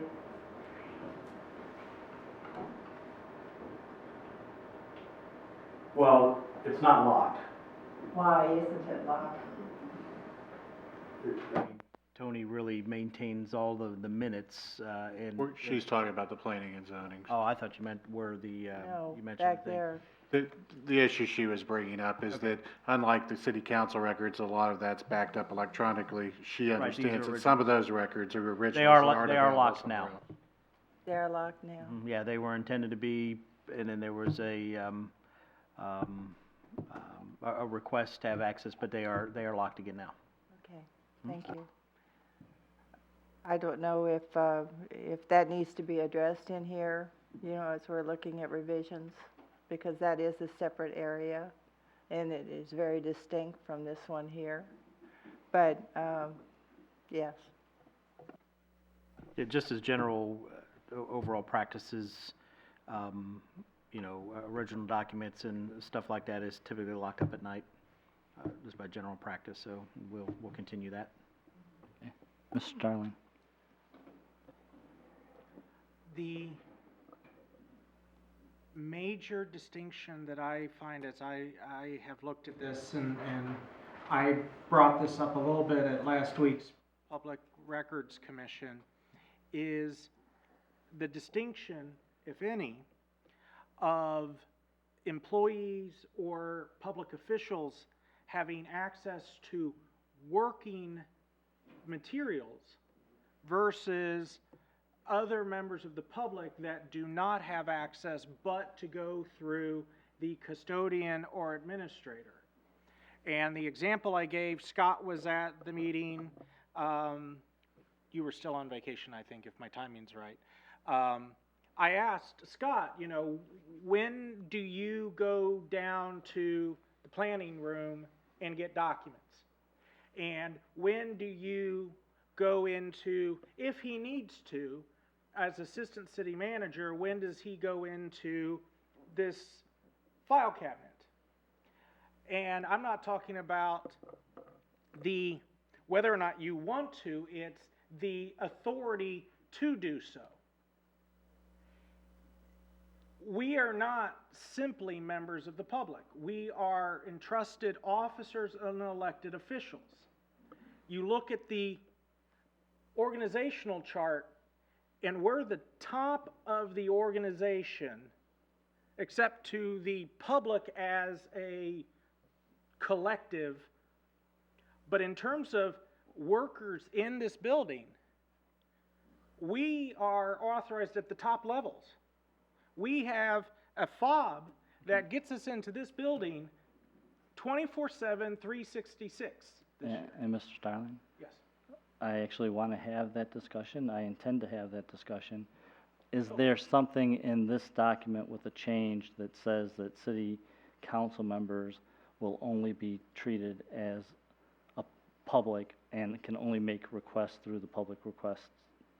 That's what was my debatable point, is I don't see in here where that is distinguished or explained. I don't think it needs to be unless it goes in there and declares that we are to be treated as a member of the public and not to be treated as the top of the organizational chart. I am going to make that argument, and I'm glad that you have, but right now we want to keep the discussion on this document, the changes that are in this document for administration of the public records, and the request for those people that have to make public records requests. I'll refocus. I appreciate that. One thing that I recall from last week's discussion was, Tony, you're generally public records administrator, and the original drafting was basically that was your designation, and it didn't really distinguish subparts below that. But then we looked at this language, and clearly you actually do not have full administration or custody of all the records, because the police chief and their division has it. And so one thing I would highlight from this document that I think Alan did well and came out of a good discussion in that meeting that everyone up here may not realize is that we do have, in some degree, I'm looking for the right silos, you know, concepts, basically separated groups where some things are, I mean, Tony can't even get to the police records because that's not within his category. Yeah, thank you. It's late. So one thing I think we need to be careful on this document and mindful as we're drafting this, and as Alan indicated, it's a working draft, is that we should identify authorizations and the custodians, because the language was used here several times, administrator versus a custodian and all of that, because at least for my area, a custodian is the person who is ultimately responsible for keeping track of those documents, maybe not having physical possession all the time, but keeping track of them. And there are different segregations, and I think that's a good thing. Like I said, police, fire, what was tax is a Well, different the reality, even though for the departments here at City Hall, I act as the public records administrator, I'm not the physical custodian of all the records here at City Hall. Some of those records are maintained in the finance department that I don't have direct access without going through the finance director or somebody to obtain those records. The same is, with the city council records, I am the custodian of those physical records because I have physical oversight of those, and then thereby, other department heads don't have that direct access and they have to come through me to get those. So I think the distinction between administrator and custodian is an important one. Right. And so I guess the question is, when we make the police chief the public records administrator for the police records, do we then send any public requests that might come to the Kirkwood Council and tell them, no, go over to the police chief and make that public request? They happen all the time. We get a lot of them from like attorneys' offices and stuff through the mail that are really for police records, not records that are maintained by myself, and then we just forward them over to the police department and for processing. So there's really 3 distinct processes for public records here. Myself overseeing all of City Hall departments, and that includes Suez Water and tax also. And then the police and fire divisions each have their own public records request procedures and policies. They're the same policy, but they're being carried out by different people and within those venues. Okay, so if somebody came in here and say, I want a police record, you just say, I don't do that, you need to go make that request. You go next door to make that. Okay, so this is a good clarification as opposed to actually what it was. And to clarify the other side of that same coin, if I can, if an attorney goes straight over there because they know, or I'm going to pick on them since I haven't picked on them yet, if a person from the media goes straight to, they know there's a public records person on staff over there, and if he goes straight there, he can get his public records of a police reporter, of all of that, and he does not need to go through you. And as I understand the process, you do not keep a log if that happens. They keep their own log on that, so you would not know if some police public records were ever requested. Unless they had Unless inadvertently they came through came through me, yeah, correct. And, even internally here at City Hall, often somebody will make a public records request to an employee of the city here, who they know or have contact with or working with directly. We've made it a process that, say, if Jim Bell receives a public records request as the finance director, he'll forward that request to me, and then I will determine the appropriate holder of those records and contact them to process the request, which might mean I'm going directly back to him. But in order to keep those in line with our process and to make sure they're logged appropriately, that's the method we've chosen to proceed with those. Mr. Mayor, if I can follow on that, Tony, one of the questions that came up, though, that Scott asked last week that I think was very astute, and I don't think we had a good answer yet, is that if someone goes to Scott and asks for a document, and Scott has it right at his hand, and it's, let's just say at a planning commission meeting, and Scott's got it at his hand, he hands it out to the person who's asked for it, does not log it, does not go through any of that protocol. And the question is in this language, do we need to do that? Because Scott asked that question, do I need to or does Margie? And quite frankly, again, to bring it in, commissioners and board members that are doing this, they're responding as well. If, Don, you've at Planning Commission handed your document to an applicant that was here, you were done, you had printed it out, you answered and handed it to them. I'm not suggesting anything wrong with that, but my point is you just provided a public document to a member of the public who had asked from it, and we don't have a policy right now that governs whether that should have been logged or not. Well, the process, That's on the public building, at the bathroom, you're fine. Thank you, Doug. well, I think the process is outlined. Whether people have chosen to adhere to that is a decision that they're each making. I know if someone just makes a request to me in passing for something and hasn't formalized as a public records request, if that person's a member of the public, I've treated that as a public records request, and I document that on a public records request form. It's logged, and we maintain a duplicate copy of that. So whether that compliance exists across all city personnel, I don't know, if I don't know the request is being made. Hey, Rob, do your individual offices maintain file management plans?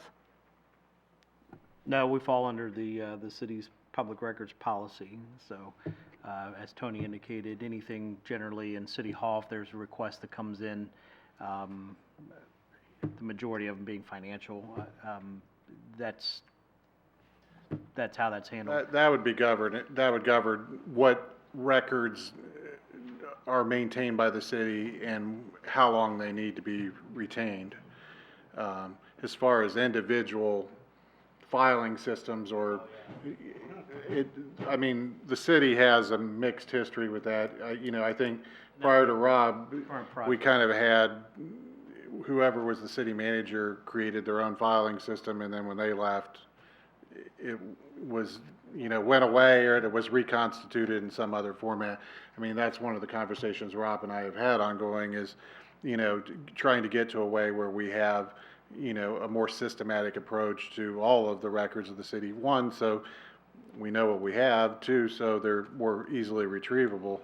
And we've made some progress on those areas. We have a contracts room where all the city's contracts are maintained and electronically logged in a systematic way. But for some of the individual departments, I think that varies depending on the standards that each department's employed. There's not a consistent format across all the departments. But we've got a plan. We've had some recent quotes where we're identifying areas where we can have more what I refer to as a centralized filing type of thing, where we can't have every file for every single thing in one spot. We've mentioned finance and some other things, maybe minutes. All those need to be somewhat segregated. But the general overall administrative stuff, and engineering kind of has its own thing, to be somewhat centralized and better accountable and better secured. Because Tony's point, as people come and go, sometimes people know where the files were and sometimes they weren't. So we've been going through literally over the last year plus, identifying, finding all the different spots where people have stuck things, and create a better filing system, a high density storage system. Don't want to bore you with all that stuff, but better categorized and systematic approach for centralized filing. So we'll have that completed, here before year's end.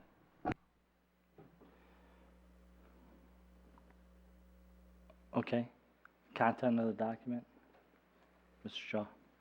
Thank you. Regarding this document only, when it comes to requests for inspection, this section states that requests for inspection is only done during reasonable times during regular business hours. Well, such as myself, Mr. Starline, and several other members, on the dais here, we have day jobs. We're not available during regular business hours. So how would this apply to us if we request inspection of a public document? That in sense would be after hours. That would in sense be on a weekend. You can request them during the day and they can leave them for you. Where would they be at? They could leave them for you in your box. So if I go to Tony and I said, hey Tony, I want from beginning to end every contract and change order for the music center. That's ridiculous. But this is a realistic situation. I actually have that all in electronic format on my computer. Yes. But if I request inspection, which means to actually see wet signature ink documents. We have that request. Exactly. Then he's not going to put all that in that box. And he's not going to leave it in an unlocked room. I don't have keys to his office. So let's look at the question slightly differently and then back into the after hours. If somebody makes a request of documents that are not electronically maintained, and it's a comprehensive request, and it's an inspection request, then the typical process is that Tony's going to contact that department, and they're going to pull those records together and put them in a banker's box and bring the banker's box down to Tony's office. Tony's going to call the people up and say, your records are here in my office, they're ready for inspection. Let's schedule time between 8 and 5 when you can come in and inspect the records. You can use the conference room outside my office to do that. And that's how it would typically occur. Okay. The question that you have then, Richard, is everything's the same in everything I just said, except it's an after-hours inspection. Okay. Well, After hours inspection and a request for inspection by an elected official. Okay. yeah, but forget that part of it. It's a request for records. Tony's going to pull all his records together, put them in a box, and you're going to have the right to inspect those documents. Now, the law says during regular business hours. The reason that it says during regular business hours is because the idea of being able to not have somebody sitting there, although that happens a lot, and watch the inspection to ensure that those records, that nothing's slipping out. Those kinds of things can be accommodated to allow for, well, I'm back up. That's the purpose for during regular business hours, because there's some sort of regulation of how the process is going to apply, or going to work. If it's after hours and there's nobody here except for the individual who wants to look at the records, that level of regulation goes away. We strike that. You, as a council, I think, have the ability to stay in full compliance with the public records law from the standpoint of its purpose and intent, to allow for after-hours review, inspection, after-hours inspection of documents, if you're willing to make some provisions for retaining the semblance of some sort of a control factor. And if you can do that, then you're then fine. You do it after hours, and you tab the things that you want, and if there's a person there that's part of the accommodation, you can make the copies on the spot. If not, then or if you don't want them on the spot, the next day they can be made and you can pick them up. However that works. So I think that your question is a very specific one. Okay, and so as to that very specific question, I believe that the security of the public records, which is one of the goals of the public records law, can be achieved to accommodate that kind of a request from a public official. So again, very clear regarding this particular document we're looking at here. It doesn't do that yet. It doesn't do that yet. Well, And has not done that. It hasn't addressed that issue. So Correct. I guess my very blunt question regarding this particular document right here, can you tell me with a simple yes or no, has this document in its current form addressed elected officials? Yes, it has. Can you please direct me to that area in this exact document we're looking at? Okay. My opinion, the public records law applies equally to anybody who makes a public records request. Sure, the law, but we're talking about the policy that we're looking at and reviewing this draft form. Right. That's my direct question. This policy does not distinguish between public officials or versus anybody else who makes a public records request. So it does not make that distinction. It does not at this point. That's all I needed. Thank you.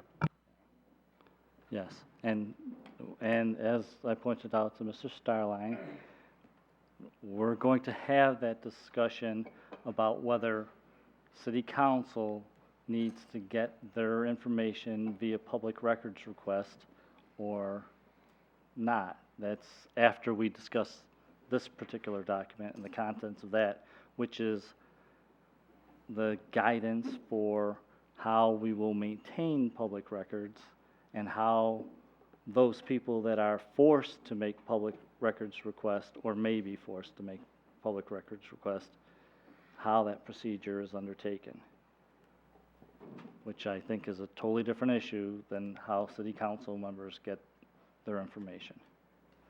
Mr. Otto. Just one comment. As far as this policy goes, this makes the assumption that you, that the requester knows exactly what they're looking for. Except for the ability to inspect, that's really probably the one area of the public records law that allows for surfing.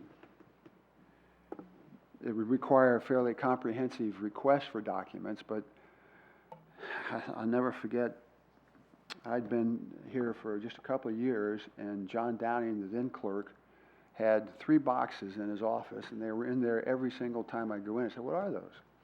Those are public, that was, somebody made a public records request to come in and inspect documents. I've called them 15 times to come in, and ultimately they never came in. But the point is that those documents were pulled together, set aside, and they were there for inspection, which allows the concept, if you will, of surfing. Because if you're not sure what you're looking for, that comprehensive request is the way to get those documents.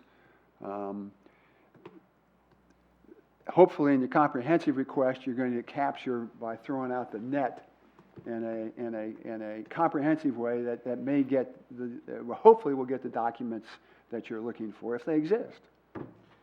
I guess The system's not foolproof. I get that, but I'm assuming that, you've never been through the grandparents' old trunk in the attic or just found a corner of the library that was enjoyable. I'm one of those people. I like to absorb as much knowledge as possible, and it doesn't matter the subject most of the time. So yeah, I am a surfer, so to speak, when it comes to things like this. So I'm the kind of guy that can just go in and sit down Indian style and just start pulling stuff out and going through just to gain knowledge and information.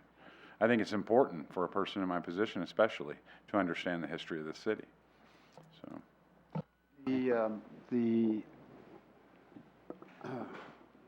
Without opening up the can of worms, Tom, but certainly educating yourself as a council member would especially a new council member, as a very reasonable way of doing it, is having access to critical documents that are important, or understanding the history. We went through a orientation presentation here at the city for the newer members of council, and it's a tip of the iceberg, I'm sure. probably created more questions than gave you answers. You know, so for a council person to want to have access is certainly not problematic. Yeah.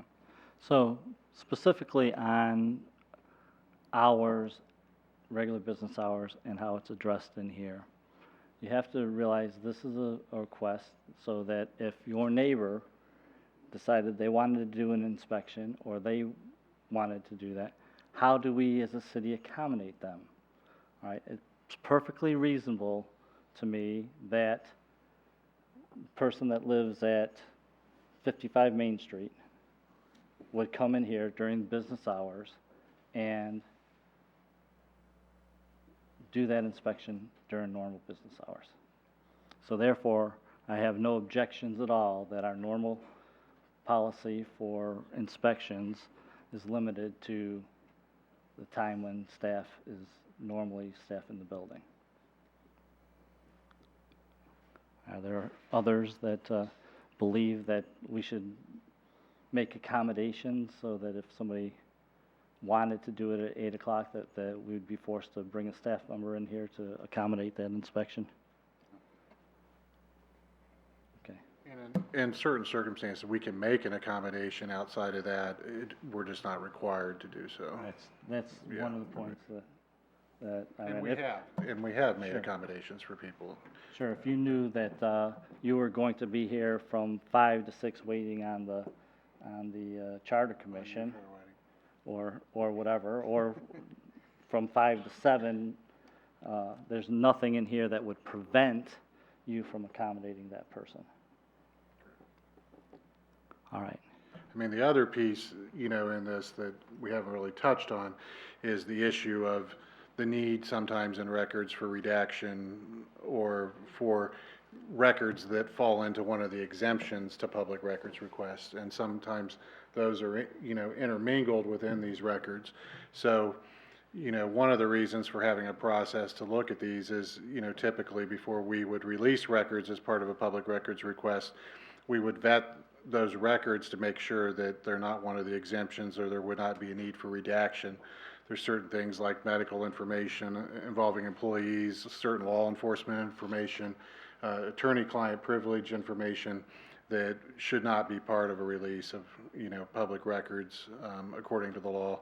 And we would need to have an opportunity to vet those records for that content before they would be released or made available to somebody for inspection. But why would those even be available within the public records? Why wouldn't they be held in a particular office or a different file if they contain that information? Well, so for instance, the home addresses of a policeman, family members, certain aspects of their personnel records, there's exemptions within the public records law that says that those records, even though they're public records, are exempt from disclosure. I understand that, but the police chief would have his personnel records in a separate spot. He wouldn't, I would think, he wouldn't have them where he had his other. I'm not sure if they're not maintained here, but certainly. They're maintained here, but the file itself is a public record, but certain elements within the file are protected. They're an HR here. Social security number. But Yeah. that's the thing, they're at HR, as when you were police chief on that particular point, Rob, back when you were police chief, you didn't keep those personnel files in your office as police chief over there. HR files are kept in the HR office under a particular lock and key. But we routinely get requests from the media to inspect, say, there's a police officer that's been involved in a high-speed chase. And so as part of the normal course of their investigation, they might make a public records request to come in and inspect the personnel file of that employee. We have to, there is information within that file, even though it's in a protected area, that they're entitled to look through the file, but that information has to be redacted or vetted in some way to prevent disclosure. And there's other elements of that. That pertain to any documents we have here? Well, it could be other documents too, like you could have a case file in a situation, maybe regarding a development, and Alan's issued a memorandum that's attorney-client privilege that's part of that case file, but that would not, particularly allowed to be released as part of the public records request.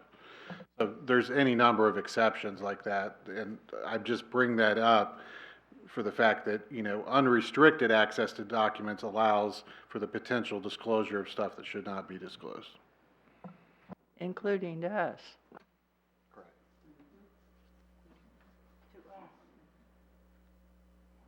Yes, that's Okay. correct. As Tom's indicated, the question is, what is the level of access that elected officials have a contract that is back there, may have to be requested from a administrator or custodian, because that's how they get access. But I would make the argument as council members, in our role, we have perhaps the ability to have direct access to those documents. But then you're seeing documents you shouldn't see. Why, that's the problem, is that statement begs the question, why can't we? Now, if it's a social security number on an employment form, I would make the argument that that has separately protected information because there's a federal statute that probably protects that. But in terms of, I'll make an easy one for that. The bills generated by Alan Schaefer as law director. This council has absolutely the authority to access those documents without having to go through redactions and all of that, because we are the authorized user. But that's not an exempted record, so, that's not the type of example we're talking about. Well, but there actually. To a degree, it is. There are aspects of an attorney's bill that can be Treated as exempt from disclosure, even though the bill itself is a public record. Yeah, right. Tyler, when you say direct access, are you talking about coming in and getting that file and looking through it? Or are you just talking about having direct access, meaning getting a copy of that file through Tony? Okay. Explain what direct access means. Again, that's after discussion on this document. And really the point that I heard from the clerk of the council, didn't make sense to me, because it looks like we have a denial and redaction of records process in this document. That process speaks to an element that's in the public records law, that if we do deny or redact a record, we have to provide notification to the requester of that denial or redaction and the reason for doing so.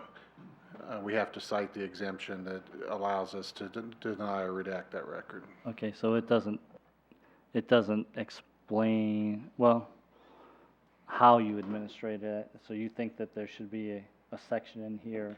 No, I just brought that up more for the discussion, that's an element in terms of, if you're talking about unrestricted or unfettered access, it's an issue that we have to find some way to address in allowing direct access to records.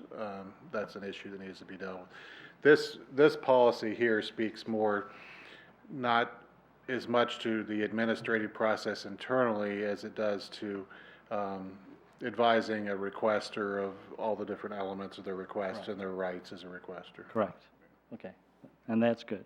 So let's wrap up with what we're going to do with this document as we move on to the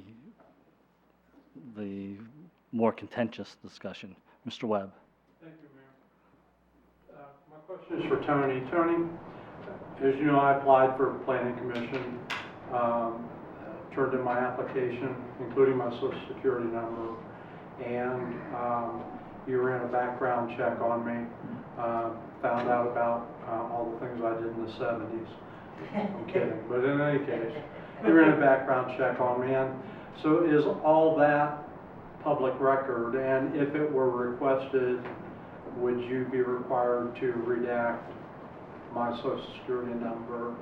Absolutely, the social security number And I'm not 100% positive, but I do believe that those are destroyed, the authorization for that background check that includes the social security number is routinely destroyed soon after the report's generated. So I don't think that that even is maintained over the long term. But But that's legal. but if we were to retain that as part of a file, that would definitely be redacted prior to anyone having access to that information as a public record. All right. So where do we go forward with this document, Mr. Schaefer? Okay, so, as you have pretty much accurately pointed out, Mr. Mayor, the changes in the vast majority of the document are basic clarifications, cleanup, making the document clear in some aspects and so on. We've talked actually about a few others tonight that probably need a little bit more clarification, so we'll want to take another look at those, which really puts us then at the very back of the document, which is the very last item at the back of the document, and that's the security of the public records. And my question is, and I feel somewhat ambivalent about it, but I'm wondering if it's appropriate.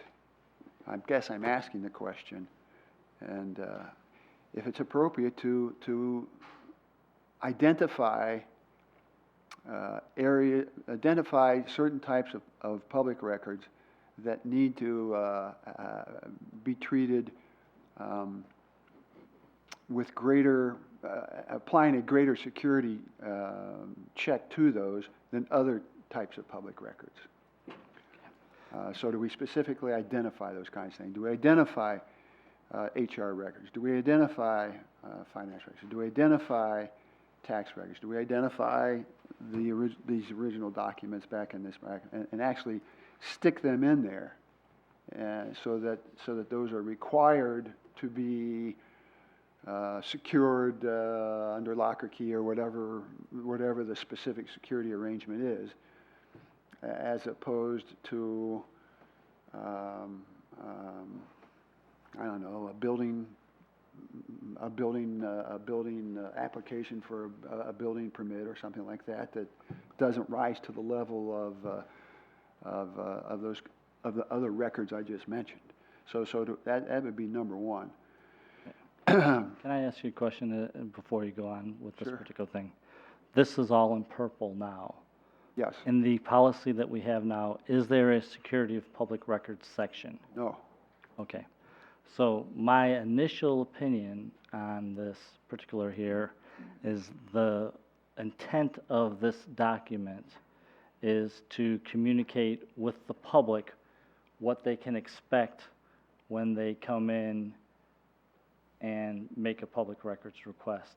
So therefore, I think that we need to have a policy of security of public records to help protect our administrator and our custodians know what they need to do in order to make sure that a request for proposal isn't missing 5 pages, that 5 pages doesn't ever make it into the public records, all right?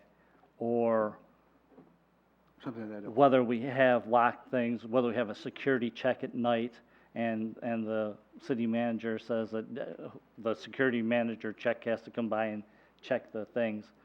But that should be totally separate from what this document here is. Okay. So here's, and I don't know that I argue with that.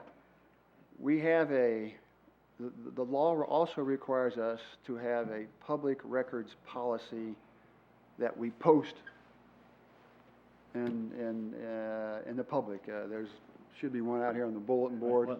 Is that not what this? It's not this. It's not this document. Oh, It's okay. a one-page document Okay. that I didn't even include in the package. Okay.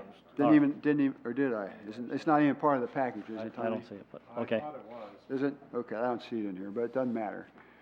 So I don't disagree with that necessarily, but then I guess I'm asking, but I'm also suggesting, because I think in some way, shape, or form, it's an appropriate policy statement that we should make in a separate document then, if that's your pleasure. For the security of public records. Yes. Yeah, I believe that we should have a policy with the security of how we're going to handle how department heads or the individual employee is required to ensure that whatever they have is maintained as a public record. So if we don't have that policy in place, if the finance guy that's 3 levels below the finance director doesn't know that when this receipt comes in, it needs to be in a place that they now identify as a public record, then that policy needs to be Sure. spelled out and disseminated through the employees. So I certainly don't disagree with your suggestion at all. And I guess how I would respond to that is that's a great idea, but I do think that we should have that separate policy then. If we're not going to put it here, have a separate policy somewhere else that this council approves, that makes it perfectly clear to, I guess, as you point out, to all the employees, starting at the top, working down through department chairs and division heads and so on, to the lowest employee on the. And in fact, when we went through this whole process, it went into effect in September of 2007. We had meetings with all the employees at different times. We met with the police and fire on 3rd shifts. But that's been 7 years ago. Mm-hmm. 8 years ago. And I would equate this to like a travel policy. I would also say that the content that you're intending to include in there might determine where it's placed or if it's a separate document. Because some of the issues we've discussed, like elected officials' access to documents here at City Hall, that's more of a process thing that might be separate from the security. So I think the content determines where it ends up ultimately. And it's hard to argue where it should be placed when we don't know what that content's ultimately going to be at this stage. Because we talked about a lot of different issues. Right. So I guess when you asked where should this go, actually your suggestion makes it pretty easy on the policy itself. Again, you're getting your first pass at it. This is a pretty comprehensive document in and of itself. Certainly council needs, I would think, to spend a little bit of time with this thing other than just tonight talking about it. But if I don't even have any problem, Tony's correct in the sense that the security of public records heading requires some feedback in this document. Not maybe to the detail that we've talked about. We could put that into a separate policy of our own. But to finish this document off, the security of public records aspect of this needs finalization to the degree, to the specificity that we determine, because we're going to go down a different path with regard to how we want the public records policy to apply to the people who work with it every day. And that includes the lowest employee, because under the public records law, I don't have to come in here and ask for it. I don't have to go to Tony to ask for it. I can go out to the city maintenance building and walk in there and ask for it. Theoretically, any employee can theoretically receive a public records request. Now, we don't advocate that. It rarely, and if ever, has happened. But it reaches that level of coverage, so this separate policy we're talking about really would apply to all employees.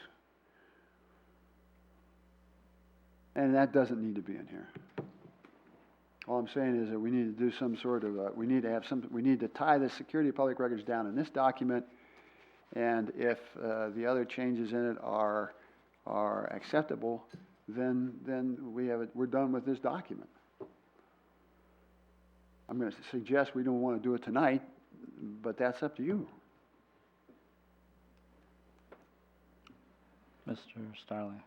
Tony, I can't remember, did the Public Records Commission want to be able to provide some feedback on this as well? Because it was first presented to them last week, and I can't, in the back of my mind, I think we had... The Public Records Commission gave their input into this. Now, we had, a rather lengthy discussion about the security section, but we were working from a draft at that meeting, which we're not doing here. It's been more of a general discussion, so I think we would take some of that feedback into account in terms of formulating whatever ultimately ends up in the security section. I appreciate that. I was asking for timeline-wise, if your commission had asked for a chance to come back to it as well, then obviously we would want to be mindful of that, just as timeline. There was not any specific request for that.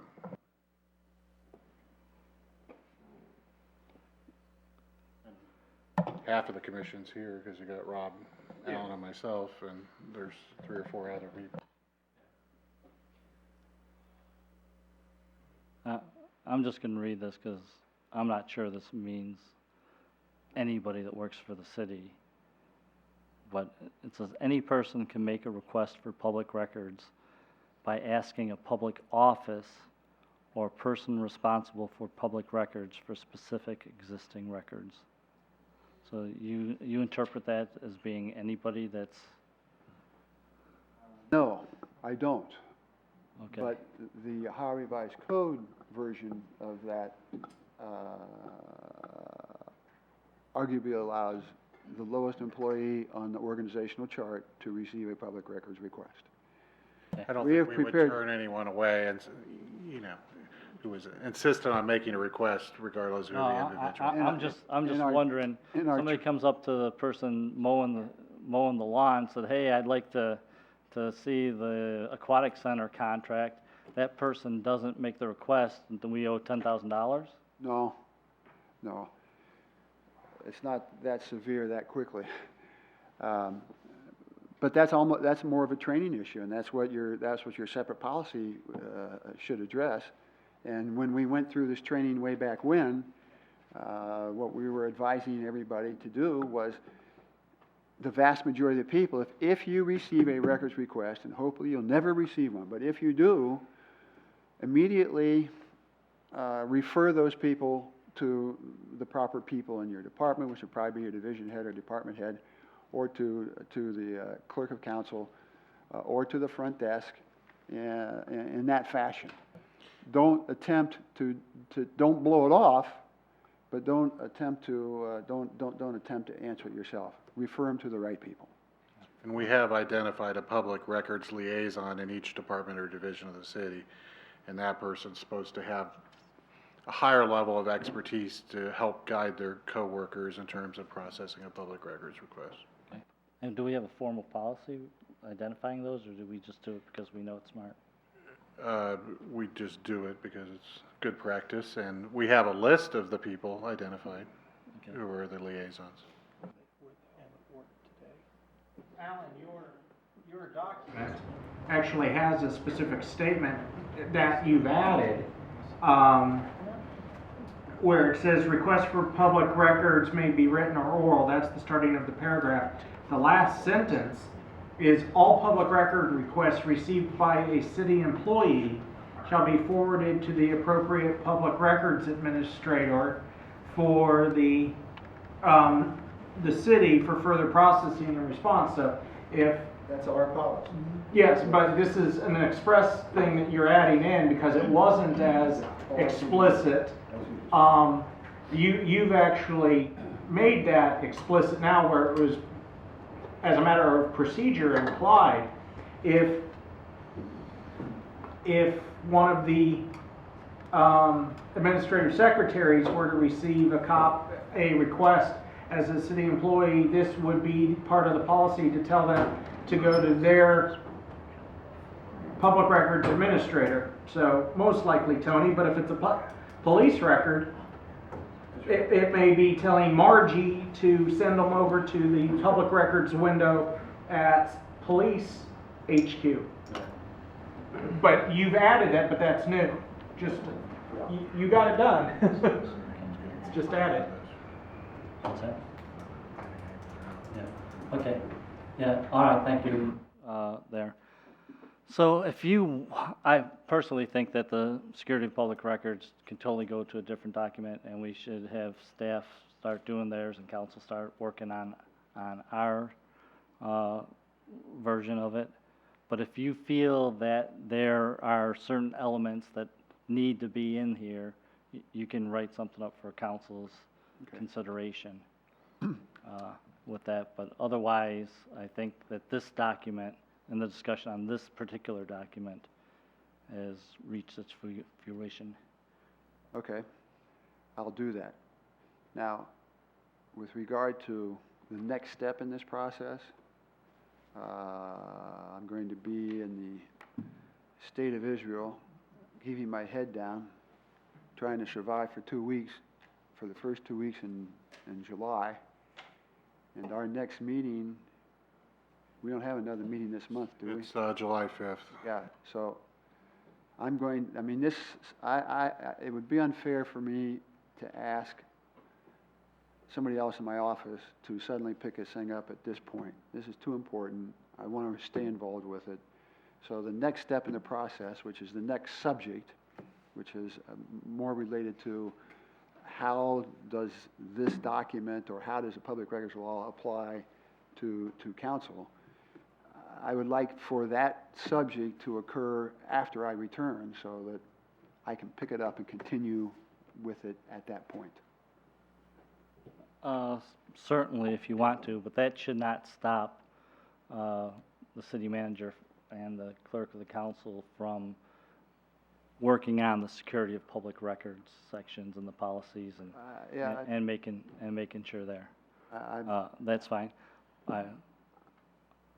And if we feel that we need to go ahead with this right here, I just suggest taking that security of public records out and sending it and changing the rules of council or wherever it's found. This was adopted by legislation, and even if we're going to work with this document, I would want some time to be able to format it into the appropriate document to be consistent with the existing policies. Well, formatting changes we don't have to worry about, do we?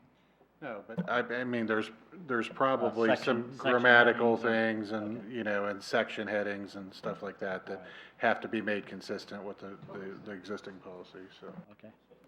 All right. That's fine with me, if it's fine with the rest of the council. So Tony, when would be the next meeting after July 17th? July 18th is a Monday. The 19th, okay. So it would just be, would be not the next work session, but the one after that. So, we'll put it on the agenda for that meeting? That's fine.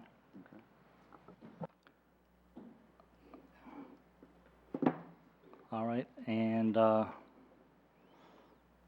just a statement of fact, go ahead and make your statement as far as you were going to, with the public officials actually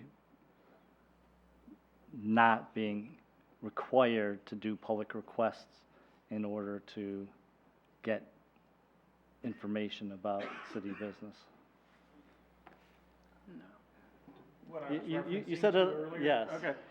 I believe that in our authority as elected officials and as the sworn council members that we have a degree of access that is not limited to this, because clearly we can come in and access documents and all of that. I think that part of that is because that is us working in the normal scope of our responsibilities. We may be in working on a weekend preparing something for a presentation. We may be working on an ongoing document, and I do not believe, as a matter of procedure and protocol, that the council categorically must ask for the equivalent of public records requests to be able to perform our functions. And I'll return to the example of the bills for law director. We have access to that information in a different manner than what members of the public would have, because we have a designation as client that they don't. And Rob's actually helped me on that one once. I asked for some law bills. Rob contacted me very prudently to sit there and say, Tyler, you've mentioned public records, but I get the sense that you are asking this in your managerial capacity, not for public, because knowing that if it was provided to me in a public record, certain things would get redacted. If it was for me as a manager, then it would be provided to me in a more expedient way, because no need for redaction, because I have privilege to get those information. I think. Well, just if I may. Sorry. Whatever be redacted from from your attorney's bills would be information that you would have otherwise, that you would have either received in an executive session, we were discussing litigation, or even, well, probably not in this setting, but in an executive session. So it won't be new knowledge to you. Well, sometimes There's nothing to redact. Yeah, except sometimes, Alan, you are providing advice and information to Rob as city manager on a project that the council is not necessarily brought into the loop on. But then if I ask for that information, we're actually getting it emailed to us to make it available, because we set as a particular policy of this council, we want that information provided to us, but we also know we're to protect that. It's not like I would turn around and then forward those bills to someone. So part of the policy needs to talk to how those documents that you're going to have access to need to be treated by you if you want copies of them. The vast majority of them would be treated like any other public record. But there's going to be some of them that are going to fall into a category of confidential documents that are going to have to be dealt with as a confidential document. And following up on that, I agree. As of right now, with whatever decision was expressly or implicitly made, the books are kept in the council chamber that all of council members have had access to, and we are considered, at the top level. And to sit there and say that I don't have the authority to go in there and access a document, inspect it, review it, copy it, as long as I don't destroy it, which is violating my responsibility as an elected official, and as long as I don't remove the original document, I would argue that there is the policy in place that we have the authority to go in there and get that book and inspect it at any time. And in terms of the question, yes, I'm going to make the argument that council members have authority to access documents that most other employees and clearly members of the public do not have access to. Now, exactly where the parameters of that policy is going forward, I believe is perfectly logical to debate. But as it is right now, if we have the access to it in our capacity as a council member, we've had that authority. That's my So, Tom, position. it seems to me that you asked Tyler for the statement, Tyler's given you the statement. This is what we're going to talk about at the 19th of July meeting. Yes, and I just wanted to know, because I knew that it was going to mirror mine, I wanted it to be stated in a way so that you know what my position is going forward as there. Because as I think I said at the first time this came up, was we definitely need to have procedures in place where our documents do not go missing. All right?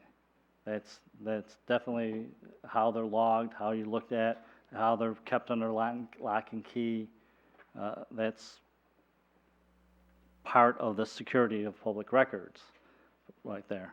But it's my opinion, just like Mr. Starline points out, is that we are one of the keepers of the records. We are not a requester of the records.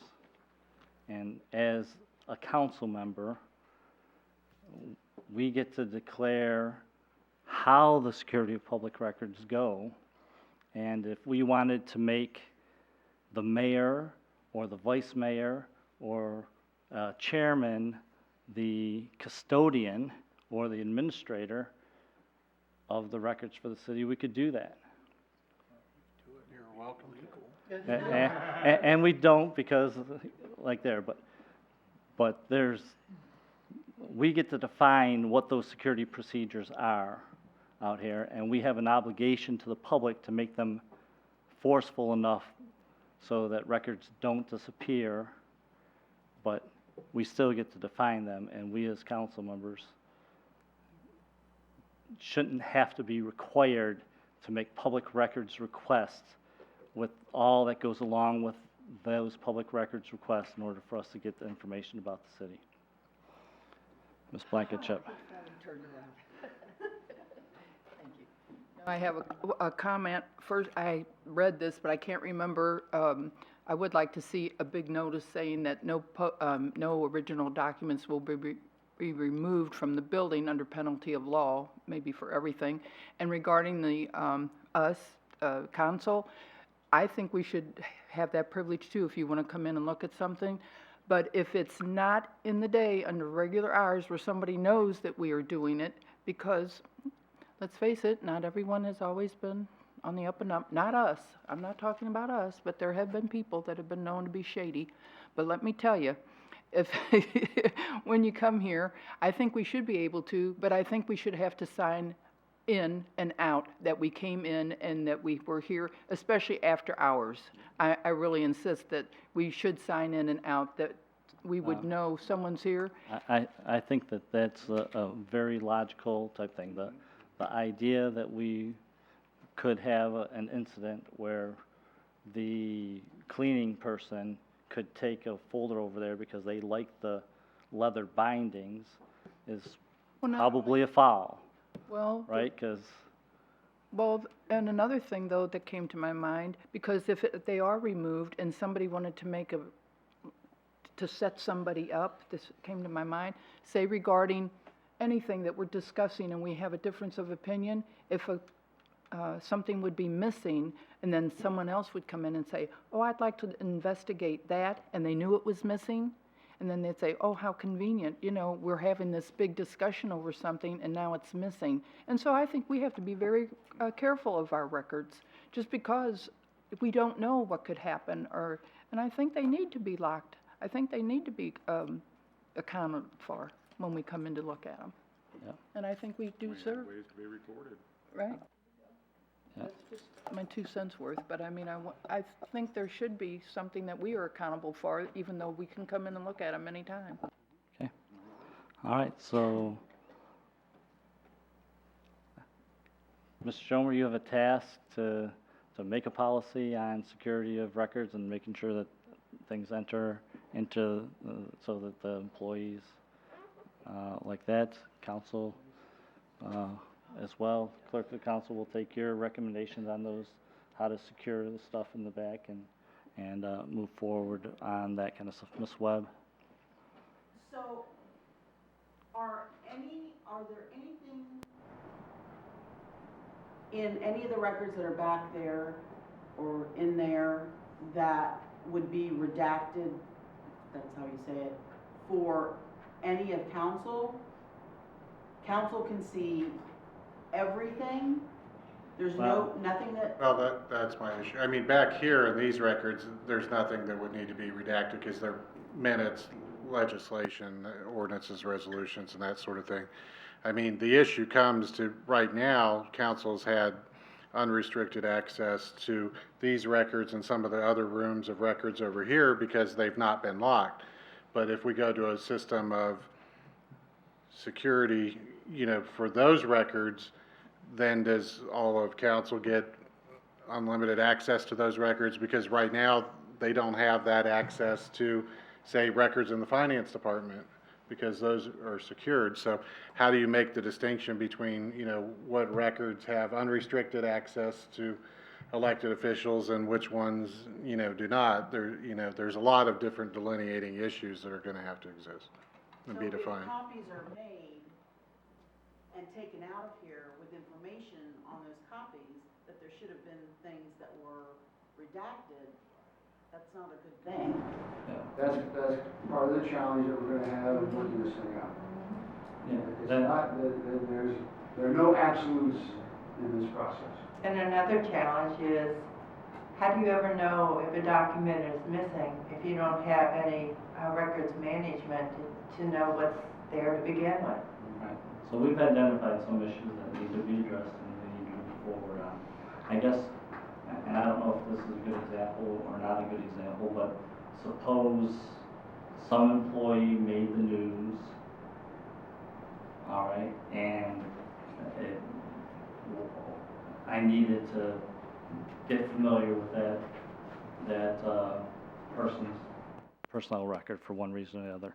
If I went up and sat on Mr. Schomer's desk and said, hey, I need to know, and we determined that I needed to know about that employee, he would not have to take that personnel record and redact their social security number from it in order to show it to me. All right, but if that were made by a news organization, then that redaction would have to be made. All right, there's a big distinguishing difference. I would argue that none of us should have access to a social security number or like medical information, regardless of who you are. I mean, This is a debate that we're going to start with July 19th. It's not a debate as much as it's going to be a discussion of how we resolve these issues among ourselves. Tony, for something that you said, I would say absolutely there are categories that even cover elected officials, because in particular, I can't walk into police headquarters, and I don't believe I should have the authority to walk over into police headquarters and basically say, I'm Councilman Starline, let me in the door, I'm going to go through the file. There are reasons by state law and active investigations and all of that, they have the right. I mean, I know of one where there was an investigation going on, and I asked the police chief, I said, look, I know this is going on, it's a subject of interest for me as a council member. As soon as it's available, please make it. But I even recognized there that I wasn't going to try to pull rank because I didn't think that was appropriate. And I think all of us will, as we discuss this, probably reach a good amount of consensus on that there are categories and documents that are for law protected. On the criminal side especially. Yes. You get into due process issues now. And HIPAA. Protection of and HIPAA, but the due process questions with regards to the protection of the defendant. So you're going to run into some of those on the criminal side especially. On the civil side, there's fewer of them. I'm not talking about criminal and things, I'm talking more of the ones that are in here. If somebody has free access to it and is making copies of things that have personal information that shouldn't get out no matter what it is, and those documents leave here, I think there has to be, you have restrictions too. You shouldn't have access to every single thing just because you're a council person. So that's the discussion we're going to have. And I think that those documents, we're not talking about a lot of types of documents. We're talking about ones I think that we can define, or we can come up with pretty good examples of the ones that are sacrosanct, if you will, if we can even reach to that decision. But I think we can. But we have to spend some time on that, and that's what we're going to be discussing at the meeting in July, beginning on the 19th. If we don't hurry, if we stick around here much longer, it'll be the 19th, and then we don't have to worry about it. Yeah, I'll give specific examples later. Okay, so most to adjourn, we got rules of council yet. Oh, we're done with this topic? I think we're, what other topic is there? Well, do we need to go into there? Yes. We had a couple of pictures from February that preceded the document ever being identified as missing, and we've identified that document was generally in place in April. All right, on our initial discussion of the subject, we had both Mr. Shaw and Mr. Otto explain that they had been in here reviewing the documents, made copies of the documents, and took them out. So is there any reason to have any further discussion? It's all established and on the record already. What document, what? Well, I guess I'll recognize Mr. Lyons, but they have gone through these records and made copies of documents that are inside here, so. I mean, that's been established, and some of them have been, Mr. Schaefer's seen the contents of those. so. I'm sorry, Mr. Mayor, was that a question directed at me? It wasn't, as a matter of fact. Okay. It was, I was just asking. It was a statement, these facts have already been established. Okay. They were established 2 months ago, and there's really not much issue to discuss, but Mr. Lyons, you can make your point. Okay, You can, thank you. sir. And I was not aware that copies of documents were leaving the building. I understand the research. I give a great deal of kudos out to any council member that spends the time to do background and research. I don't have any problems with that at all. The copies of the documents, though. Alan, if we have a public record and we make a copy of that, is that in fact a public record? There can be multiple copies of the same document that are within the possession of the city, and they're all public records. Okay, so they're all public records. And with that, is there any liability to the city if we don't keep track of that? If we don't properly manage the public records that we've got, then there's potential for liability. Okay, Okay. so if we make 20 copies of something, do we have to log that we've made 20 copies of something? No. No. As long as the document and the substance of that document is in the possession of the city government, and if it is requested, it is produced. The fact that there's a photocopy of it doesn't change what the city produces. The city doesn't have to produce 10 photocopies if 10 photocopies exist, correct? We just have to produce the document. And usually we produce a copy of the document, right? You don't hand out originals. No. Yes, but Mr. Starline, my point was, if public records are leaving the building and somebody requests those public records and they're not documented which ones are leaving the building, how do we then produce those documents? That was the point I was making. And the answer to the question is, an original hasn't left the building. Right. So, I didn't say original, I just said those documents.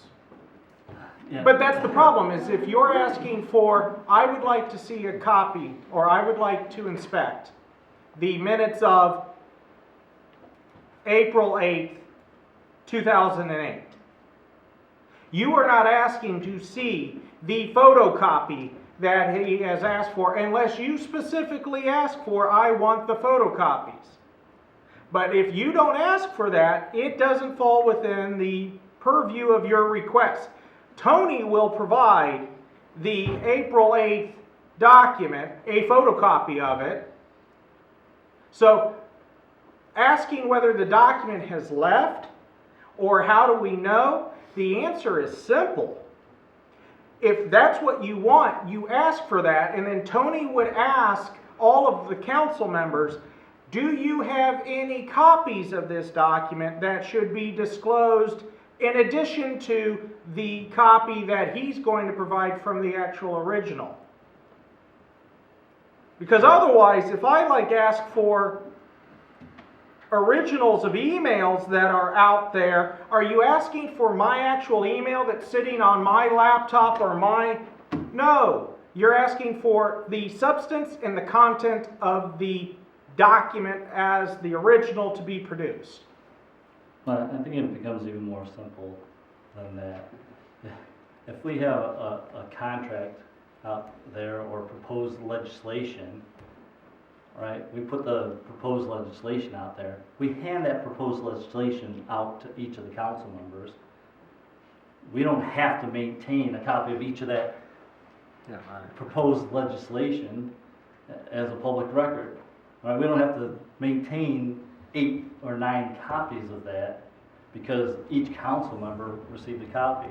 And it doesn't make any more sense that if the next week the council member said, I lost my copy of the proposed ordinance, why don't you give me another one, Tony, that now he would have to log that copy in as a public record. That is not the intention at all. Well, I think a little bit, I understand what you're talking about, but I think there's a little bit of my point that you're missing, is that those are public documents, and we don't have to keep a separate record of the same one. We just have to make sure we keep track of all those public documents. But Alan, let me get to this. Pertaining to public records, okay, we must stay within the guidelines set forth in the framework of the Ohio Revised Code, right? We can't go outside the code? ORC? The ORC sets forth the parameters by which we operate as it applies to public records. Yeah, and if you go outside that code, you're breaking the law, right? Well, you're not operating within the confines of the law. Yeah. So if we have public documents leaving the building, according to ORC, the law's being broken, correct? No, there's all the time. Let me rephrase that. I'm sorry. I've missed a key word. If we have unauthorized public documents leaving the building, it's breaking the law, correct? Didn't go through our public records administrator? If records are leaving the building otherwise than as provided for by the public records law, it's a problem. Okay. Define unauthorized. We reframe the question. I reframe the question. Define unauthorized? Did it go through our public records administrator? And I just stated earlier, and we've debated, it doesn't have to. We don't have a requirement. It does not have to. That's what we're going to debate, or not debate, we're going to discuss. Okay. Not tonight, it's All Christ, right. 1 o'clock in the morning. Well, anyway, I'm to that point too, as well as we will. Tyler's getting a second wind because this is when he starts pounding on his typewriter and sends his email. So's the mayor. The rest of us are tired. Anyway, yeah,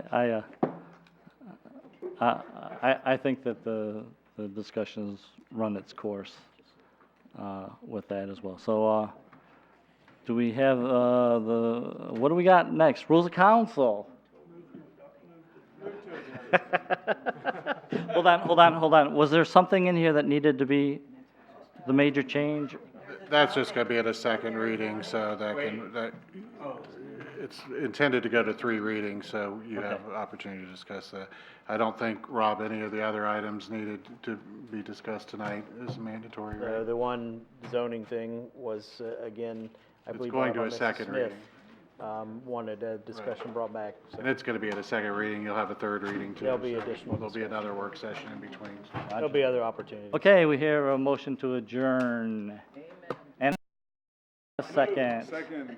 Call the roll. Mr. Shaw. Yes. Mr. Starline. Yes. Mr. Campbell. Yes. Mr. Otto. Yes. Mrs. Blankenship. Yes. Mrs. Burge. Yes. Mr. Lyons. Yes. Thank you all, y'all been so patient.